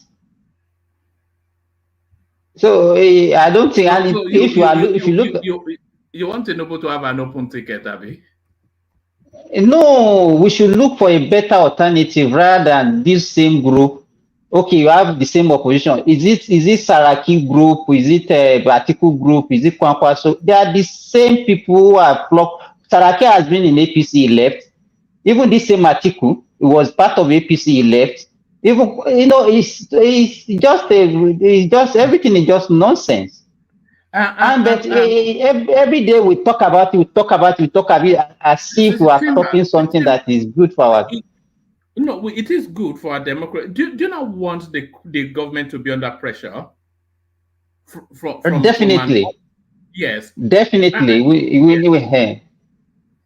Oh, do you think they can? You think that the opposition that they will provide is going to be a genuine opposition, or they are just doing it for the optics for them to get into power? No, a lot of people are hopeful that that opposition will emerge out of that obedient space, but they have to get rid of the toxicity within that. So they have to get rid of Peter Obi first. That's just the first thing, and then they have to get rid of all those toxic, like Aisha Yesufu, and then condense it to core arguments, like people like Uptown. They come here to present, like people like Sake Fada. You know, if the opposition has to come out of that sort of narrative. But if you look at the so-called, even the young ones, I think maybe we have succeeded in actually perpetuating lies in our country. Because if you look at even the younger ones, the so-called, because every time we talk about Uptown, it's not the same Uptown that came here and said that it's government that came over. To me, I think everybody in that country will need a reorientation and we have to be more patriotic to ourselves. We are not being sincere. The kind of opposition that we have in Nigeria is not a constructive opposition. It is a destructive opposition. They want everything to go down for them to be able to get into power. And when they get there, they will not do anything. That's not the kind of opposition we should be praying for. A opposition that will be praying for a sitting government to fail for them to be able to use it against them. It's not a good opposition. They are not wishing Nigerians well. Yeah, Those are not the kind of... Is there any opposition anywhere in the world that doesn't want the sitting government to fail? If the sitting government don't fail, then they will be in opposition in perpetuity. Then that means we will continue in a cycle. That's the way I see it, one man. But then would you blame the opposition for their failure, for the failure of the government that does not fail to perform? Hey, one man, that assertion is I don't think is correct. One man, if I can. What assertion? I don't think all opposition in the world wants their government to fail. I don't think so. The reality is that opposition, they have their own agenda also, that they try to twist harm the government to abide to theirs. And back and forth. That's the way it goes. But the kind of opposition. In fact, we have a non-opposition in Nigeria. We don't have one. We just have people that support the government, and the other side, like rational mind, wants the government to fail, because the man didn't win. So that's not opposition. That's more like evil. That's like hatred towards. Exactly. So I'm an evil person. Is that what you're saying? Oh, you're an angel, not you. I mean, people like you I'm talking about. Oh, yeah, really? Yeah, right. Well, that's sarcasm. I'm telling you that, listen, I'm just saying to you that I expect him to fail. I'm not saying I expect him to fail. That's the right word I should do. Maybe I should put it right. I expect him to fail because all the indices is pointing that he's going to fail. Because in the first place, how he came in, and all the crap, all the propaganda they sold to us, and they feel they can still continue ruling with propaganda rather than do what is right. And you say you want to bring about a new kind of government, a new kind of style of government, and then you are spending money. You heard Kulata, and I didn't say it. Kulata was the one himself saying it here, that the way he's just spending money like a drunken sailor. So you ask yourself question: is this guy really sincere about wanting to change things around? It's not the same template they use in Lagos, whereby you just squander money. The money is used for himself and his cronies. The country where you live, okay. America, here we go with the country I live in. Has not balanced its budget in, like, I can't even remember. They're in the deficit, especially you see when you make this kind of comparison you make, it's just so. I mean, sometimes I just beyond, man. When we start, let's talk about the country you're talking about. But you've been comparing to America for a long time, so yes. Well, only when it comes to moral, aptitudes. Other than that, it doesn't do any other comparison. That's so disingenuous rational man is. Yeah, right. Yeah, I mean, come on. I mean, when I say what I say, is when I see any comparison, in some ways I will compare. I know Nigeria is incomparable to economies like America and maybe say Canada, but I'm saying that there in some ways, if you want to build a society whereby you want people to bring money, people to thrive, then you need to put in place things that needs to bring about such kind of atmosphere. Yeah, like traveling to Saudi Arabia, like going to India. No, that's not it. That's not it. Because if you don't put your house in order, you cannot expect. I mean, you woman, you read it here. I don't know, maybe it's on your platform here, that the Arabs were saying to him that, look, if you want us to give you this money, We will come and implement and use the money for ourselves to do what we want to do in your country first. What kind of condition? Yeah, is that? just like the Americans, just like No, the Chinese, no, just like no. Europeans. Let's not talk What about are you- America. We're talking All right, about Shemai. no. You make you want to paint a picture that the Tinubu government is a failure, and what they are doing is It's because they know the kind of persons that is there in the government, in governance. They will not give out their money to them, and then they start telling them stories that, oh, we'll start paying you in 50 years' time. We'll pay your money back to you. that is not And all true. these people stealing all the money. USAID, when they give free money, quote unquote free money for their non-profit projects, they even send the people, they monitor the budgets and expenditure. They control it. Just like the Chinese No, that's a different thing. USAID is different from when you are asking for people to give me money, loan me money. It's different from I'm giving you aid. That's even worse. That's the point I'm trying to make here. It's a loan. It's not an aid. Do you understand the difference between an aid and a loan? You know, when you're loaning, you're going to pay interest on it. You're going to do all of that. Write a business plan to a bank. The bank wants to know, yes, you come to borrow money from the bank. You're going to pay interest rate, but the bank wants you also to make sure the money that you exactly they will definitely goes towards the right project. So what is wrong with it? But not in the way that they condescendingly treated him when they tell him that look, we will come and implement it ourselves. What the hell is what the hell that does? But it's not strange though. You borrow money from they borrow money from the strange because I've never seen any country that gets its shit together. No. I don't want to use that word. That get its crap together, and then they will be treated this way. If Nigeria were to be in the rightful place that it's supposed to be in the community of nations, not even the likes of Saudi Arabia will be talking to us. We'll be far gone more than them. We will be giving them terms.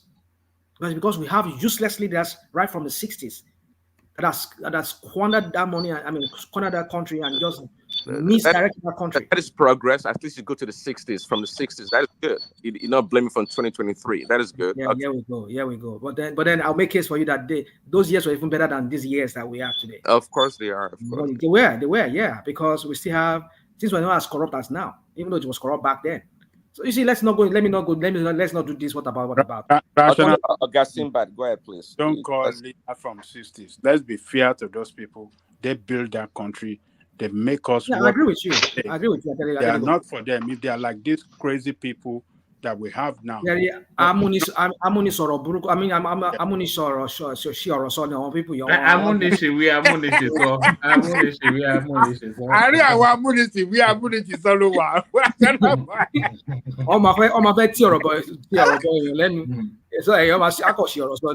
You know, that's just how they are. You know, only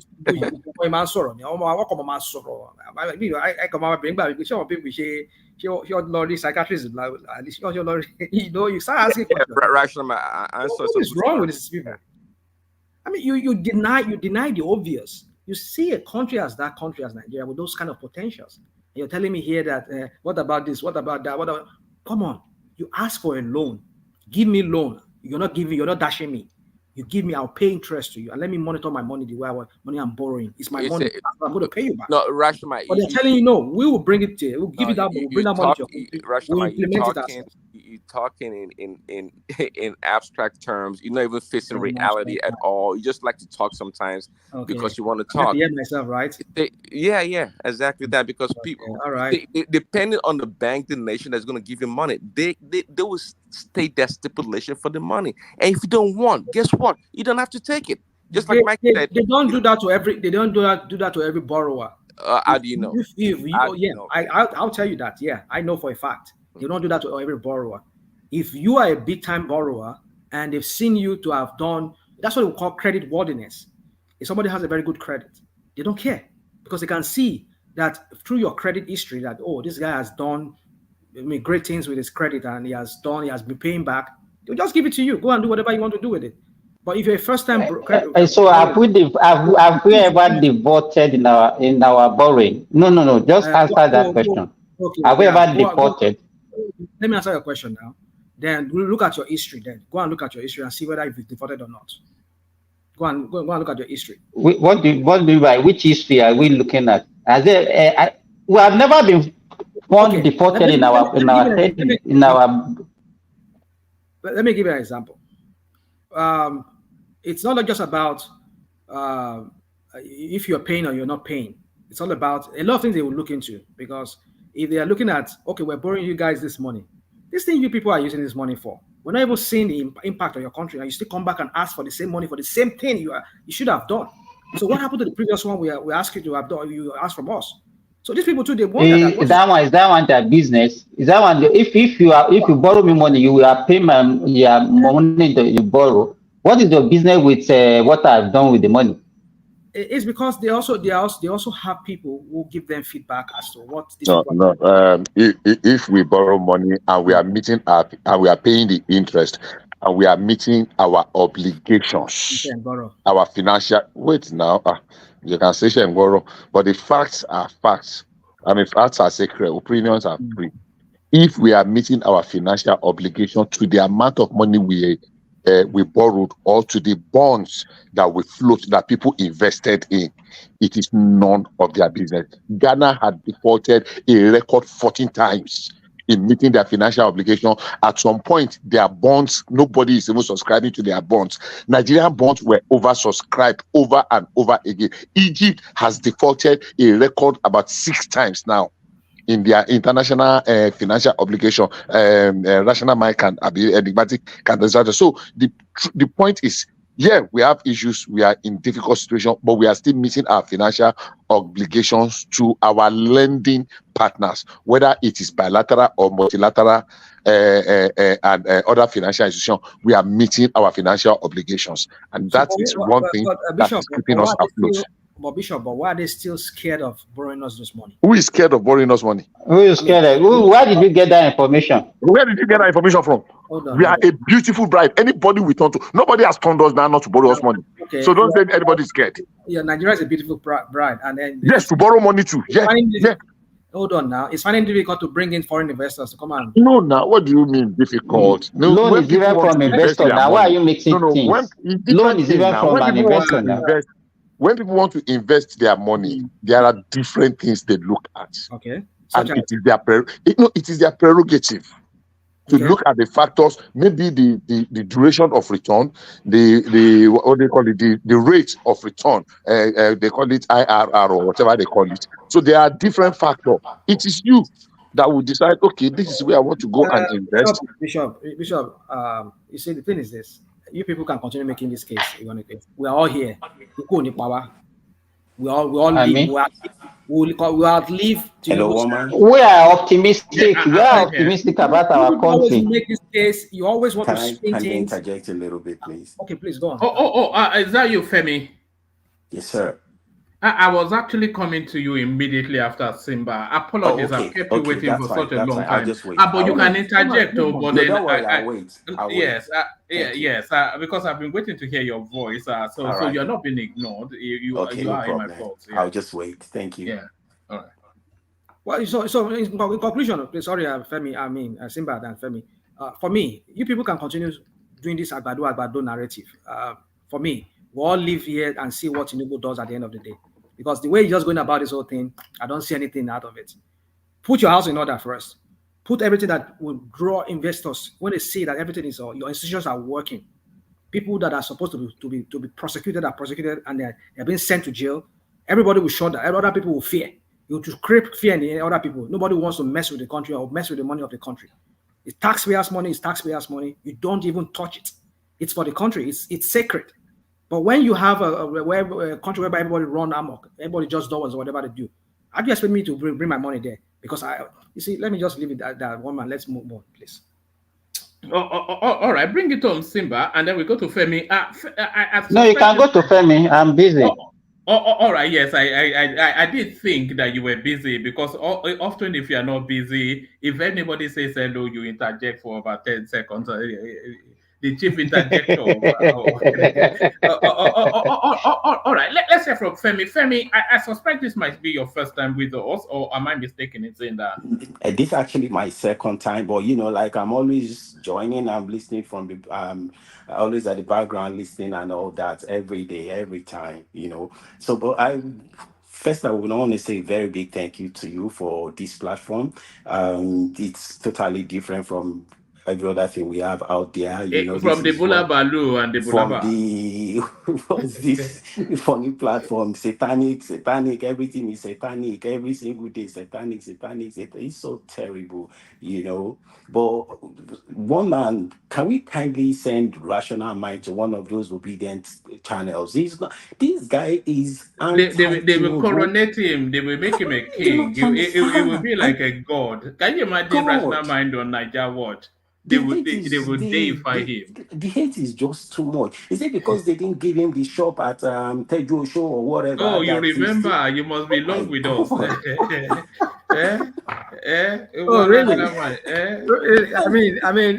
Femi, you sound like somebody who has been listening to us for a long time, right? Of course. Because I remember ever saying that a long time ago. So is that Yes. what Of you course. think it is? Because I was not Please given be a job to show objective you. for once. Come on, Look at Kolata. Kolata is there. He's a butterfly, but he Gbogbo wa lè sọ àpò criticizes. policy kan now. No, hold on a second. He criticizes objectively. Do you understand? Look at you know, all the guys there when they want to criticize, they criticize. The Rational Mind does not even have the facts. He's just jumping around. Nigeria is not creditworthy. They gave him fact that Nigeria is the most beautiful bride. He keeps jumping around. Okay, why they do this? Come on now, Rational Mind. You know something, Femi. A part of me actually thinks that Rational Mind often instances is just play acting. It's just trolling. No, It's just trolling. It Femi. likes to be the villain of the piece. I think that's what that's not what it is. Femi, I never said Nigeria is not creditworthy. That was what you said. Oh, no, I never said that. Let us go and play it. Let us go back and play it. I never said Nigeria is creditworthy. I said there's something wrong with how we you said they are not. We said we are struggling to loan money, which is to say that yeah, I might say that way. Yeah, we're struggling to get money. People lend us money, even though we have credit. I mean, good credit. Maybe because we pay, but that does not mean that we're getting money like we should be getting. Because they see these people that give us money, they look at the money they gave us in previous time. What have we done with it? It's not the business of the lender as long as you're meeting their obligations. I get it. I'm a business person. I understand what Bishop said. I never said we don't have good credit. I never said that. But the way they don't give us money like we should be having the money. Because why? Because they see the corruption. That's what I'm getting at. But all right, Femi, let me take you to the politics of it. Come in at whichever, or do you want me to line it up, or do you just want to free flow? I mean, I didn't really start from the beginning, so I didn't follow the readout and all that. Just come up with some. Let me have the headlines and let me see which one I can. Okay, that naughty topic of how the country is configured is a topic that continues to recall only because it's central to the difficulties that afflict our country, the malaise we find ourselves in. Nigeria's current structure hinders development. Restructure now. So Afenifere now having their own son in charge, wanting him to effect their own agenda. So the country, surely there's no room for progression under this present sort of configuration that we have. Yes, I totally agree with them, and I can tell you that Tinubu is an apostle of restructuring, and he might not want to do it this first time because politicians, right? He would want to go for the second time, again. So he might be be a little bit tricky, lenient, and all that. But I definitely believe he's going to restructure Nigeria because the moment he gets the majority in the House of Senate and all that, because of course you can't just restructure Nigeria by fiat now. You still need to go through these guys at the National Assembly and all that, and so that's the more reason why it's even good to have more APC people over there so that there won't be so much opposition when it's time to do that. But I strongly believe he's going to restructure Nigeria. I strongly believe so. Because he's been talking about what he called regional policing and stuff now, state police and stuff like that, even before now, but he will restructure. I'm sure he will. I'm like, let me say like 90% sure he will when the time comes. He's a very strategic person.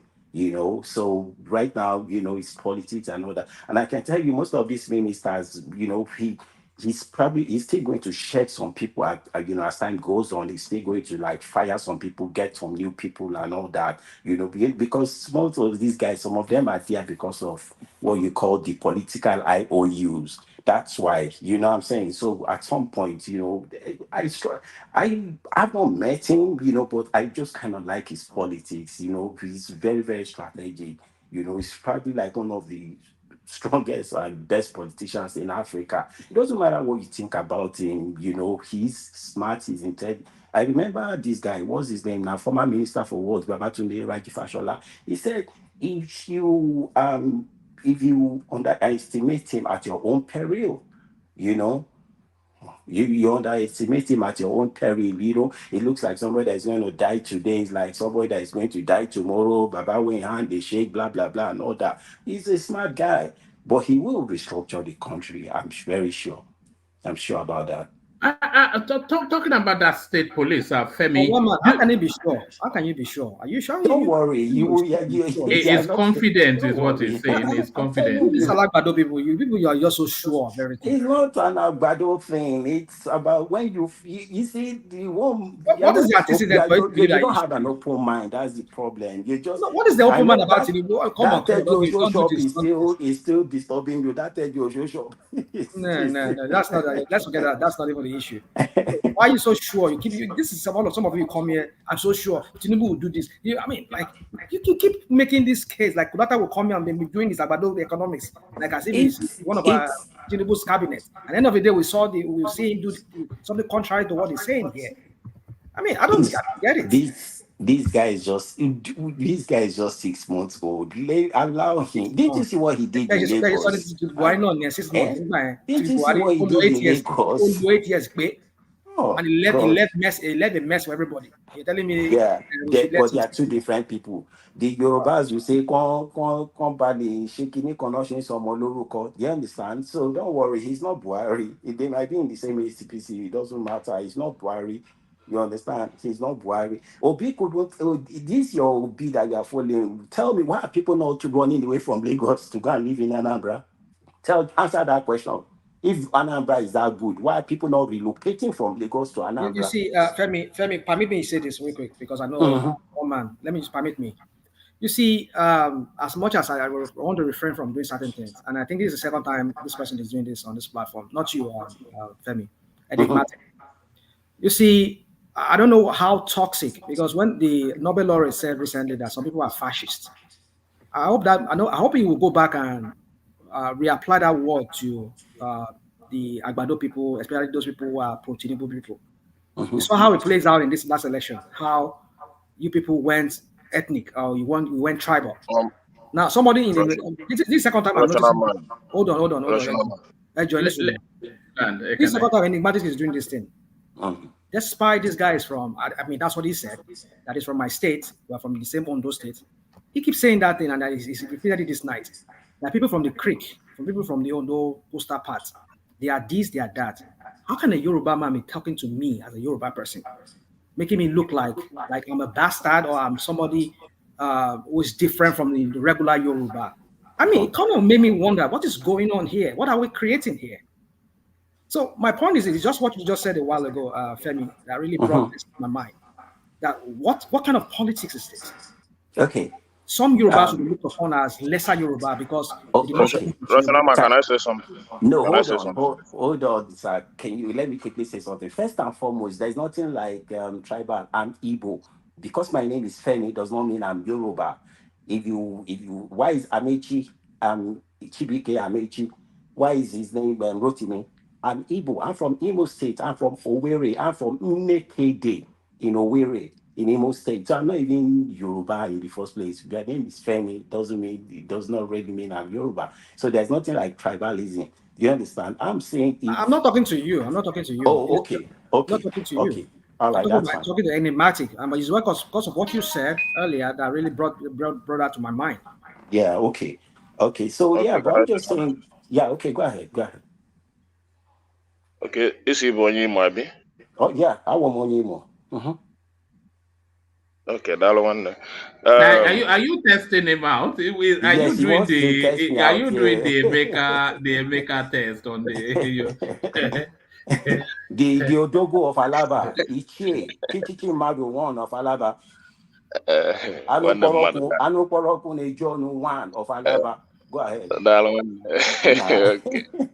Femi, you So, don't sound Igbo now. You sound like Yes, Igbo. you have a Yoruba accent. it's just like he's speaking like he learned Igbo. He's speaking like he learned exactly.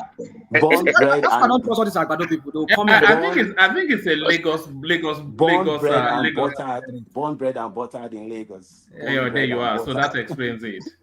Okay, I don't know, but he's speaking as if he learned Igbo, but no, Allah. As far Did as you not also learn it? Everybody learns it now. Did you? Were you No, born speaking it? Everybody learns it. you don't learn your language. It's born.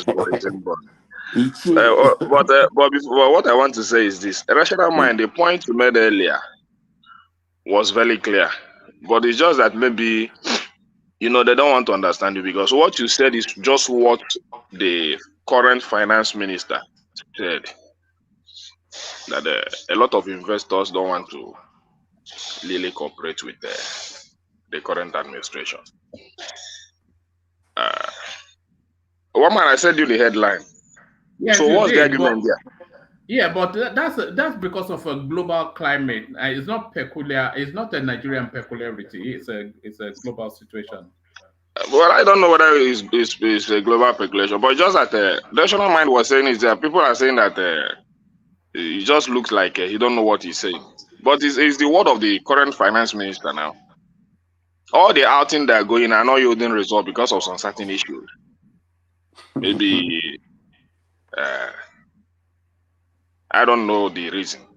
But as far as it's the word of the finance minister, why are they tackling rational mind because of the statement he made? Something that comes from the current administration. From their position that is their position, not even rational mind position. I read it. That's what investors don't want to cooperate with Nigerians currently. Where did you get that? Was that one of the Obidient'S articles? It's not obedient. I read the headline. I sent it to one man. One man can bring it up if he wants to. If he wants us to. One man, check the credibility of that article. No, it was a headline from the finance minister, but I'm not quite sure it's in the context that I kind of is presenting it. But, oh, okay. Okay. What rational mind is saying? Well, borrowing is even from investor. We are talking about borrowing. Do you understand? Okay, but my point is this. My point is this. What this administration is doing is as if when they bring any policy, you guys will start to dance to it. When they change it, you guys will still dance to it. It means that there is no direction. Policy? No, let me tell you, which policy have they brought that they changed? Just tell me one. Okay, let me talk about the 40% derivation of the. That one is not a policy now. Is that a policy? No, it's not a policy. But let me finish. Whether it's not a policy or not, when they came up with it, a lot of people here have defended it. No. You know the problem we lack sensationalization. Okay, let me give you instance. Let me give you the instances because what you are saying doesn't have anything to do with economy. It doesn't have. Femi still has the floor, by the way, but I have that conversation. But I still want to make this interjection before Femi continues. It will let us be clear with ourselves with this country the way we want it to be going. It's not everything that the government said that we come here to evangelize. We are not. When they come up with that policy, which is not a policy. No, I'm not trying to I'm not trying to say that there is no direction and there is no concrete, like somebody that said he believed that Tinubu will restructure Nigeria, this and all that, without even a concrete evidence that the Tinubu will restructure Nigeria. Because what we are doing in this government is trying and let's try this whether it will work out. If it doesn't work out, we'll change the policy. And I'm telling you that even everybody here defended that policy of 40% revenue derivation from the tertiary institution. But at the end of the day, the government changed it. Maybe because of the obedience you are calling. Did you listen to me? Did you listen to what I said when they changed it? I was very mad when they changed it. I don't know. I was lamenting. It makes a lot of people stupid. It makes a lot of people that support him look somehow. But if you people don't understand it's not a major thing that can affect our economy now. Even Kulata, say want to be getting. This is not the first. I can still go on. Which other one? The other one is the palliative. All Femi, those things are continue. not. They are not. It's not. They are not things that What it has a shows me, bearing on our economy. Simba, what it shows me is lack of When you are vision and talking, when if you are lack no, of just policy hold on. If you planning. are That is talking what it about shows me. something, It's lack okay, of vision and lack continue. of policy planning. That's what it shows me. Just be telling us what you are discussing on your Obidient WhatsApp. Don't argue with don't argue with it. I want to ask rational mind. Why did you judge the question Femi asked you? That's why I came in. The question was why is Obi not living in Lagos? You came in and you were now talking about Exactly. That was the reason why I even said what I said. You see, it's answer the question. Answer that question. All right. I answer the question, and then after that question, let Femi take the floor back. I want us to establish Femi's voice on the platform. But answer that question and then. So, when Femi said that, that was what reminded me of what somebody said in the chat, and I brought that up. So, you see that question you asked me, it's so no disrespect, but at the same time, I will say my mind. It's so disgusting a question. If you ask me that question, I don't know if it's Femi that's asking that question again. The other Femi. It's a very disgusting question, and it's very. Let me rephrase it. It's a very irritating question. Let me say disgusting. It could be disgusting too, because why would you say somebody could not live in a certain part of the country because it doesn't come from that place, or because his own place is not? I haven't governed Anambra for 8 years. Is there no immoral obligation to? He has. I made it Eldorado. Hold on now. He has his own country home, where he stays whenever he's in Anambra. He has it in Anambra State. But by virtue of how Lagos is to the rest of the country, virtually every in fact, I don't think he even has, I don't know, let me not say that for a fact, but I think from what I gathered, he doesn't have a house in Lagos. I think it says he stays at somebody's, I think, is it doing Okukpe's apartment or one of his friends' apartment? That's where he stays whenever he's in Lagos. He says he doesn't have a house in Lagos. I don't know. Rational mind. Obi don't live in Lagos. Obi live in Onitsha. Hold on. So forget that narrative.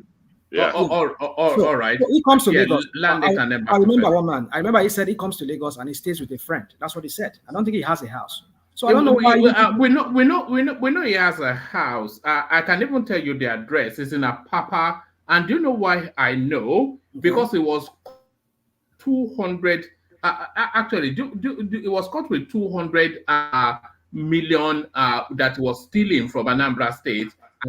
That he owns. No, it was a government house. They said they have there in Papa now. Is that what they said? Do you want me to go and dig it out again? You can go and dig it out. One man. I've read it out. Okay, don't even take. Okay, hold on. I don't even have to dig it out. I will have an Obidient explain it to you himself. So watch this, and then after this, back to Femi. And Obidient will tell you. Allow me. You're still giving me right of talking now, one man. All right. Okay. Let an Obidient explain it to you. My convoy is 5 vehicles, and you cannot buy fuel unless I'm inside the car. So I will pay them. No more. I know. The governor was paying for petrol himself for his convoy. When they get to a gas station, he will come out and bring out money and pay. In fact, at Oka government house, then when he was governor, forget about drinking champagne, what they are now doing there. Then he gave out old newspapers as substitute for toilet roll. If you are going to the toilet, he will just to save money. Yeah. He was going to run somewhere. He said he's going for interview for job. Peter, can't you give him a job? Peter, can't you do this? The boy doesn't even have. I said, none of my children have car. I was the only person who is governor and bank chairman, not to them. Isn't that mesmerizing? But I know that Peter B. I know that he's a smart man. You know? But the governor, that Obi, did he say anything about that 200 million from security vote that he was caught? His convoy was trying to smuggle out of the country. Did he say anything about that? No? There you are. Yeah, so there's an Obidient telling you. Did he mention anything in the house there? I don't know. I can go and dig out the house. But you never said anything about owning a house. Yeah, but he confirms that he looted the money, which is not one man. I want you one man only dig your enemy's this thing. If you dig it too deep, it's likely that you are going to fall into it. He didn't know he would be supporting the deal when he was castigating him in this video. Now he's an Obidient'S. You see, hold on. Well, it's up to you, whatever you people want to think. But my point is this: is that let us stop this this tribal bigotry that we all do here. Because No, that's a heavy What he allegation. says is not tribal now. What is tribal in this? Hold on, Simba. The tribal thing is that somebody cannot choose to live in Lagos because it's not from Lagos. Oh, right. Like some of you says, because he campaigned. How is that tribal? People are saying if he turned his state into the El Dorado that he claimed he turned it into, which he used to campaign, then why is he not resident there? If he's made it the same thing I will say to you, which I will not owe Tinubu to. You know, Tinubu has a house in Abuja. If Lagos was at El Dorado, then why does he have to have a house in Abuja? Tinubu lives in Bodilon. What are you talking about? Tinubu lives in Bodilon. When we throw the same thing to you people will have to look for one excuse. Tinubu lives in Bodilon and Peter Obi lives in Apapa. Tinubu has a right. Peter Obi lives in Apapa. Hold on. The same way Tinubu has a right to own a house anywhere in Nigeria. Obi has a right, but you not use that against him because he's not from there or because his state is not as Lagos. I mean, you people, we need to stop this. We need to stop this ethnic profiling and ethnic bigotry that we always do here. I'm not saying you one man. All right, do that. Please, let's stop that. All right, let's get back to Let's get back to Femi, who was just gathering his loins to give us back to you, Femi. We were just luxuriating in your elegance. All right, thank you so much. So, rational mind, you really do not. You're just dancing from left to right. You don't have any concrete answer to give me. The question was, why are people? I didn't say Yoruba. I didn't say Igbo or Hausa. I say, why are people not moving to live in Anambra if it was that good? If he did that well, that's the question. It's not about if Tinubu has a house in Abuja or in Kafanchan. That's not the question. Why if Anambra was that good? He was that good of a governor that made Anambra an El Dorado. Why are people, why are people not moving over there to live there? Why are people running away from Anambra to live in Lagos? Do you understand? That was the question. But that's by the way. All right, let's get into the topics. So I was just going to end that restructuring thing that Ahmed Bola Tinubu is going to restructure Nigeria, take it to the bank and use to cash. Next one, please. All right, let me take you to where do I want to take you to? Do you want to go international? Okay, let me take you to Atiku. So let me take you to Atiku. PDP governors are not with Atiku. His days are numbered in the party. This is one of his trusted aides calling time on just the nuisance that he has turned into within the Nigerian political space. His day should have been numbered as back as like yesterday already. What else has he got to do? He doesn't have anything anymore to. You see, he was using idea to call for what's it called, mergers and all that. Call it because he knows he's finished already. He's finished. He's finished in PDP. A lot of people are against him because of the way he just came from Abu Dhabi, from Abu wherever, just to snatch the ticket. And that's what he does. Every 4 years, he runs away. Then when it's time, he comes back. The guy is done. He's gone. Let's forget Atiku. That he's finished. Are you anticipating? Because I can see a final throw of the dice. In 2027. I think he will attempt at it, but I think that the PDP will repel him. He might not, almost certainly will not get that ticket, but he will try at it, and that will be his final humbling. Yeah. I even doubt if he will, because they're going to battle him. They'll battle him to the last. Wiki and Co. Those guys, they'll be strategizing as well. Because, this guy cannot just go and be hiding in Abu Dhabi. 4 years later, he just come from nowhere and pick up the ticket. This 2023, that's his last. He can't do anything anymore. He's not going to get that ticket in 2027. No way.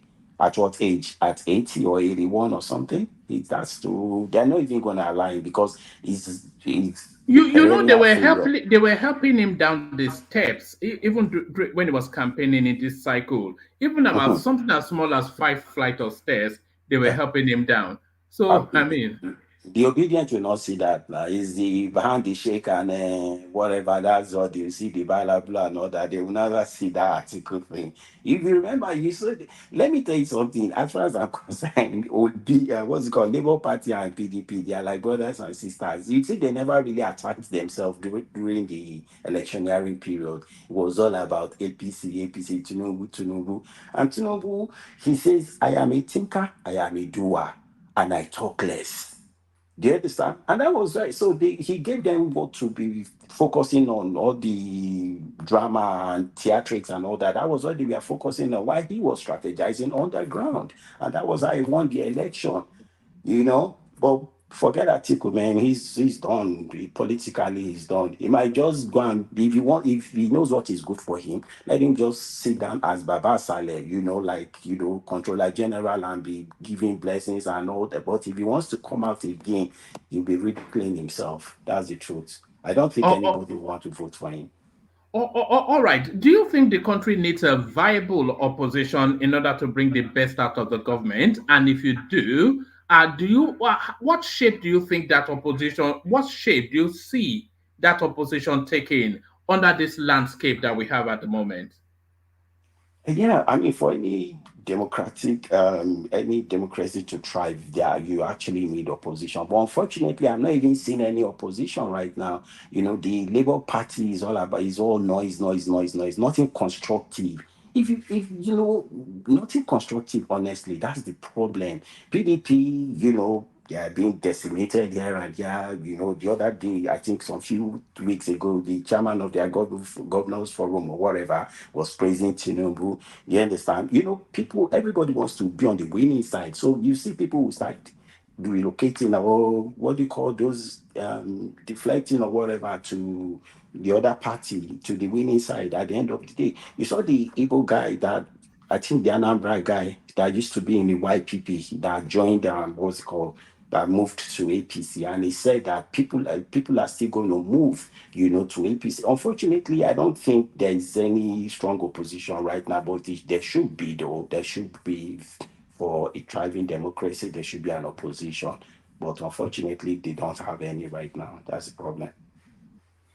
All right. In terms of still the opposition space, for all of their faults, do you not think the obedient space gives us the nearest we have to the semblance of an opposition?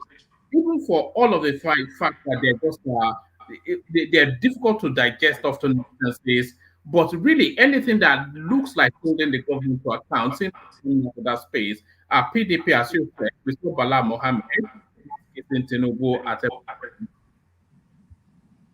Yeah.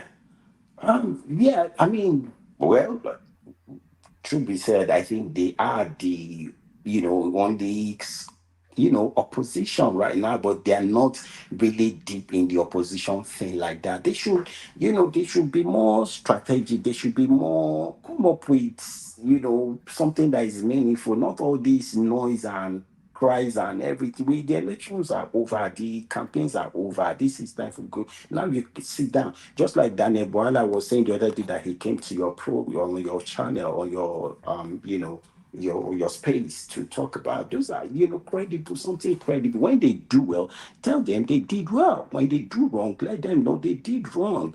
It's not all these. Unfortunately, they should be though, but right now they are really not. It's just so much noise and cries and hula baloo. That's the problem we're having. But they're more noisy than, they're not more, they kind of noisier than what's it called, than PDP at the moment. If you just go to the internet space, they are everywhere. There, But unfortunately, like I said again, there's nothing concrete actually coming. It's only complain, whining, crying. How long are you going to do that? How long? I don't know, man. They should change their strategy and become more viable opposition. That's my take on that. All right, Femi. Let me take you on to this next space, and then I'll go on to Prince after that. Now for there might well be merits to the individual cases, but the collective optics of it. So first we had Zamfara State, which was won by PDP. Now the court's giving it to APC. Then, of course, famously, Kano State won by NNPP, and now the court's giving it to APC. So, not satisfied. Now, Plateau State won by PDP. The court's now giving it to APC. Is the narrative imagined that what they couldn't get via the ballot, they are strong? And by the way, Tinubu says is increasing the salaries of the judges. So is this the payoff for that? No.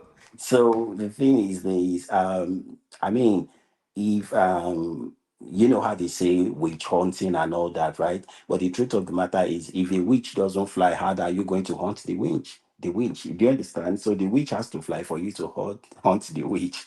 The truth of the matter is, these guys, they have some problems. Okay, the Kano thing, especially the Kano thing.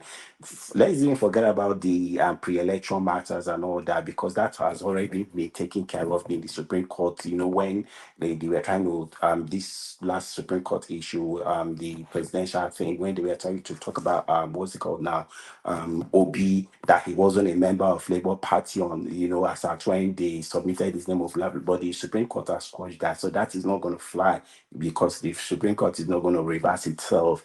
Okay, but that 156,000 vote or whatever that was cancelled, because I mean that is going to stand, because they didn't sign those ballot papers and all that, and no stamp and all that. So maybe it was those criminal things that people do. You just go to one local government and be printing and all that. So yes, on that they probably would you know, because the first two courts right now have, you know, they are on the same page. I doubt if the Supreme Court is going to go any, you know, is going to overturn those judgments. So yeah, Kano State is as good as gone back to APC, because how can you have a chairman of an APC that doesn't have a state that is controlling?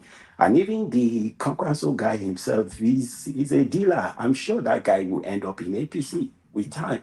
I think it's a bit like Daniel Boala, isn't it? You Yeah, know, exactly. already the bags are parked and the taxi is ordered. They're already warming up. Boala himself, right now, I was listening to his interview on TVC like 2 days ago. You know, he's you know, technically he's no more a party man like that. So he's just on the fence right now, ready to move to the APC.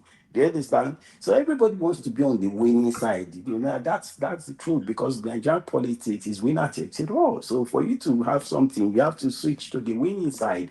You know, so Kano State is gone. Then Plateau and Zamfara, well, I don't really know so much about that space, but whatever happens, let it happen. Yo, that's its politics.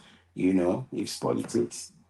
That's it. It's Baba Jale Koko there. Can I say hello to him? Is he on? Is he there? Yes, Ajale Koko, one of your many fans. Hey, I'm listening to you. I'm enjoying you. How are you? Aja, Baba. Kemi Olagun, Baba. Kemi Olagun. Adé apẹ̀rẹ̀ lórí, bàtà apẹ̀ lẹ́sẹ̀. Kírù kẹ̀rẹ́pẹ́ lọ́wọ́.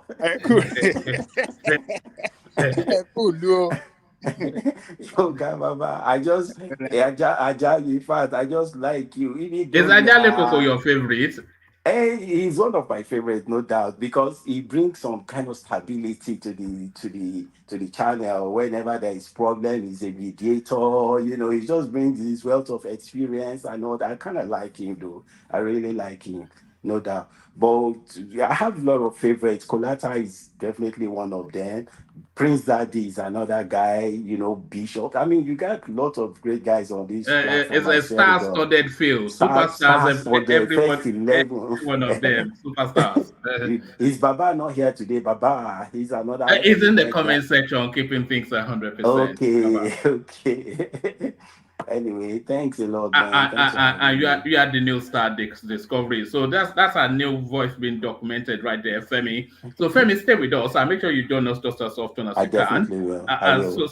So now the voice that you say you favor, here he is now. He makes the ladies swoon. Exactly. Prince Daddy. And the funny thing is, the annoying thing is, when Daniel Boala turned up, And Prince Daddy turned up his camera. He's handsome as well. So it's just so annoying. Prince Daddy, what's all this nonsense? He's a player. He's a player. He's trying to be, although he's a player now. Prince Daddy, we are talking about you. Are you there, Prince Daddy? You are talking about James Bond. James Bond. All right. I think it's taking a moment. So he's taking a moment. Let me go to Ekene and have him take the floor. The Megida of Alamba Central. Oga Hafa. Oh man. You don't sleep. Wait till be that. No, you just they talk 2 minutes ago. Wait till happen to your voice now. No, I know they sleep. You know that time I just wake up. A lot of activity yesterday and day before yesterday. So business is booming, Abi. That second Ferrari on the way. No. A few of my friends are getting married, so we are into committee of friends since Friday and my God. Today. So what's the standard when you do that committee of friends? What's the standard budget? Do you have a set amount for, or does it depend on your relationship with them? Yeah, it depends. Now, if you have a lot of friends, you can gather at least nothing less than 5 million for that. Yeah, no. What like each individual? What do they throw in? What do they chip in? Nothing less than 10,000. Oh, all right. Okay, that's 300 any amount, but nothing less than 10,000. So you can gather like that. My friend have up to 500 friends again for that occasion. So right. So it's a real big something. Oh, was that where I saw you? Was that what you were doing in this afternoon when you had your camera on? Yes. I wanted to join, but the noise is too much. So okay. I said, let me go. Yeah. All right. What did happen? What's in the news today? I know you like to speak to your own topics. Well, there is nothing much. I just this Plateau state governor sacking is eating me up deeply. I don't know why. The other one didn't affect me, but this one is really affecting me. The thing is just the thing is eating me up. Yeah, but the guy is illegal now. The guy is an illegal something. I don't know how illegal it is because the only thing I heard about he said that the guy was elected based on not having structure. Man, I don't even understand how can somebody. Wow. According to Abati's explanation on this day life, he said the guy was elected based on not having structure. I mean, what kind of judgment is that? And most of the issue they threw up was the issue they say were pre-election matter during the presidential listing. I don't know. This country, the way I know many APC, especially this their chairman is desperate, but not to this extent. And I wouldn't want this country to be only one party, because if they sack this guy now, sack Kano governor. Is the other one, is it Taraba or what is that Matalawi guy? So yeah, Zamfara, that's Zamfara. Who will now be the opposition? I think they only really need Kano, Katsina, Lagos, and River State. So if they have those four, which they seem to have now, then Tinubu is guaranteed. I think Alex Otitu is going, if he's not careful. No, Alex Otitu, he said you mean he's going to cross over, or it's going to be cut out? They're going to. Who is that? Alex Otitu? Yeah. No, his case is concluded. Concluded? No, yeah. Yes, it's concluded. You mean at the Supreme Court? Or? Yeah, I think his case is concluded. Yes, I think so. Yeah. No, I don't think so. I think they said it's the appeal court that he's got his victory. Well, I don't know, Sha. But the last judgment he got the winning. So, but the issue is this. All these things are not good for the democracy of our nation and the way APC are doing it. The only problem I have with APC is that they know how to play politics, but they don't know how to govern. That's the only problem I have with them. You know, politics is different from governance. So, and that politics, they're playing dangerous one, which is not good for our democracy. So, this gentleman that just got Plateau State, and the guy seems like, since he got there, Plateau is getting somehow stable, and they want to destabilize that state again. A state like Plateau should be allowed to have some peace for a moment. At least let us know if we can get the agricultural this thing back in that state. No, but if that is the kind of politics they want to be playing, I know they cannot last with it, because one day all these things will backfire. Just look at Kano. Look at Kwankwaso telling the other guy, his guy, to wait till 2027. That guy is somehow ridiculous. So that Kwankwaso of a guy, why would he be telling his guy to wait till 2027? When Is it the that guy is is it that he the has guy is collected? illegal now. Is illegal. The guy is illegal. So that. So so you know Are you not sure? Are you sure? Are you sure? Kwankwaso is not the one giving them all this information about the guy. So because if you look at it, this same Kwankwaso, was it not the same guy? Was it not there when they were giving scholarship to some people? It was in the airplane. He was giving them money. I don't know if you see the video, and it was with this same governor. So I don't know what kind of a traitor these kind of people are. I mean, like, he was there when they were doing these their mass marriages. I mean, is it mass marriage where they were giving bed and That guy is not a good politician. This Kano State governor. how He why is was a reckless. He was You know, when immediately he came, he was the one bulldozing everywhere, knowing fully well that you have kids in court. He started stepping on toes and other. I'm not saying that is good though, but he didn't actually marvel his tactics very well. this and so for that reason that they should just remove him illegally, right? No, what I'm saying, let me tell you, none of them is clean. Do you understand what I'm saying? None of them is clean. If people that brought you in, you started stepping on their toes, they know your secrets. That's what I'm speaking about. They will expose you. Now, who brought him in that is stepping on his toes? Okay, why are you saying? What is Kwankwaso now? Do you think this guy has the political this thing? Who knows him? He cannot win on his own. For me, it's just his It's treasury. It's just for me, it's just his treasury. It's insane that people can be betrayed this way. I mean, Kwankwaso is a betrayer. I mean, that's why they got to be expelled from that party.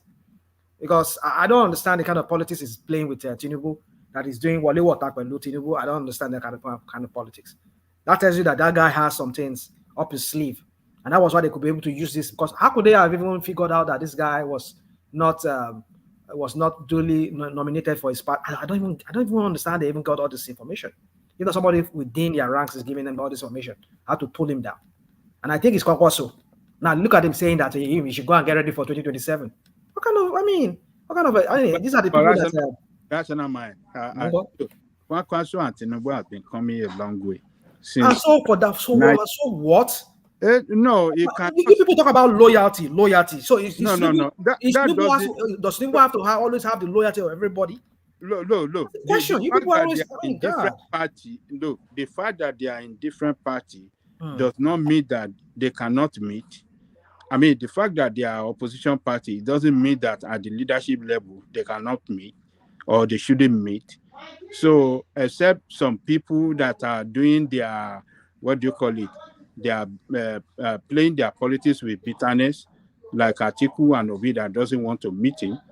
So, at this time, I think they should be meeting.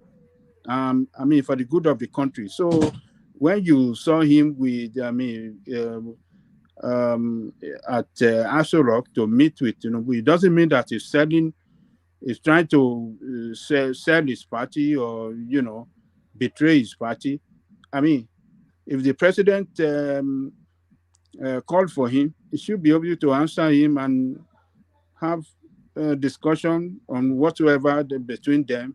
You are just trying to make a case about it. I mean, let's forget. Are you suggesting that he shouldn't have met Tinubu? Is that what you are saying?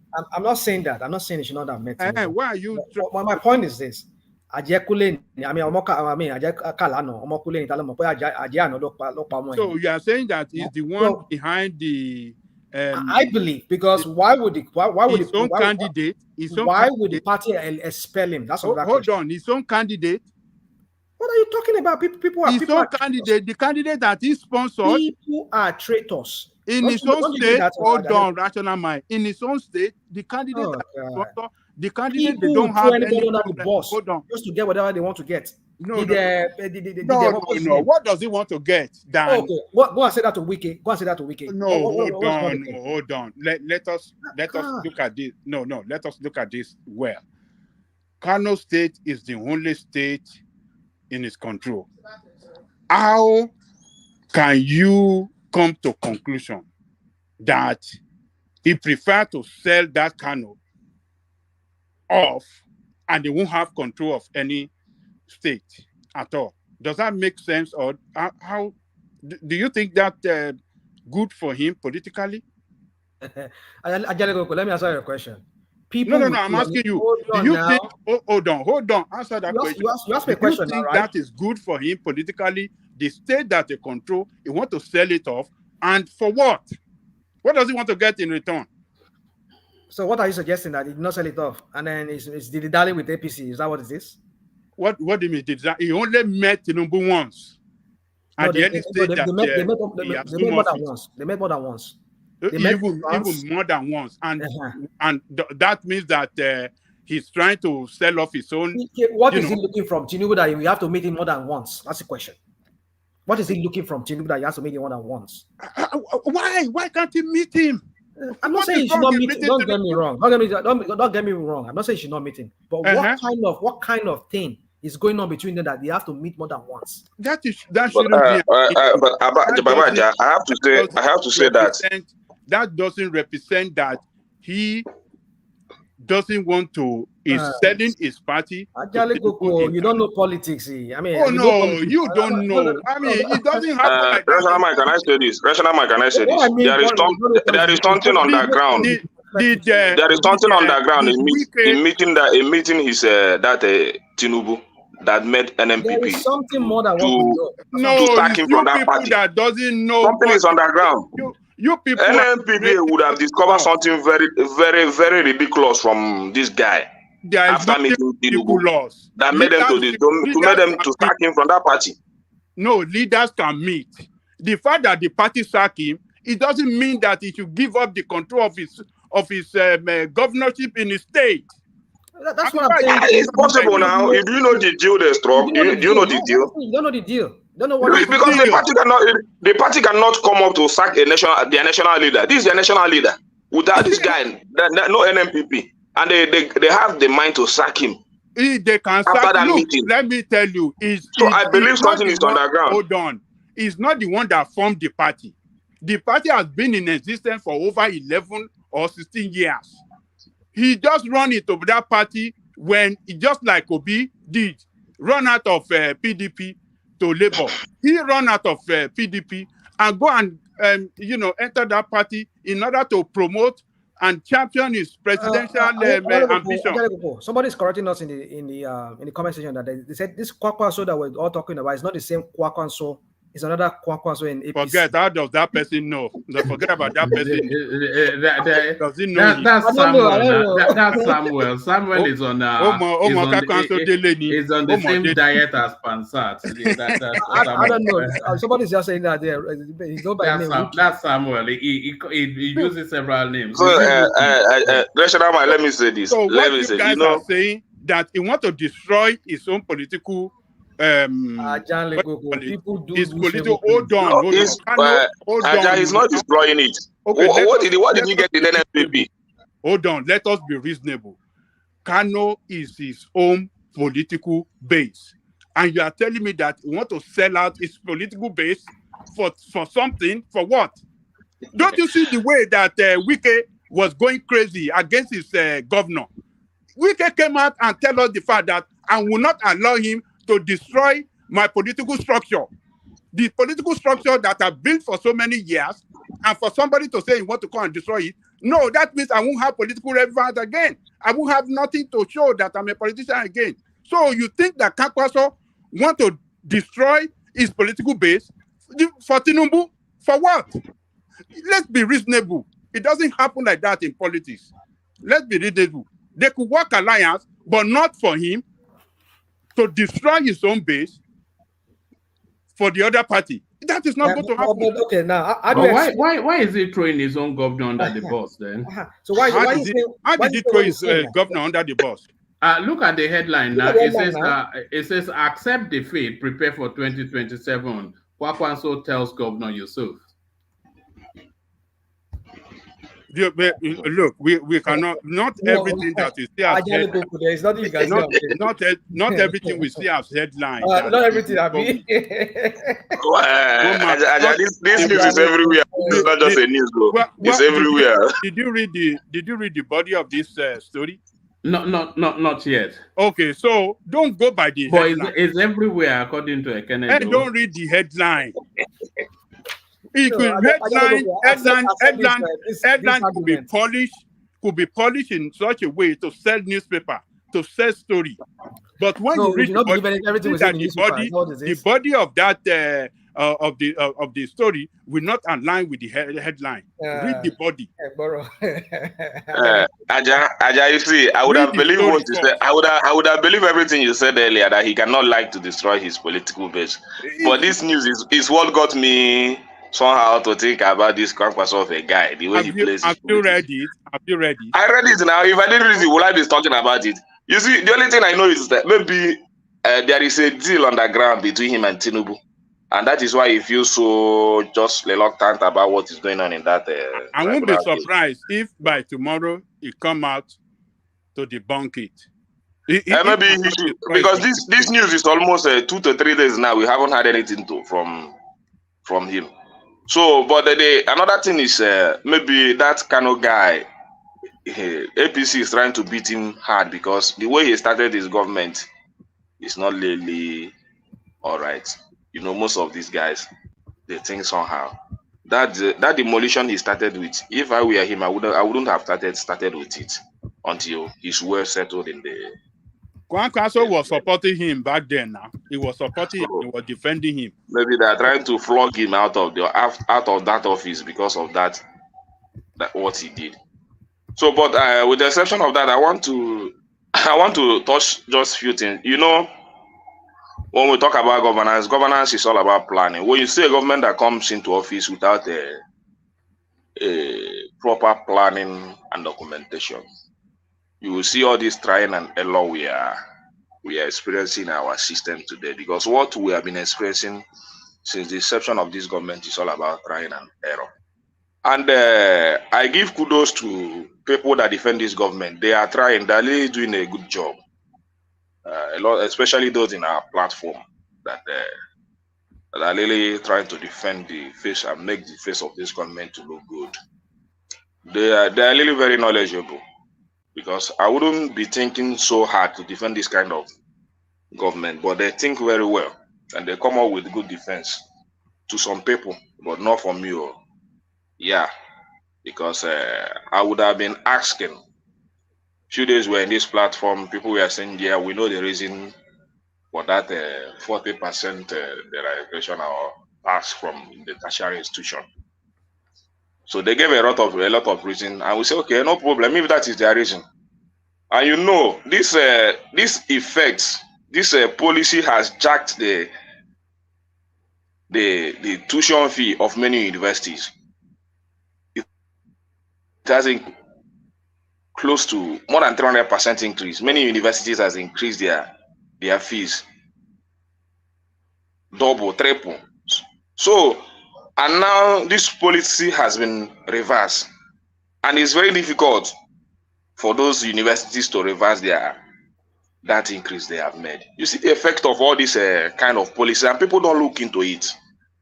When you say that university should be paying tax or submitting 40% revenue to the federal, and they look into it, increase their fees, all that, and you defended them, and it may be because of some crime and all that, they came up to reverse that policy again. Can you give me a second if you don't mind? If you don't mind, can you give me a second?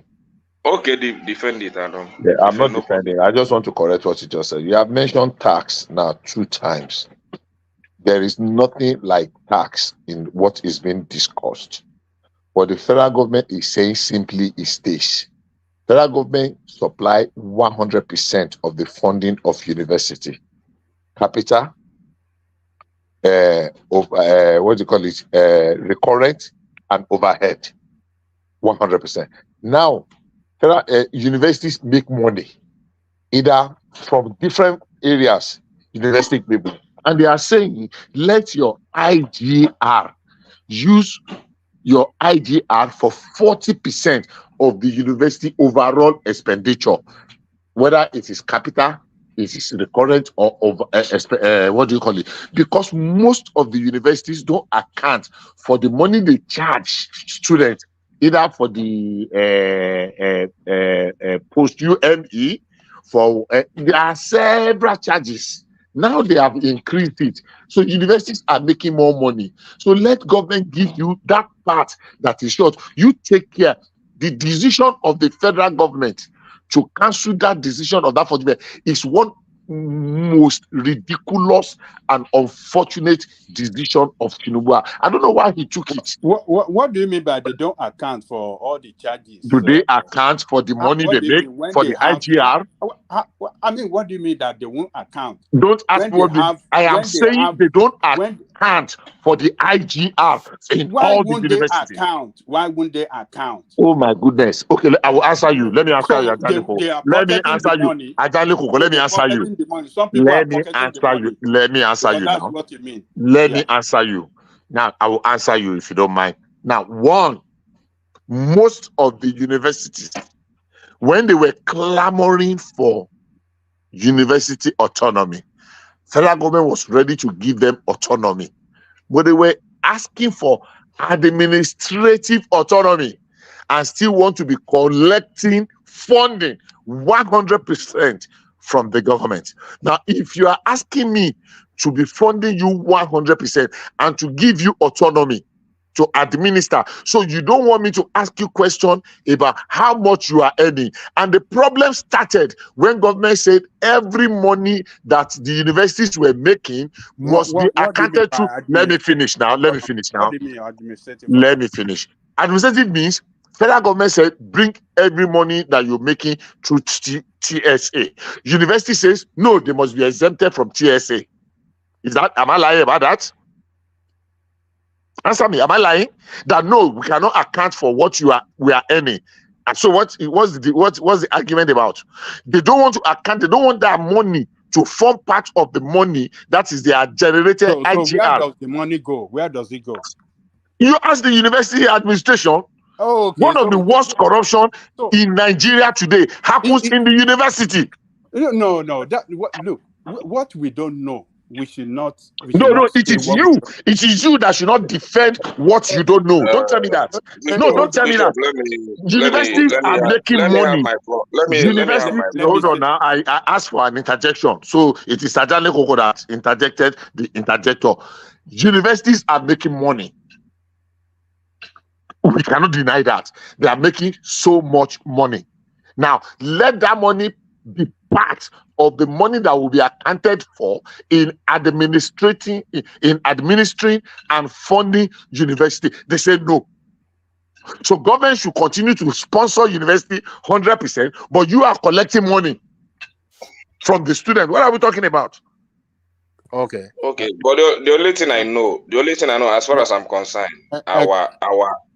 okay, Ajay, go first. Let me come in now. Look, what Bishop is saying, I don't know how it is possible. If they are making money, if, for example, let us say they set up a revenue generating a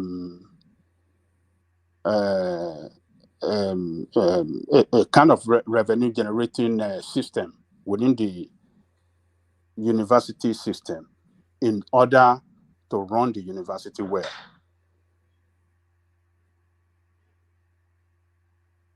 Which when government fail to give them adequate funding to run the university, but them on their own sat down, look, okay, what can we do to sustain the university system, so to keep it going, so that it will not totally collapse?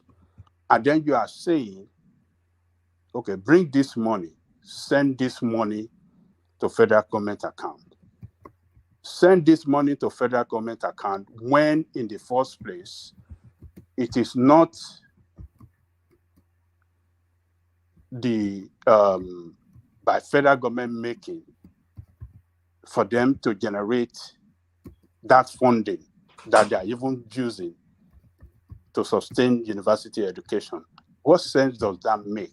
It kind of a revolving revenue system that, okay, we are making money and we are using it to fund, to run the education, the university system, so that it will not collapse, because the federal government funding, it is absolutely like nothing.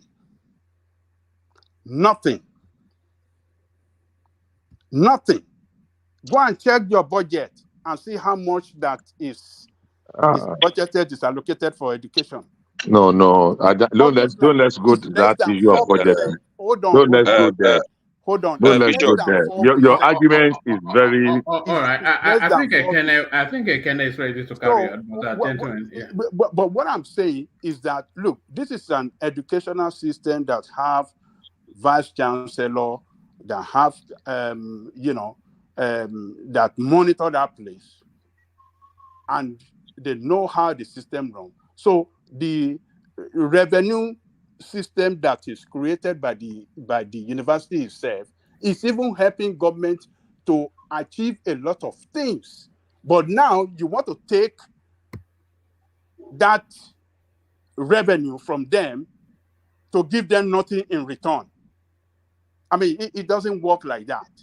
You fund it while they are sourcing their internal revenue point to support the system to work better. That is what they are doing. It's just like you are telling Lagos State that is generating its own IGR, and federal government is calling, hey, send that money to federal government because we don't want to give you federal allocation again. It doesn't work like that. So let me leave it like that. And the bishop, if the policies or what you explain here is what it is, why then would the federal government go ahead to reverse it? If it's really good the way you explain it, why should they go ahead to reverse it when they know that these guys are generating a lot and it's a nice policy for them? Okay, do you want me to answer you? Yeah, why should they now go ahead to reverse it? Good. I want you to answer. Good. Just please, I beg you, just give me just 3 minutes, to answer you. Number one, I told you one of the things I disagree with Tinubu for. I did not elect a president or support a president I cannot disagree with. I see him as wanting to turn towards popular demands, and I really am not agree with that, because there is hue and cry and there is noise about this. You want to capitulate and say, okay, look, I don't know why. Maybe it is strategy. But let me correct what Adan Lekoko said in 1 minute. Fact remains that the fees... No, I don't want you. I want you to speak to what I said. I have answered what you I have answered what you asked me, and I want to I think he wants to take the floor back, but I want to say no. He asked me a question. Now, if you don't want me to answer it, then I'm ready to let go. He asked me a question, so if you don't want me to answer it, that's fine. No, if you have answered my question, I'm okay with that. Hold on. Now, let me finish my answering to it. I asked, can you give me just 3 minutes? I've not even spent 30 seconds. You have cut me short. If you don't want me to talk anymore, I'll let go. No, carry on, Bishop. Adan Lekoko said, what I said was this: yes, federal government was sponsoring universities 100%. Universities, when they were charging whatever they were charging, let's assume they were charging 10 naira per every student, so they were making 10 billion. Let's just assume And now, because of the increase that everybody is making noise about, they are charging 20 or 30 naira and they are making 30 billion. And the federal government is just simply saying that the amount you are making now constitute so much percent of what you need to run the university. So let us give you the balance. We are not saying bring the amount of money you are running, you are making. We are saying now you are earning, you need 100 billion to run your university. Now you are making 40 billion. Let us give you the 60 billion to make up what you need to run the university, because it is still the same government that initiated the need to increase the fee. But university say no, you must continue to support. Let's just remember that one of the major problems we have had with university autonomy. Now you cannot be asking for autonomy in our university, and until we all agree and we can tackle this monster, because we think it is only politicians that are corrupt. Oh, civil servants are not corrupt. Oh, in the university system, they are not corrupt. No, all of them, both politicians, both civil service, and even in the academia, they are very and extremely corrupt. So if government is saying now let us know how much you are earning. Okay, oh, we cannot do 40%. Okay, how much are you earning? How much balance do you need to be able to run the university? That would have been a better argument, but not that, oh no, give us what you are giving us. Don't bother ask us questions to account for what we are earning or internally generating. That is, then we are not going to leave this quagmire. We're not going to leave this nonsense that we are in. So if we want politicians to account for whatever money they are getting, then people in the academia, in the university, should account. I want us to spend more on primary and secondary education, and people that can afford university education should go for it. That's my own personal, but that is personal. I'm not saying that's the government position. Okay. No, your personal is also my view. So, but since that is the way it is, you see, for me, as far as I know, our professors and those lecturers are still well underpaid in our system today, because that is why a lot of them have to go into selling handout and all those things to students to make sure they meet up with their daily distance. Because most of our lecturers, those guys, I'm not excusing the fact that there is corruption in that system. Yeah, there is corruption, but definitely those guys are underpaid. You look at them somehow, the way the politicians even insult those lecturers, because those lecturers, for me, in other countries, they're well respected, they're well dignified, because their role is one of the highest role in the system of every state, to educate people to come up with some careers and all that is not an easy task. You can't compare it to just to go up there to loot some monies and call yourself a governor or a president. But for me, it's just that we don't dignify the right things. We continue to make them to look ordinary because they are lecturers. You go to the state you are living, you know the kind of cars, the lifestyle your lecturers live in that state. Not to compare to Nigerian lecturers. The lifestyle, at least I have one retired. Nothing to show for it. Nothing. You just go there to spend all your years, 30 years and all that. Just come back with just few. He was only able to train his children in the universities. While your legislatures can get what your legislatures can get in 1 month is more than what they can get in all their lifestyle spent in the universities.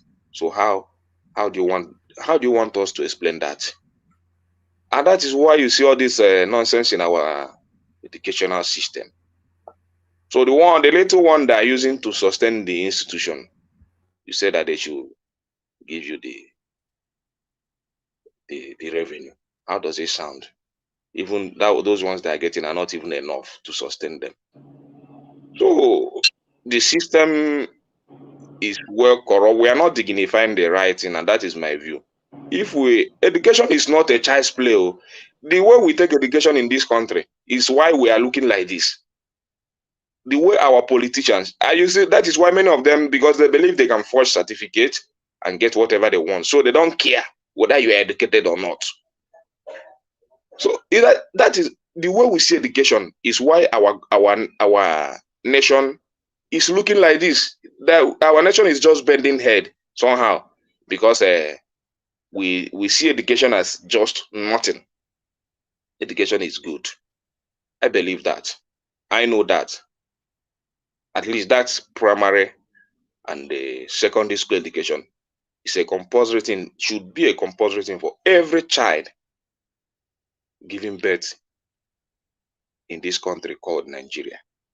But the way our politicians look down on just look at our primary school teachers, secondary school teachers. How much are they being paid? Look at them. They're living in abject poverty and penuries. The people that are supposed to be celebrated, they are supposed to be given a well treatment in our system. But you look at them, you trample on them, they are nothing. They just spent that 5 years, 30 years in that system for nothing. The best they can get is 50,000 monthly in this economy. I know them, I see them. You compare it in that state you are living, the way you celebrate your teachers there, your professors there, and all that. But when it comes to our system, we have some explanation to give to cover all these nonsense politicians we have, all these thieves that we have that call themselves politicians. We are not giving. My problem is that, especially many people that have the opportunity to go out there to experience the universities in the US, in Canada, and see how they operate there, and see how well their teachers are well treated, their lecturers are well treated. But when we come to our own nation, you wouldn't want to apply that same knowledge you gather there to use it to speak for the betterment of our own educational system. Rather, we defend these thieves that call themselves politicians. I have nothing to offer. What this I want to tell you, Bishop, our lecturers are supposed to be any more than any legislature today. They're supposed to be any more than them. What are you telling me? Why do we have to be giving explanation for people that transfer knowledge to the public? These guys are transferring knowledge. They spend their time, do a lot of research, do a lot of physics and chemistry, mathematics and English. And we come here to defend people that only know how to go and thief, go to the ballot box, use all sort of violence and all that just to acquire power. Most of them are not even, in terms of knowledge, they can't come close to any primary school teacher in terms of knowledge. But because they found themselves in the position of being a governor or a legislature, they have the mind to give nonsense laws. The way we put our nation is looking the way it is today because of the way we see education, especially our politicians. Can I respond to the few points you have raised? Is it possible? Yeah, you can respond. Yeah, number one, if lecturers and teachers, whether in primary, secondary, or university, finds politics more lucrative, let them leave teaching and go into politics. That's one. Number two, Nigeria is one of the few countries that I know of that we have lecturers that can be working in one university and two universities and three universities and be on the payroll of the federal government. I am not telling you because I think or suspected. I'm telling you because I know individuals that work in 3 universities and they are on the payroll. And it is one of the reasons why majority of our lecturers in ASU fought against IPPS, integrated pay, whatever scheme. That's number two. Number three, look, nobody is saying we are not appreciating what lecturers are putting into the system. I am being realistic. What we have presently, using countries that we are peers, that doing a peer realistically. Oh, do I want an El Dorado in Nigeria? Absolutely. We just discussed something earlier on, that we were producing 2.5 million barrels of crude oil in 1973 when our population was less than 60 million. I am saying that authoritatively because I know. And we are still talking of less than 2 million barrels. And then we have cocoa, we have granola, we have palm kernel oil in 1973. But in 2023, we don't have 50 years after, we don't have the cocoa, the palm kernel oil, the cocoa, the granola pyramids have disappeared. We are doing by 1.3 million barrels with a population of 200 million. Let us face. We need to. How do they say this thing in English? We need to bite the bullet at some point and face the reality. The kind of luxury that some people that live then were able to afford, that God, the state was able to give to them. We cannot now. It's painful, but that is the reality. So university lecturers cannot be different from people we are asking for accountability from. But politicians can get 160 for their own vehicle. Look, Why university lecturer they you know cannot what? afford This to pay 160, university lecturer with this 160 you are hammering about. Let me tell you, no and answer I am that saying question. this, So I am we can saying this, afford to I am pay saying this university without reservation. politician 160 for their vehicle, Adaniko, but we cannot afford to pay listen now, university lecturer well. listen to me. I am saying this, and I want us to devote time to study it. There are more rots in the university and the civil service system than in the political system. There are more. We lose more money to corruption in those areas. I am not saying the politicians are saints, but politicians are every one of us. If you grow to be politician tomorrow, if you go, it is not supposed to be a profession. Everybody have their own primary calling. A teacher can become a teacher can become. Hold how do you on. want to Just give me a defend minute. it? Just give me a minute. How do you want A to teacher, defend it? just give me a We minute. have I'm not money defending. to pay 160 for politician vehicle, but we don't have money to pay for university lecturer. There are state, there are university vice chancellors that their personal staff overhead is greater and bigger than what you will see in the look. Let me give you an example of what just happened about a year or a few years ago in the University of Lautech, when what's the name of this vice chancellor? Professor, what's his name? I think, is it Badegeshi or something? The man that ran away when this man he became governor. I think it was Badegeshi. That he said the amount of money that was being thrown on unnecessary nonsense. How do I put it now? In the name of guest house here, this thing there, meeting there, was humongous, that he was embarrassed about it. Was it not somebody that became the chairman, or is it the chairman of JAM, that we know that JAM can refund billions, that return billions of naira to federal government? The first money he refunded was 7.8 billion. But before, they have never returned more than 50 million. But this same man reduced the amount of JAM form from 5,000 to 3,500. So where was those money going all those years? Look, there is corruption everywhere. We are getting too fixated, thinking it is only politicians that are our problem. Civil servants are our problem.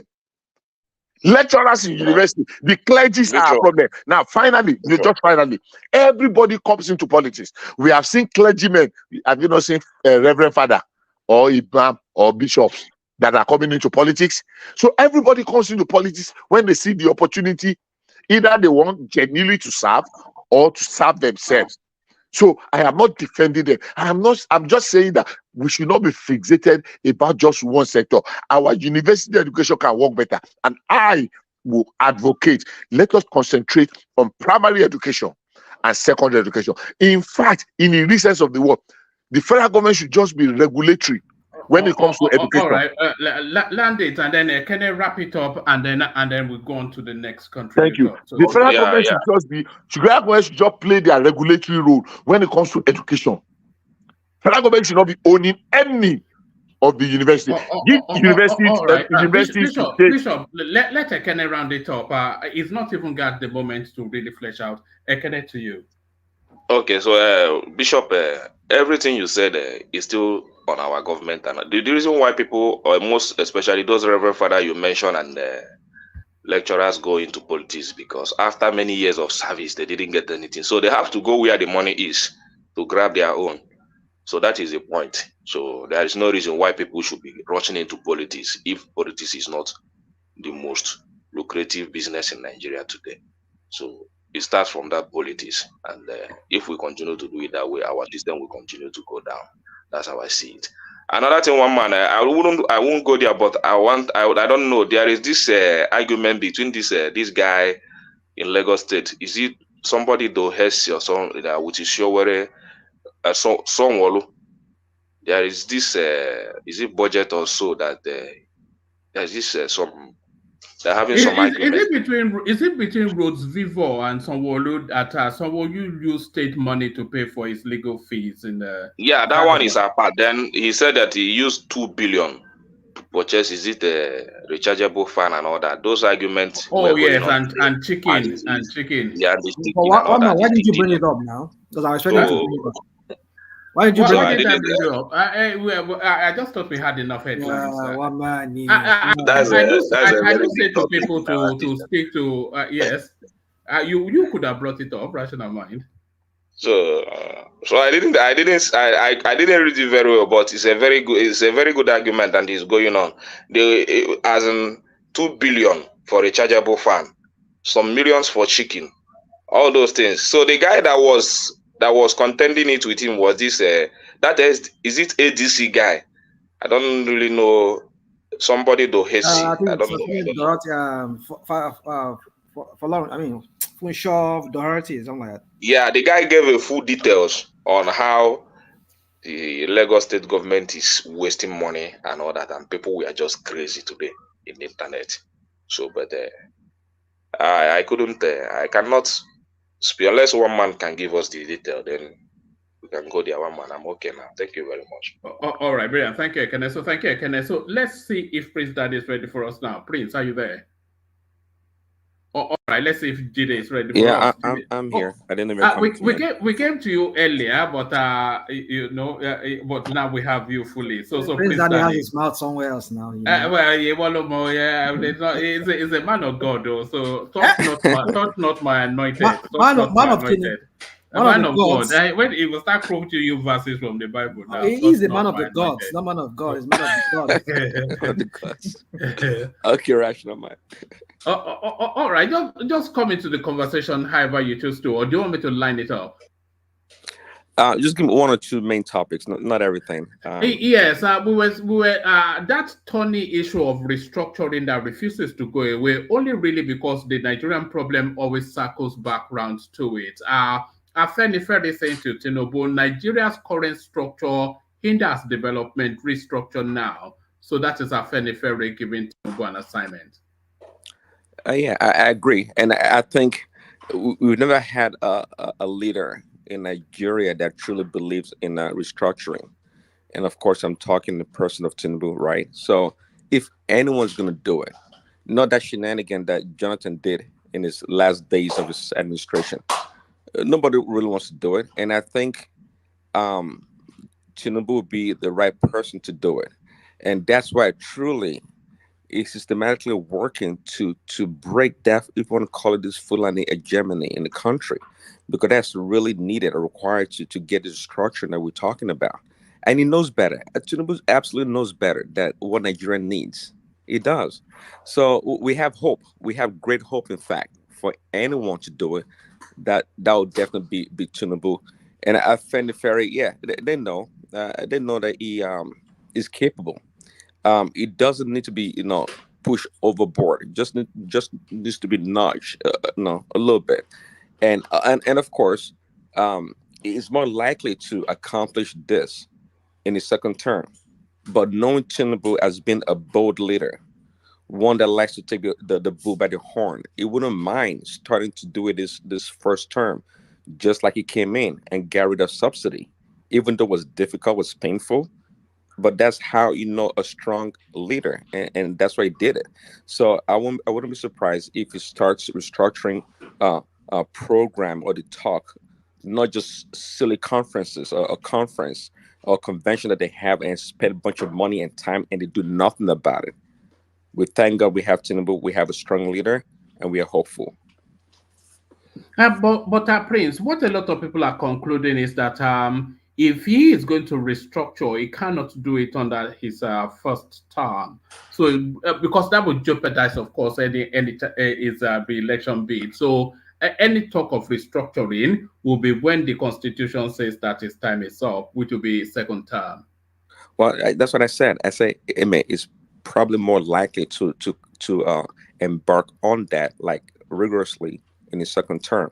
But again, I don't take it past Tinubu to start in his first term. He's a bold leader. That's how I say him. And it's very calculating, right? It's very calculating. And I said earlier, it's working, quote unquote, to break that Fulani hegemony in the country. Because if there's any group in the country that's more likely to oppose strongly and defeat that agenda, that would be the Fulanis. Okay, unless I'm mistaken, and I think most of the Southwest is down for it. Southeast is, I believe, is down for it also for a different reason. Okay, it can convince the Middle Belt and maybe the Northeast, but the Fulanis are the main, if you want to call them, obstacle to the whole thing. So yeah, if anyone's capable of doing it, yeah. Prince Daddy, I think that will be very difficult for Tinubu because of his vice. I've made that point very clear. I know Tinubu once said that Nigeria needs restructuring. He said that. But being a politician, and he's an ardent politician, it's not as if he play politics a little. He play politics to the fullest. He wouldn't want to incur the wrath of the Northerners where he got his majority of votes. Especially the vice. The vice said, to hell with restructuring. He said it. So how is he going to... Chichima said that? Really? Yeah. He actually said restructuring my food. Restructuring my food. But in what context, though? In what context did he say it? There is no context to it. The most important is that he made a statement. So that is why I don't see him restructuring Nigeria. Because I don't know how he's going to convince Chetima and especially most of the Northerners. Because the problem of restructuring is the oil in the South. You can believe it or you cannot believe it, but that oil is the problem.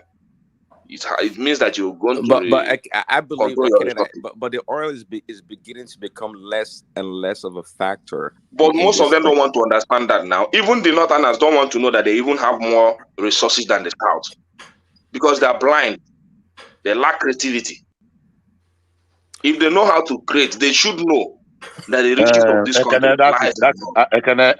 Those are statements are one, not based in facts, but it's unfortunate that you just blindly say they are because they are blind and they lack creativity for the whole northern Nigeria. No. That's not fair. I mean, they are politicians. If they know what they have in the north, they shouldn't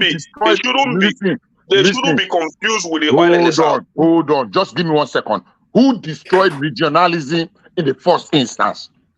Is it not the Easterners? Who introduced the unification decree number 31? Is it not the Easterners? How can you just use I dissociate myself from that your last statement that they are blind and they do nothing. That's ridiculous. I mean it, and I mean it with all sincerity. That means you know nothing. Yes. You don't know anything. That is unfair. I might not know anything, but that's my belief. Then you don't teach. You know nothing. I just want them to know that they have the resources. They know the resources. You just blanketly say the whole know nothing.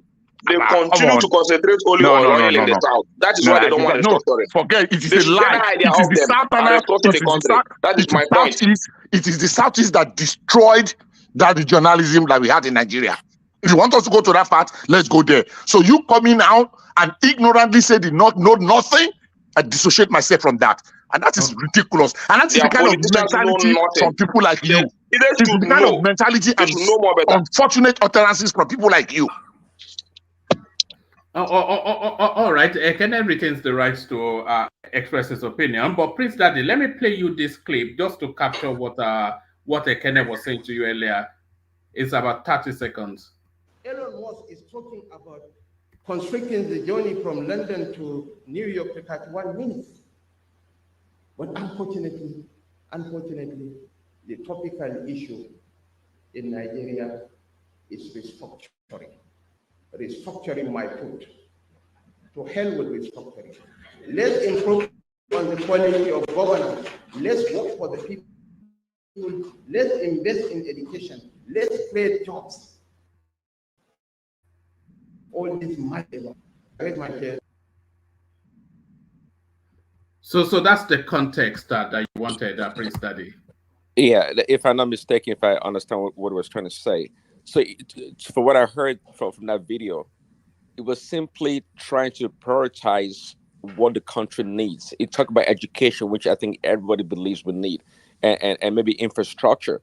So, to his point, if I'm not mistaken, there's been so much resources and time spent on this so-called restructuring deal that to him, just like myself and many others, it sounds to be ridiculous. It's another merry-go-round project that doesn't lead anywhere. If you ask me, that's what I understood from what he said. That's the context I'm talking about. I don't think Chichima is a loyalist. If you ask me, he's a loyalist, and I think is a smart person. We all agree, and he can be. It's all about appealing to his, to the right reasons why we need restructuring. If you ask me from that video, I don't think specifically is against restructuring. I don't think so. Yeah. Prince Daddy, what are you doing? Oh, you just heard him, and you're saying What is this? What do you mean, Prince Daddy? Everybody hold on. Hold on, Ajale Koko. Prince Daddy asked for context, and that is the context right there. What Shetima, and I can play it again, it's only 30 seconds. What Shetima was saying was that out of all of the priorities that the country can have, restructuring should not be at the front burner. And that was what he said. Exactly. That's what I heard. Well, let me tell you. Even, look, one man, the way you said it now, that look, this thing should not be the highest priority among others. You see, everybody will understand. But for you to say it categorically clear that, look, to hell with the restructuring under my foot. It doesn't believe in it at all. And what does that mean? What that means is that what all the southern leaders are asking for in rubbish is, he said, he doesn't believe in it. So don't let us put, it is clear. The way you said it is clear. Don't let us put some context to it or no. He said, I don't believe in it, and it's under my foot. It's to hell with it. That's a very strong statement that Prince he Daddy, can carried. I interject? I mean, Can I interject you real quick? Go ahead. That speech was made before the election, before he was elected vice president. And if you look at the context of which he was making that speech, of course, he knew this principle. As at that time, he was not even selected as a vice presidential candidate. He was making that speech in his own capacity as a senator. However, he's serving the mandate that he's serving is Bola Tinubu, his principal. If his principal wanted it, all he need to do is just to lobby for it. Now, like somebody said, that is not going to happen in the first. That would be suicidal, political suicide in the first time. But the second time, let's say the game the Baba is going to bring, I can bet you is going to introduce, if not fully, uh, canvas for it, but at least some level of federalism will be, put in the constitution. I can bet you on that. All right, all right, Prince. Let me Yeah. take you. Let me take you to this headline. You probably will say, Woman, yeah. woman. Sorry, real quick before you move on. Have you seen the headline about the Boko Haram trying to maybe assassinate the Yobe State governor and the Borno State governor? Yeah, I saw it in passing, but I don't care much for me and Malabuni. Because So why I'm saying that is because of what is happening in Niger. Because Nigerians are also part of the is it JTF or Joint whatever national. So if Tinubu is hostile to them, they might be okay. Let's just go on. Maybe when I have the time again, if I have the time, I will speak up. all right. I don't miss being president. This is Buhari, Prince Daddy. You may well say that I probably would not miss you too. But let me play you this 2 minutes snippet, and then you react to it. Watch this, Prince. What do you miss the most about being in office? Miss? Oh dear me. I don't think I miss much. How would you adjudge Nigeria's diplomatic ties with other countries of the world? What would you say were your footprint in that regard? I am so preoccupied with the local problems that I hardly think about the external problems. There was this impression that your administration was hijacked by some cabals. In fact, the word cabal became so popular during these last 8 years. Was it a figment of imagination of Nigerians, or was there something? Do you really feel that your government was hijacked? No, in any way? it must have been. In the first months of your administration, you came out to say you have never been this ill. What really was the problem? I think only my doctor can honestly answer that question. When you were leaving the office, you did that to that your chair. What was the significance of that tap on that chair? Goodbye. Oh!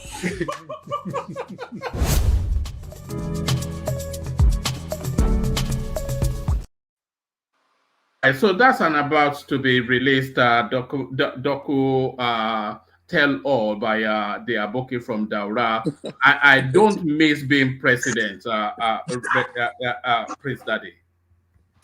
Yeah, I think he hinted on that like a few months or so before the end of his presidency. So I don't think we should be surprised about that. But the fact that unless I heard him incorrectly, they asked him, did he think his administration was hijacked by the cabal? And I think he said he thinks so. Is that what he said? He said, I think so. It was in the.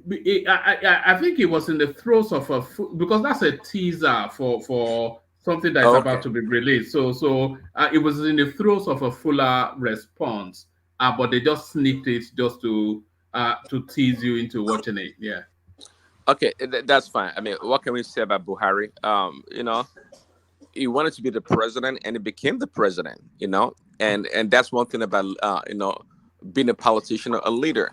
It doesn't matter your competency or incompetency. If the people like you, they will vote for you.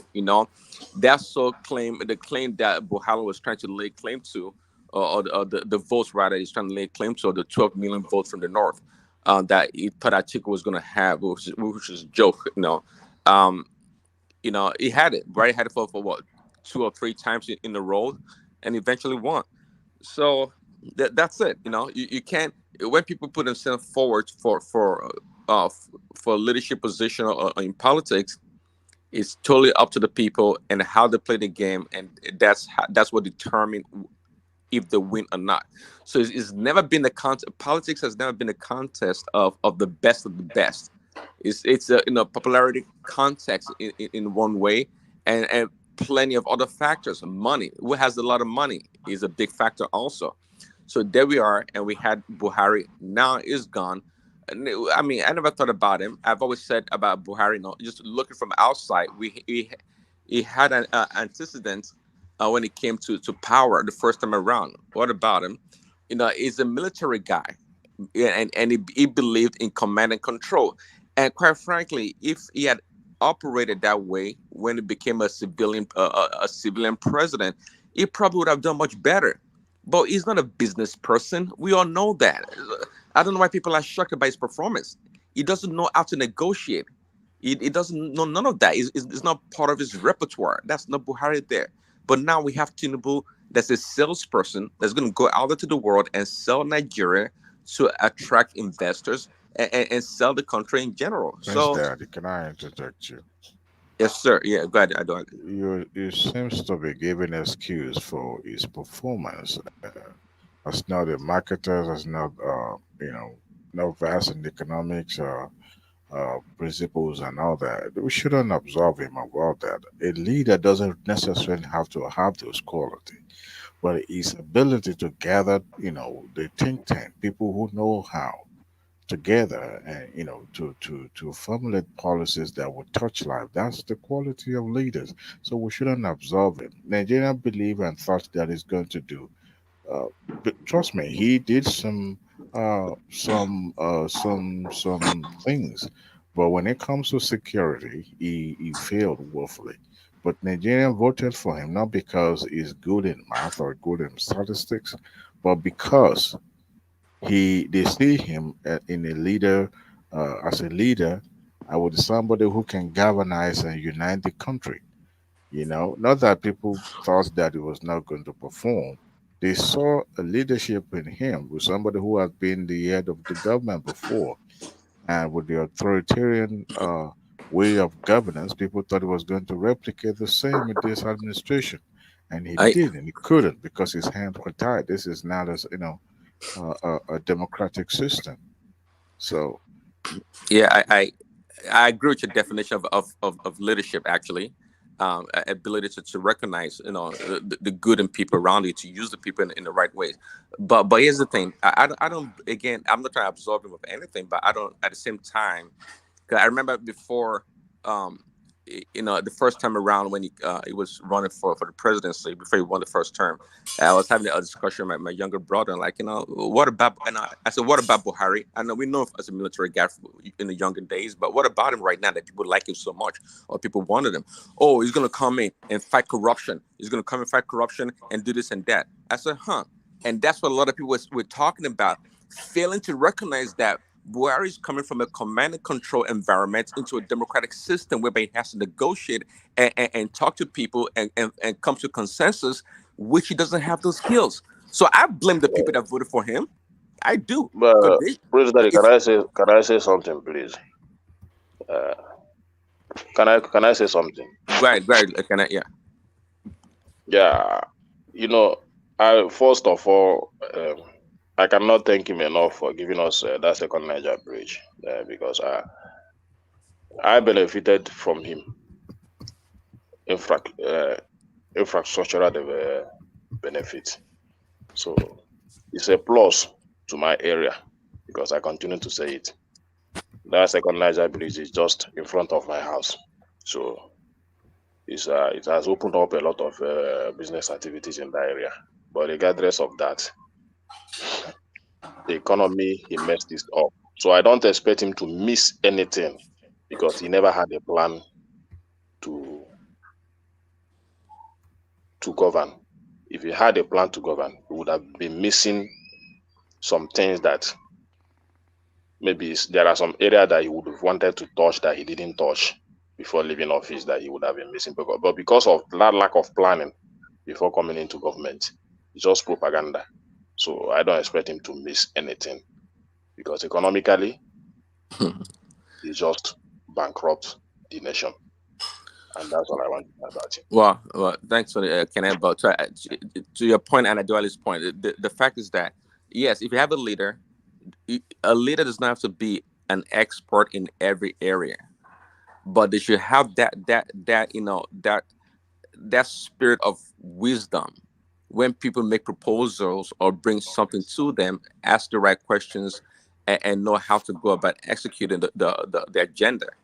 Uh, Buhari, to me, again, I'm not trying to absolve him from anything, but to me, we got what we got. I don't know what is the projection of the voters, the followers that projected all these attributes on him, and that was what happened. It wasn't because he came out there and told people, "Oh, I'm going to do this and that." I don't think he did.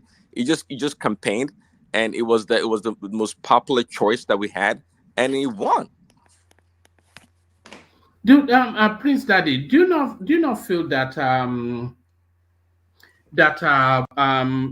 Buhari's administration somewhat demythified him because he ran and ran and ran three times, I think, before he got to the fourth time. And every single time, people were saying, "Oh, if this guy gets it, he will fix a lot of the problems that afflicts the country." But he didn't. He actually made every single the ethnic diversity became an ethnic albatross around the country's neck. Insecurity all time worst, corruption the worst we've ever seen. All of those things that they thought that he was the panacea to, he actually was an enabler. Has it not been maybe it would have been better off not being president? Then we would have said, just like Awolowo, that it would have been the best president we never Never had. had. Yeah, I see. But where do we plug in that 8 months of absence due to medical condition? What role did that play in his entire presidency? Because that was the beginning of the foundation of his presidency. That a lot of people, bad actors, if you want to call them, that came in and seized a lot of the power and a lot of things, and that's how the cabal came about. I think that was the beginning of that strong cabal being at the neck of the government.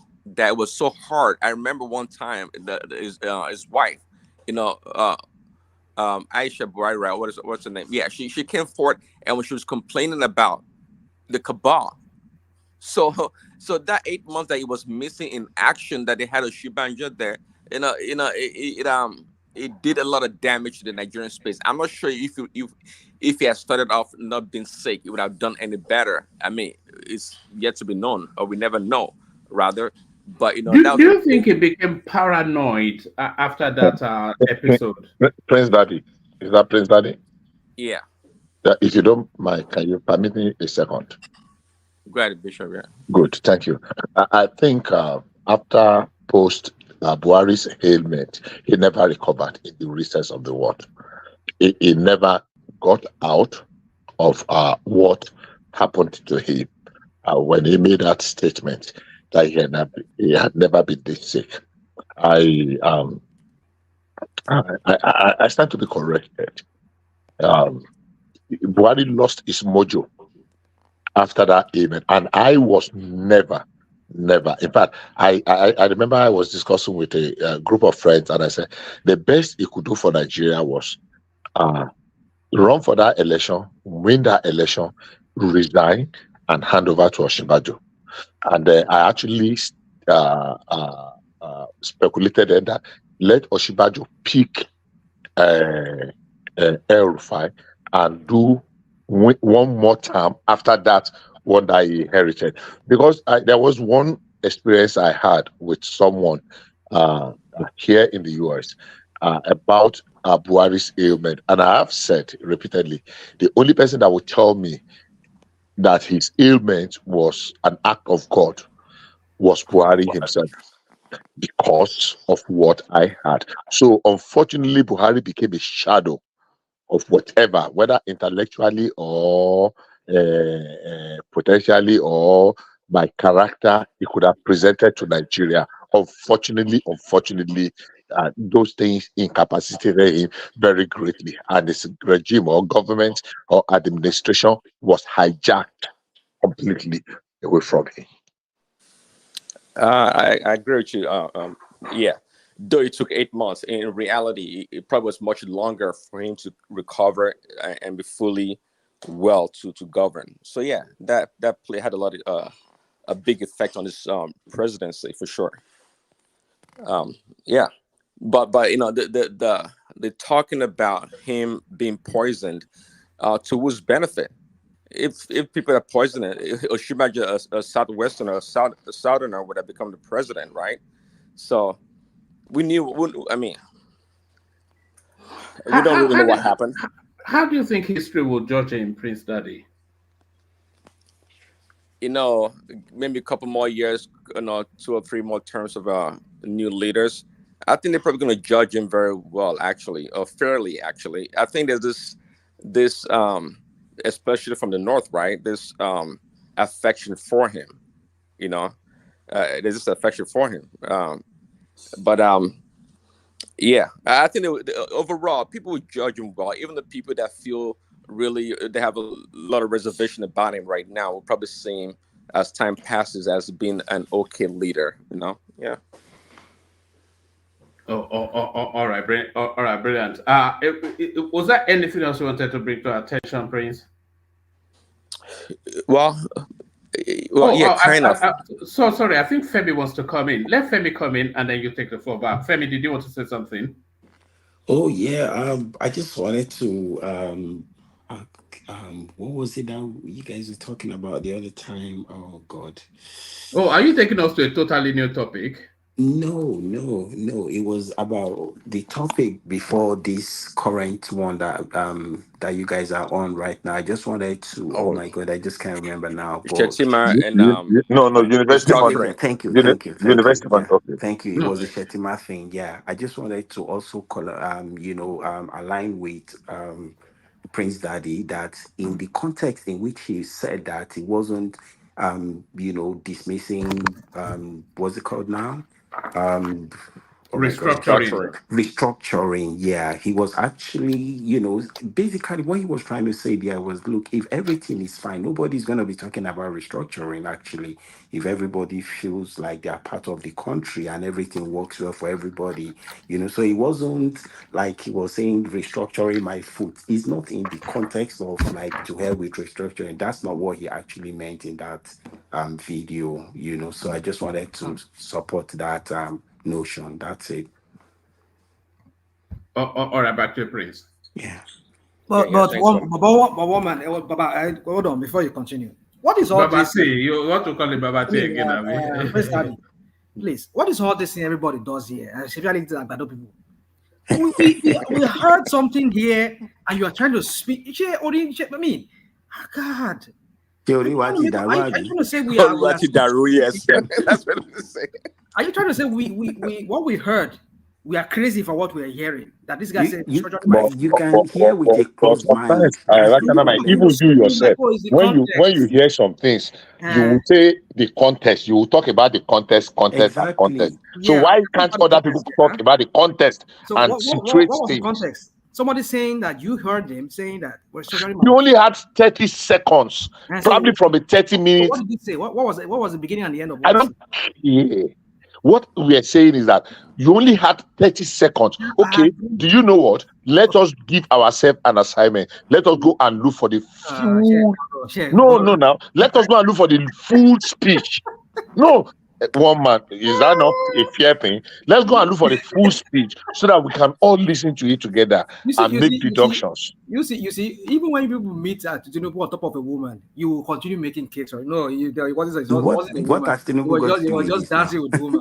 I mean, I don't understand. I mean, are we getting into Monica Lewinsky territory? Where you taking us to? Rational mind. Do you read the general comment? Do you read it down? I read it sometimes, but I'm not. You read? Oh, please try and read it more often. Don't. Sometimes you sound so extremely very, and with all respect, I don't want to use words. Ridiculous. Very naive, right? No, not naive. Ridiculous. No. Ridiculous. How ridiculous? To the Agbado people, I will sound ridiculous now. No, stop this Agbado something. You are sounding very monotonous. That's how no. Look, you are my friend. You are our friend. I don't sing your song. You are sounding very ridiculous. Let's move on. All right, you can sound however you choose to. Rational mind. We like your voice here. Back to you, Prince. You say you guys are sounding like Obidient'S in the comment section. to wrap it up. Yes, it's been yeah. You wanted to take us to something that particularly struck you. It's been a while since we played that Agbado. Maybe we'll play it. All right. So back to you, Prince. Yeah, I was gonna say, a lot of people are familiar with I guess, the African Americans in America about reparation and reparation to other groups around the world. And I've been thinking, if there's one thing the Agbado people and the Obedience and Articulated can perhaps agree on is reparation for Nigerians.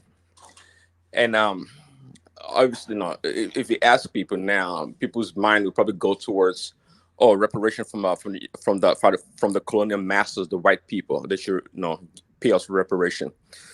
But if you ask me, where our reparation lies is in the hands of Nigerians, the people that have looted the country. If you ask me, I don't have real fact numbers to back it up, but I would say that Nigerians have stolen from the politicians and the leaders. They've stolen from Nigerians more so than the British or the colonial masters had. Sorry, Prince. When Prince Adebayo was here, I think he estimated it as comfortably $1 trillion. Yes, of course. From independence till date, yeah. To date, I would say by now it's more than that. When Dangote can just reach into his back pocket and pull, I don't know, is it $500 million or $1.5 billion to pay back to the central bank? We don't have a clue what is going on.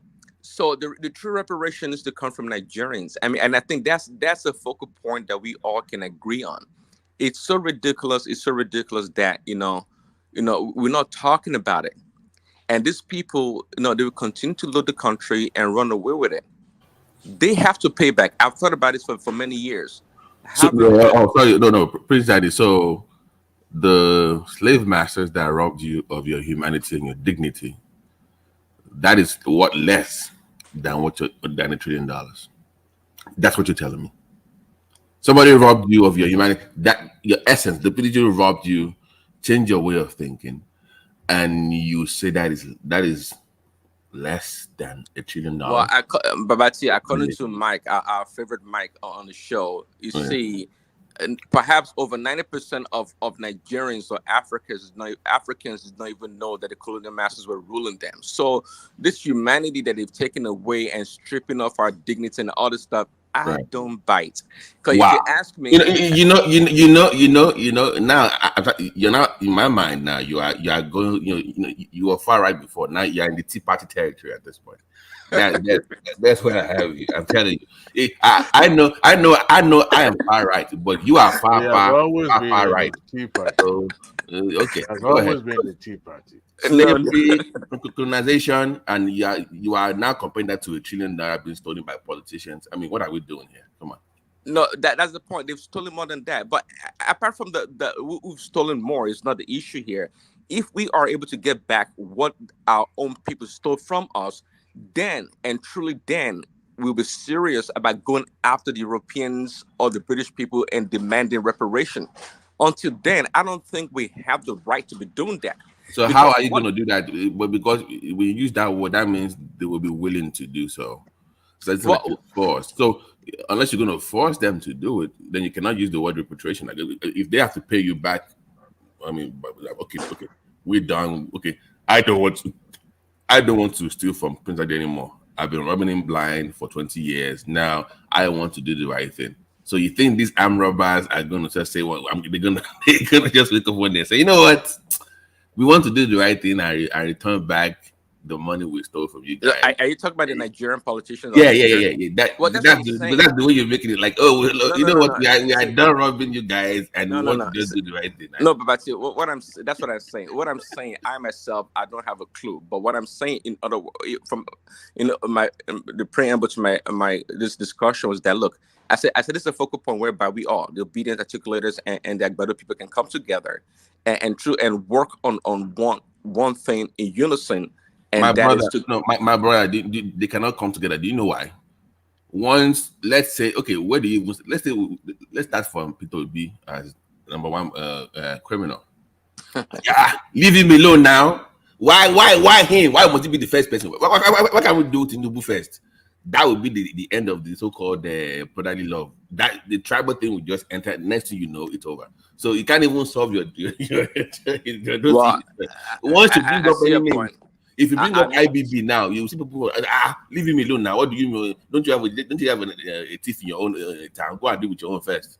That's the end of this whole call arrangement. So you know how Nigerians are. So don't even waste your time I even know discussing I that. may be living in La La Land, I may be, but I believe that, well, that'll be a good starting point. If we as because we're not serious, this tribalism and these other reasons why we give, we're not serious. But I'm telling you, in thinking about how much these people have stolen from us, and they keep stealing it. I mean, we saw on the television a few months ago somebody that works with the oil marketers or the petroleum corporation talking about these people are making money over fist, that they're even tired of making money, and I believe them. I believe it. There's so much money in that country, more like outside of the country, owned by Nigerians. We have so much money. We have so much money to squash this our forex problem literally overnight. We do have this money. We have this money that we don't have to borrow. Okay, but if we're not doing that, well, it's very easy for people to point the finger at the white man, the colonial masters being our problem and this and that. Sure, but that to me, that's not the starting point. We have to get serious as a people. If we truly care for that country and we want to move forward, we have to get serious. Come together. When that day comes, when everybody put away their cloak and just wear the cloak of Nigeria, green, white, green, and we move ahead as one to Prince solve our Daddy, problem. come on. This is not a Super Eagles match now. That's the only time we come together as men. Come on, let's be honest. The only time we come together is like once you guys Super Eagles is playing. That's it. When it's done, we're back to our tribal corners. That's what we do. Even Adewale, even the Super Ego match, people are not coming together again. Don't you watch Wow. the last match? Is that bad What are you now? telling me? Is that It's bad bad now? that people are not coming in, even the Super Ego, people are not coming together again. So I understand, guys. I'm just being optimistic, and I see it as a way, perhaps in the future. And I'm not like rational minded. I try to be optimistic. You never know; anything can change. I believe in impossibilities. I do.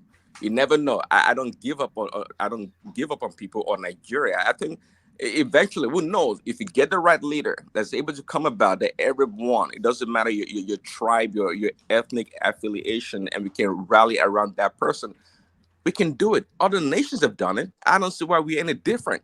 You see, tough times, they're good, but we can do Big it. Daddy. I believe in it.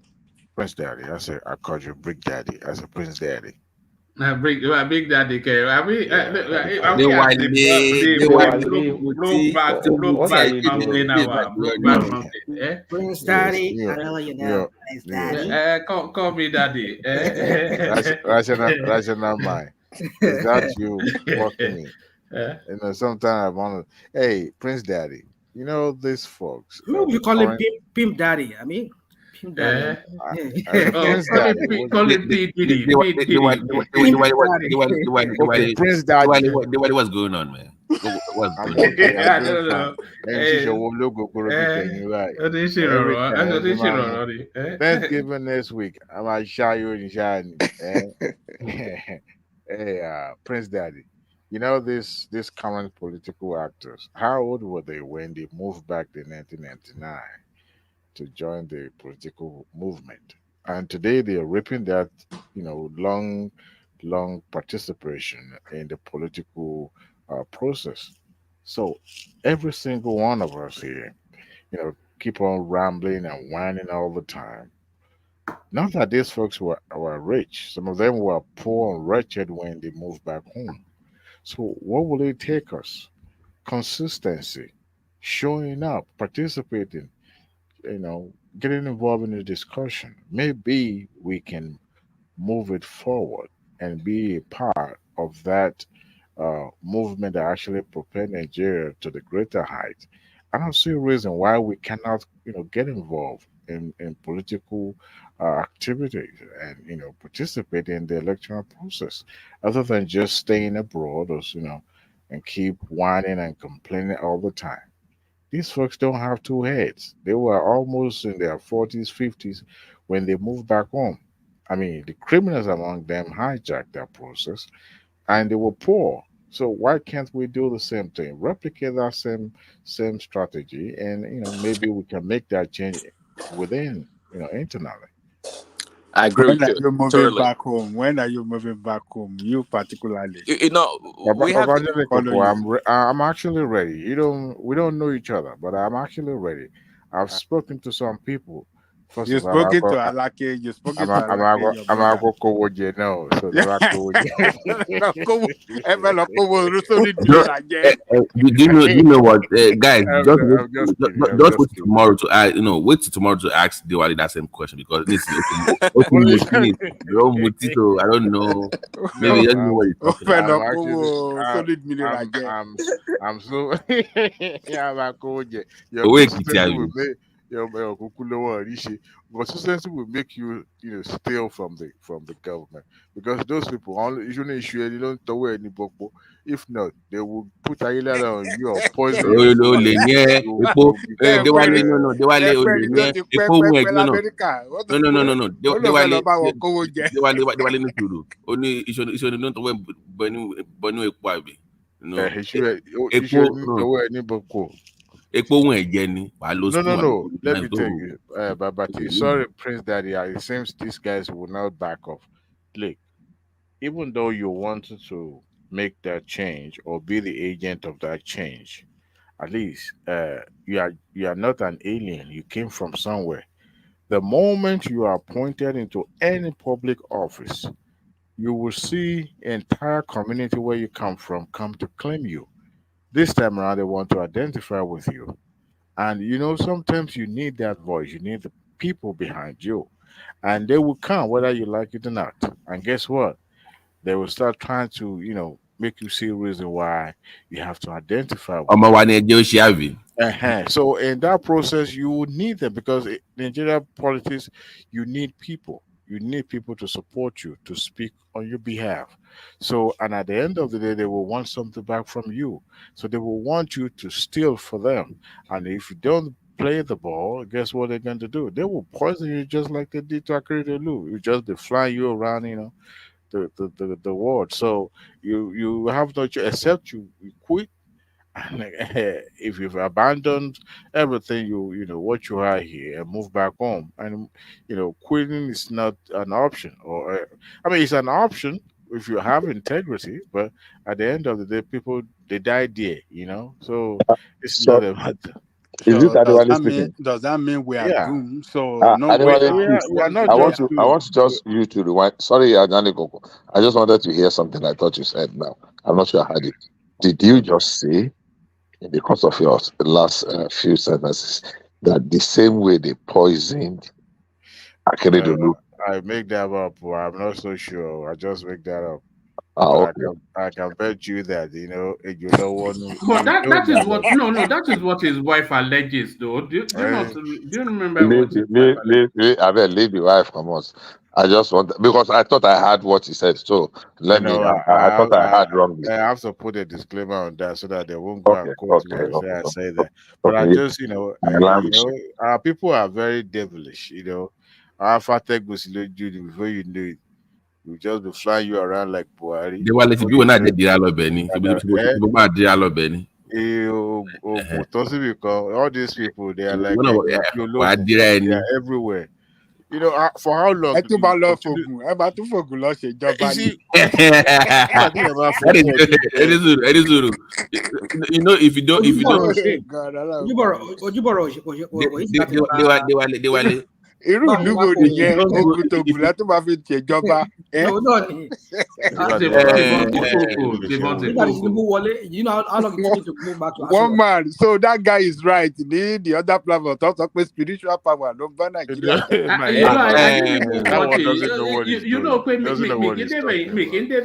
much more after the election. One man, do you remember? Do you remember that woman that resumed as the NIPOST chairman? her first day in office, when they gave her a chair to sit down, she said, "Don't worry about the chair." She went and sat down somewhere else.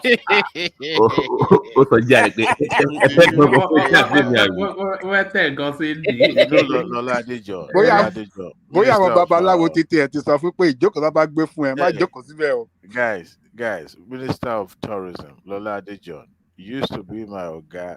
I didn't really get close to her when I first joined Magnum Trust back then, but she was a very nice woman. She's a Christian. Do you realize that since she has been appointed into that position, she has not for one day served in that capacity? She's in London. She's in admission in London. She's been poisoned. She's been poisoned for someone who has never been involved in politics. Poisoned from reliable source. I have a family member that spoke to her while in London. To be on a more serious note, if you want to play at that level, unlike the dialogue bell, I'm sorry. Ìlú yẹn ti dùn nìyẹn. Kí ló fẹ́ lọ dira lọ sí ìjọba bàbá lọ́jọ́ kòkò ìyẹn ọmọ àbọ̀ bàbá tí àti máìkì káàkiri nísìnyí nìkan lè mú wọn lọ sílé babaláwo. ẹnu ni bàbá tí ní kò lóògùn. èmi ò ní ọkàn so wọ́n máa ní. bàbá tí tó sára sí Amẹ́ríkà wọn kọ́ ló sọ fún wa lọ́jọ́ kan pé ládùúgbò àwọn èèyàn kú pípípí.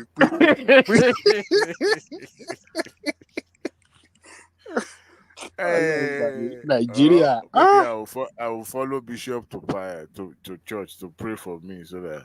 No, but Baba ṣe rántí Ogun State nígbà the first time Ọ̀ṣọ́bàgbà yẹn wọ́n ń gbé ẹbọ wá sórí sí Tinubu now. We don't even know whether that man is. I don't even know whether it's now. What is it called? What they call Buhari there? Something from Sudan. What is it? Jubril Sudan. You don't know whether he has turned to Jubril now. No. Hold on. Do you notice that the first 3 months of Tinubu's government, the guy never even slept in the house? Did you notice? Yeah, I know. Also, Jared, kí ló ń ṣẹlẹ̀? Wọ́n ti yán lẹ̀ fún òun báyìí. No comment. No comment, Bishop. I said I will follow you, so you go and pray for me. Oh yes. I had that one. We need to talk, please. I'm very serious about it. We need to talk. Bishop got the first effect in Nigeria. No. No. Let me say this. I'm very confidently and very boldly. If there's anybody that my next major step is to Nigeria, that person is me. And Soile with all of my mind. In fact, it's either I go to somewhere in Akimori or Iseyin or Akoro or Nara. But my next major... That's where I'm from. You know what we have is an Oluawo there. We don't even have a Bale Oluawo. I almost said what my name was now. You almost made me to make it sleep. Anyhow, Alawokpa. There is nobody that is from any of our real. If you have your roots in Yoruba land, that you are not associated with one of these deities or the other, at the earlier begin to go back to our roots. And that's one thing I have come to realize that we have greatly missed because of what they called Eseajoji. A lot of this Eseajoji is what has made us to miss our path. But if there is one person that's my biggest ambition, my greatest desire is to go back to my roots, establish myself, and live my life in retirement. Because I'm past qualified for that retirement something. That person is me. So ojú ti mi la sọ pé mo padà lé o. Ilé ni ìsinmi o bá ọ̀nà ṣe máa ń pè. Ilé làbọ̀ ìsinmi oko. I am past due to be that person. So I will be talking to you very soon. I will be interacting with you from Bishop. Yes, sir. Even though that sounds very, very patriotic, interesting, But you see, you also have to dress softly. I don't have to tell you, Agbala, you know, only Iriye Prince, is that Selatin Prince that is that Prince Daddy? is still Adewale. Okay, Only Adewale, let me Iriye, answer you in one sentence. I know where you're going. If Yes, I if I close my eye, if I close my eye in bed today, it was not with any regret. So don't go there. Ikú tó máa pa no. àgbàlagbà, kò sí ikú tó máa pa àgbàlagbà tá ikú tó máa pa àgbàlagbà tá ní bá poro orí ẹ̀gbẹ́. If I die today, I am dying proudly.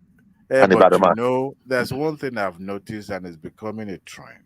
Yeah. When people move back home Mhm. with good intention, with open heart, with intention to help people, not necessarily, we are not looking for a job, right? Yeah.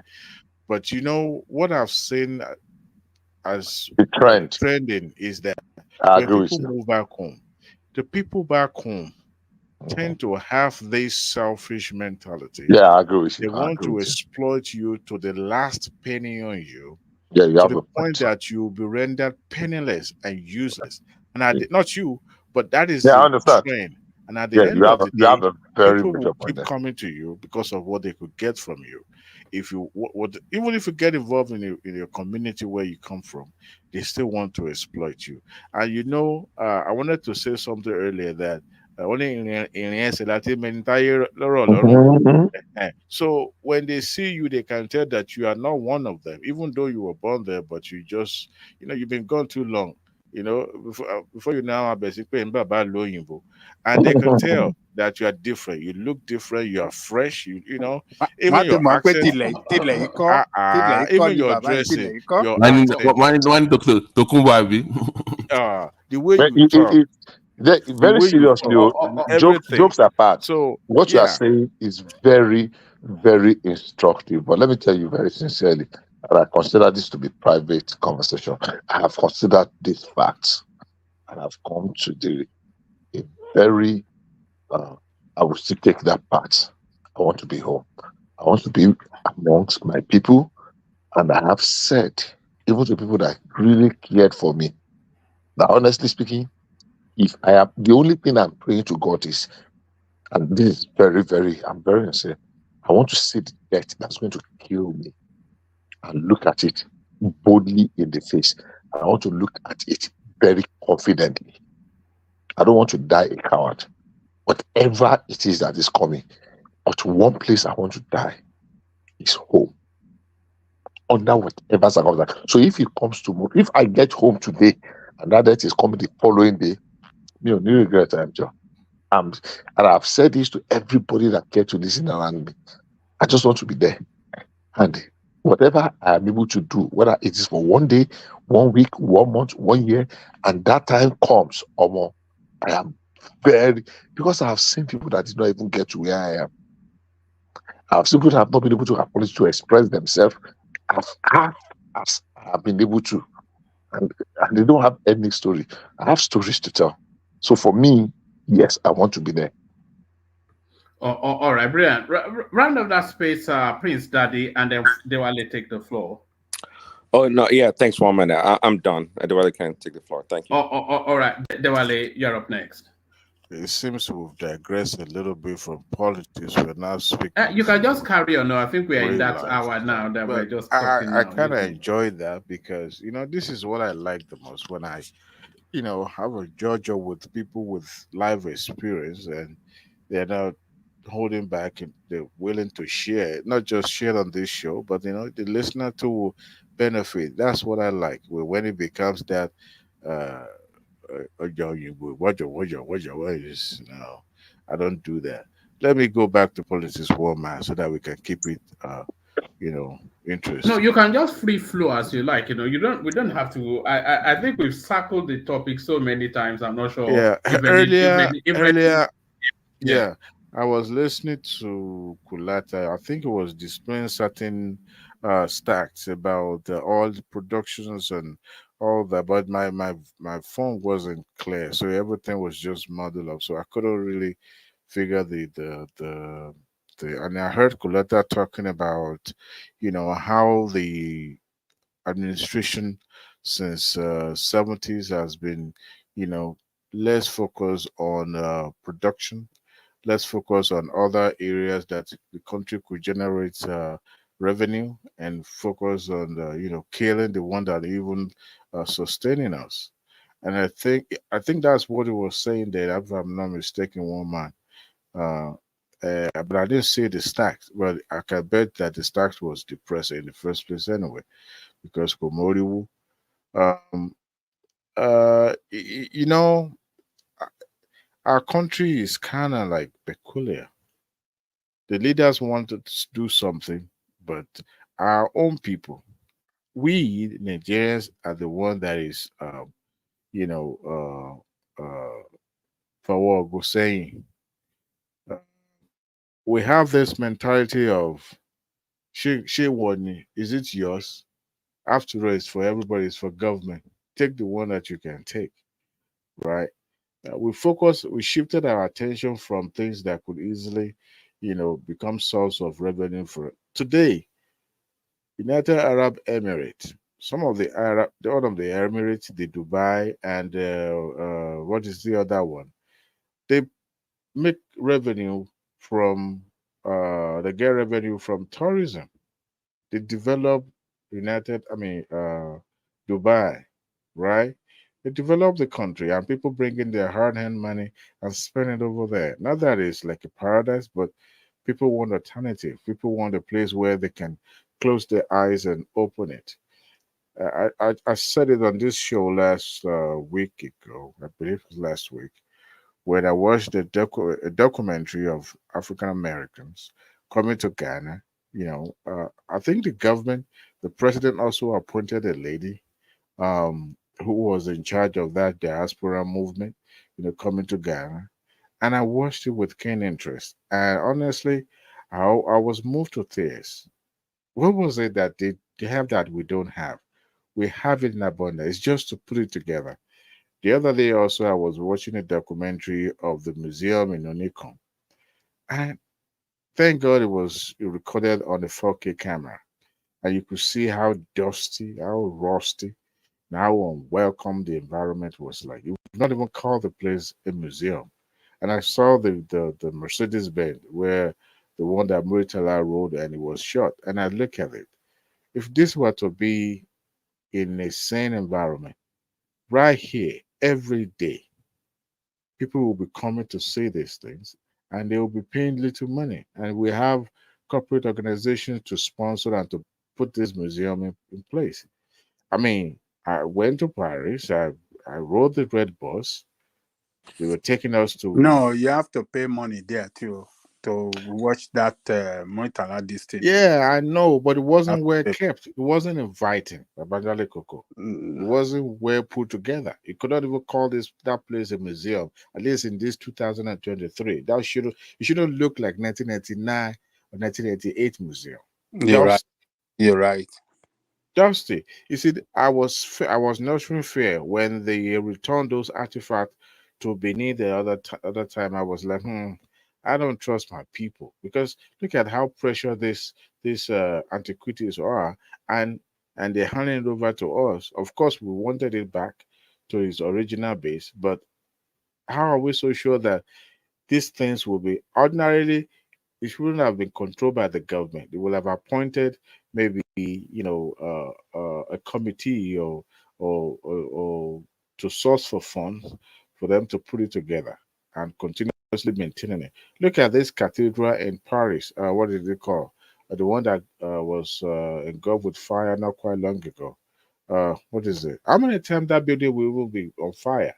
It's will always be on fire from time to time. I think they And always, rebuilt it within a year, No, didn't they they? do. Notre Dame, Notre Notre Dame, Dame. right? God bless Yeah, you, sir. Go yeah. Notre Dame. Mr. Triumph, you are the Frenchman, so you should You know know, this. immediately after that thing, was burnt down, guess what? The non-governmental organizations started springing up, started sourcing for funds, and people were making pledges and all that, because it's not just about tourism now, it's about the identity. There's no way you go to Paris that you would not stop by that cathedral. There's no way you go to Paris you would not stop by the Eiffel Tower. How come? Because it has become the identity of that country or of that particular city. So, but here we are. What we are supposed to be doing, we now left it for a smaller country to be benefiting. African American comes to people. African American lives in Ghana more than in Nigeria because of insecurity. It's shameful. And you see, somebody once said, I think it was Boala on your show, I can't actually remember, that politicians were the one that brought this insecurity, this banditry and Boko Haram. They were the one that brought it upon us because they wanted to use them, and they procured arms and weapons for them, and they became uncontrollable. And today they became a menace to our society. Even the government could not even, the people that put them together could not even control them in the first place anymore. Look at the South. I think I would say the most peaceful part of the country is Southwest as of now. Even we can even carve out of that Southwest the one that are a little bit. If you take Lagos, a little bit of Oshun and Ekiti, those ones on Koja you want to anyone. But you see, thank God that Ogun State is close to Lagos because Ogun State, Loman Beka Akiri, all these people, we know them. Hold on, And hold on, hold on, hold on, hold on, hold on, hold on. I Kí nìyẹn túmọ̀ still sí? defend that Hold detail. on. kí ló máa ń ṣe àwọn inferior yorùbá yìí. Àwọn defend that today. Èkìtì kì í ṣe orí bí àbá ni, kì í ṣe abúlé kan. You see, if there's one part of the Yoruba land that has corrupted the rest of them, it is Ogun State. It corrupted Lagos. They're now corrupting Oyo Tetilu Lenti. Now they're now coming to Osun, where Kulata came from. And they too. But you know, I mean, those places are relatively peaceful, right? And but if you look at its geographical location to Lagos, it will be disservice to put those tourist centers in those areas because Lagos ordinarily would have been the one to take those positions. But we also look at other parts of the country. How could somebody travel to Nigeria and stay in Lagos only and said you've known the entire country?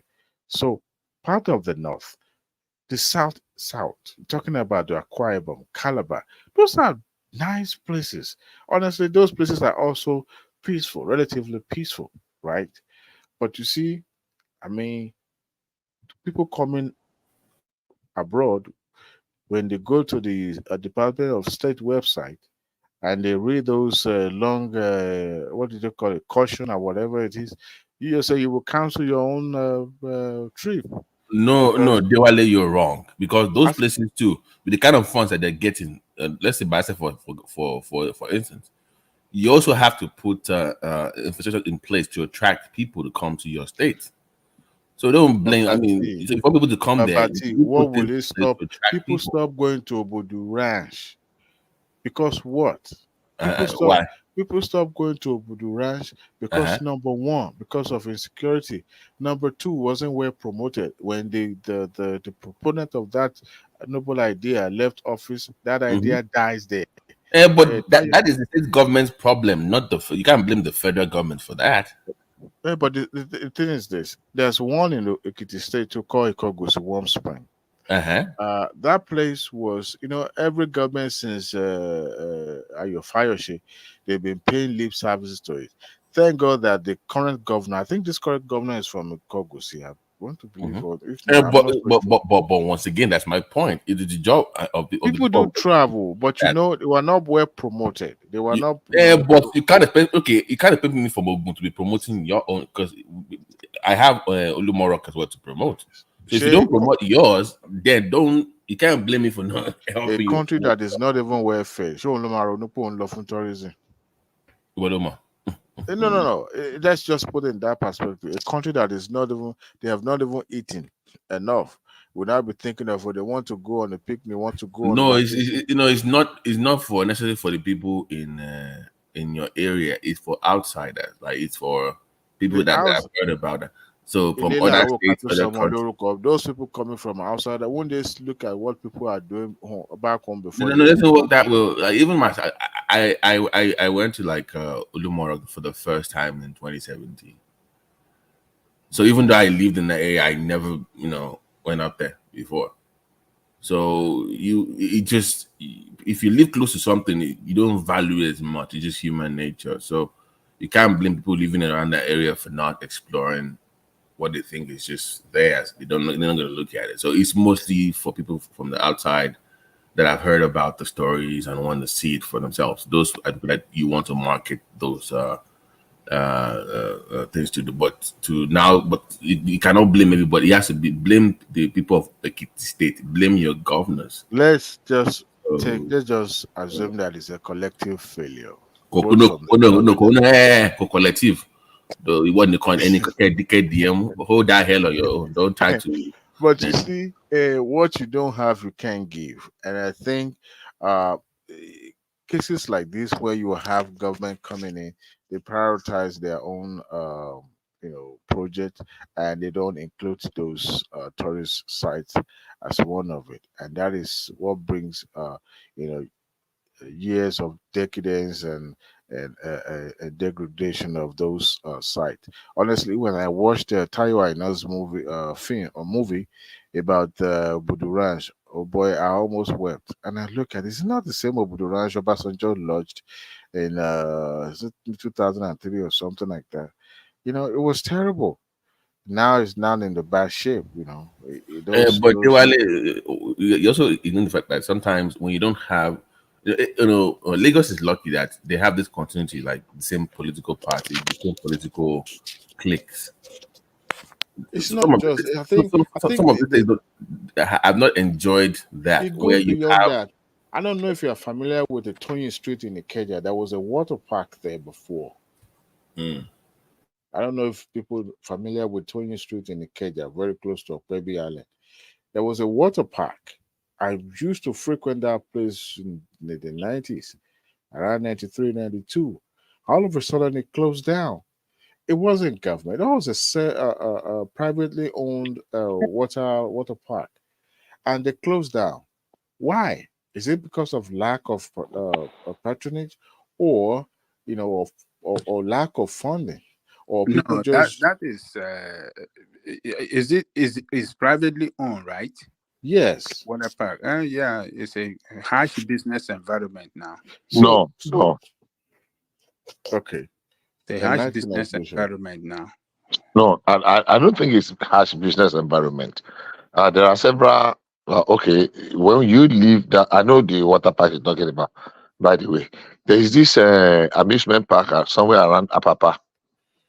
Mm-hmm. I want to remember that name. I've been there several times. I used to live in Ojolegba Road. Apapa Amusement Park. Amusement park. Yeah, it was completely privately run, and they were running very profitably. Are you going to say it was because of the business environment? No, it was the attitude and character of people that ran that place down. And I know what I'm talking about. I don't want us to go into that. I know exactly what I'm talking about. I'm not arguing anything, but I just want to, because I have been to that, what he was talking about in that Ikeja. There's quite a lot that we need to do that we have not done before about how business are sustained. Of course, in some instances, business die because of certain things, but the rate at which business dies in Nigeria is beyond ordinary. Our own attitude and the way we do other people's work has a lot to do with it, because people want to reap from where they have not sown. And now I can tell you that is part of what killed what he's talking about. It's not just because the attitude of individuals that you employ every day. That is everyday people. Bishop, People you mean the Ogata Owalara equipment? Owalara. Ó tiẹ̀ ti kọjá owó yẹn gan òṣìṣẹ́ mọ́ sí. Owó yẹn gan òṣìṣẹ́ mọ́ sí. Owó yẹn gangan kò ṣiṣẹ́ mọ́ sí. It is in the instance that look, you employ people and they are helping you to calculate how much money you are making, and they must be able to get their own fair share. They are not considering the fact that how many years have you been investing in that business, and you have built it up to the extent that you are now No, making income. So they are now looking at all your income as profit, that they must have their own fair share of that income. They don't look whether you have been building or nurturing that business for 5, 10, 20 years. So all your investment of those years, but they want to share. I'm saying this, I mean, very with all modesty, but sincerely. So you employ people today, they see you are making 500,000 or 500 million per month, and they think that your 500 million is profit. They are not considering the fact that you have been nurturing and building this business for 10 years. You have been investing money and other resources. That's the big problem we have. You're right, Bishop. Bishop Adewale, you see, when I say harsh business environment, you see, a country where there's no constant electricity, that kind of water park must have to run on constant electricity, to operate all the equipment and everything. But where we don't have that regular electricity supply, you have to run it on generator. Man, that is an additional cost. So, and the cost of diesel, that will take the whole of your profit, and you're bankrupt. So Nigeria, when I said is the harsh business environment, a lot of things are responsible for that. So Adaniko, let us assume that business, whatever, is not running on public electricity, it's running on privately generated power. What could be the next problem? Let's just eliminate that on generator or NEPA or whatever. Let's just assume that okay, they generate their own power. Can they still break even? Look, I don't know what you mean by the privately generate their own power. It's possible. Private company. Look, it's such industry. They run on generator. So privately generated electricity, I don't know how that can be achieved. Though we know there are some industry that maybe government give them some some kind of. I doubt it. Like the tax breaks, or maybe they give them some kind of authority to generate their own. They have the. I think you can do 5. We can do 5 to 10. Yeah. So, but many industries, they rely on a generator. Generator will suck up all your profit, but that can be spread. The cost of that. I don't think so, Mr. Jellicoco. I don't think so, Mr. Jellicoco. And then the taxes, and the overhead, and you can't continue to run business in a very high. But by Nisuru, environment. Did you see the VP in Agbara the other day, where those people, those businesses, apparently Lagos or Guano, you're actually responsible for 65% of the manufacturing output in the country. So he came there. So what they're doing is now, people in here, they are generating them their own power themselves, but it costs them, I think, about 400 naira per kilowatt to run the cost. So in not agreeing, we pay. Now federal government will give them a direct line, power line, guaranteed access, but it will be at 100 naira. So if we want to reduce the cost, by almost 2/3 near. So government can then do targeted investment on incentives to all these companies. Okay, but if you want to do so, we provide this for a cheaper rate with tax incentive. And then like that will be, we should do more of that. But I saw that done in Ogusi the other day by VP Kashima. I saw it. Let me tell Ladanji Kuku one thing. I want to share my personal experience with you and listen very carefully. I used to have a farm, a poultry farm in Ibadan many years ago, along Wofun Oludo, blah, blah, blah, blah, in Ibadan. And I had some birds, and I was expecting, not ordinarily, we should be making like about minimum of 35 to 40 crates of eggs per day. 35 to 40. And we were making less than 25, just about 23, 24, 25 every day. In fact, what we make 25 is our peak. And we fed everything. I have a good veterinary doctor. And we were doing deep litter, and we did everything. One day, somebody gave me a hint. So I left where I was living, somewhere in Ibadan, and I went to the farm. Early in the morning, I got there before 5 a.m. I have 1, 2, 4, 5 attendants that used to live there.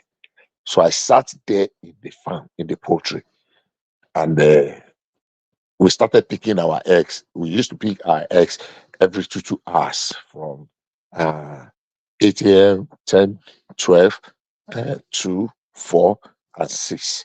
6 is the last time we pick our eggs. And I'm telling you this with all sincerity. That day, I did not leave the place at all. I sat there like the rock of Gibraltar. Do you know, by the time it was 2 p.m., we have crossed the 25 trays of eggs. In fact, by 12, we have crossed. By 2 p.m., we have crossed 30 crates of eggs. By 6, we were at 35 point something, almost 36 crates of eggs. And what it simply means was that every day the farm attendants had been stealing 10 crates of eggs. I am not telling you story. 1/3 of your production. And we were struggling, buying all manner of drugs. If I mention 2 veterinary doctors that were prominent in Ibadan, we used to buy our chicken from S&D, Aderupoko in Abeokuta, and Alanko. We were making, yes, go ahead. Sorry, Bishop. I'm going to have to shut it down at the front end, but the conversation can carry on at the back. Ayo, the only super chatter for today. So that's Ayo holding steady. So thank you, Ayo. Thank you, everyone that's joined us. The conversation carries on, but it will only be in the back room. So thank you, everyone, for joining. Please join us tomorrow, and thank you to the panelists. So.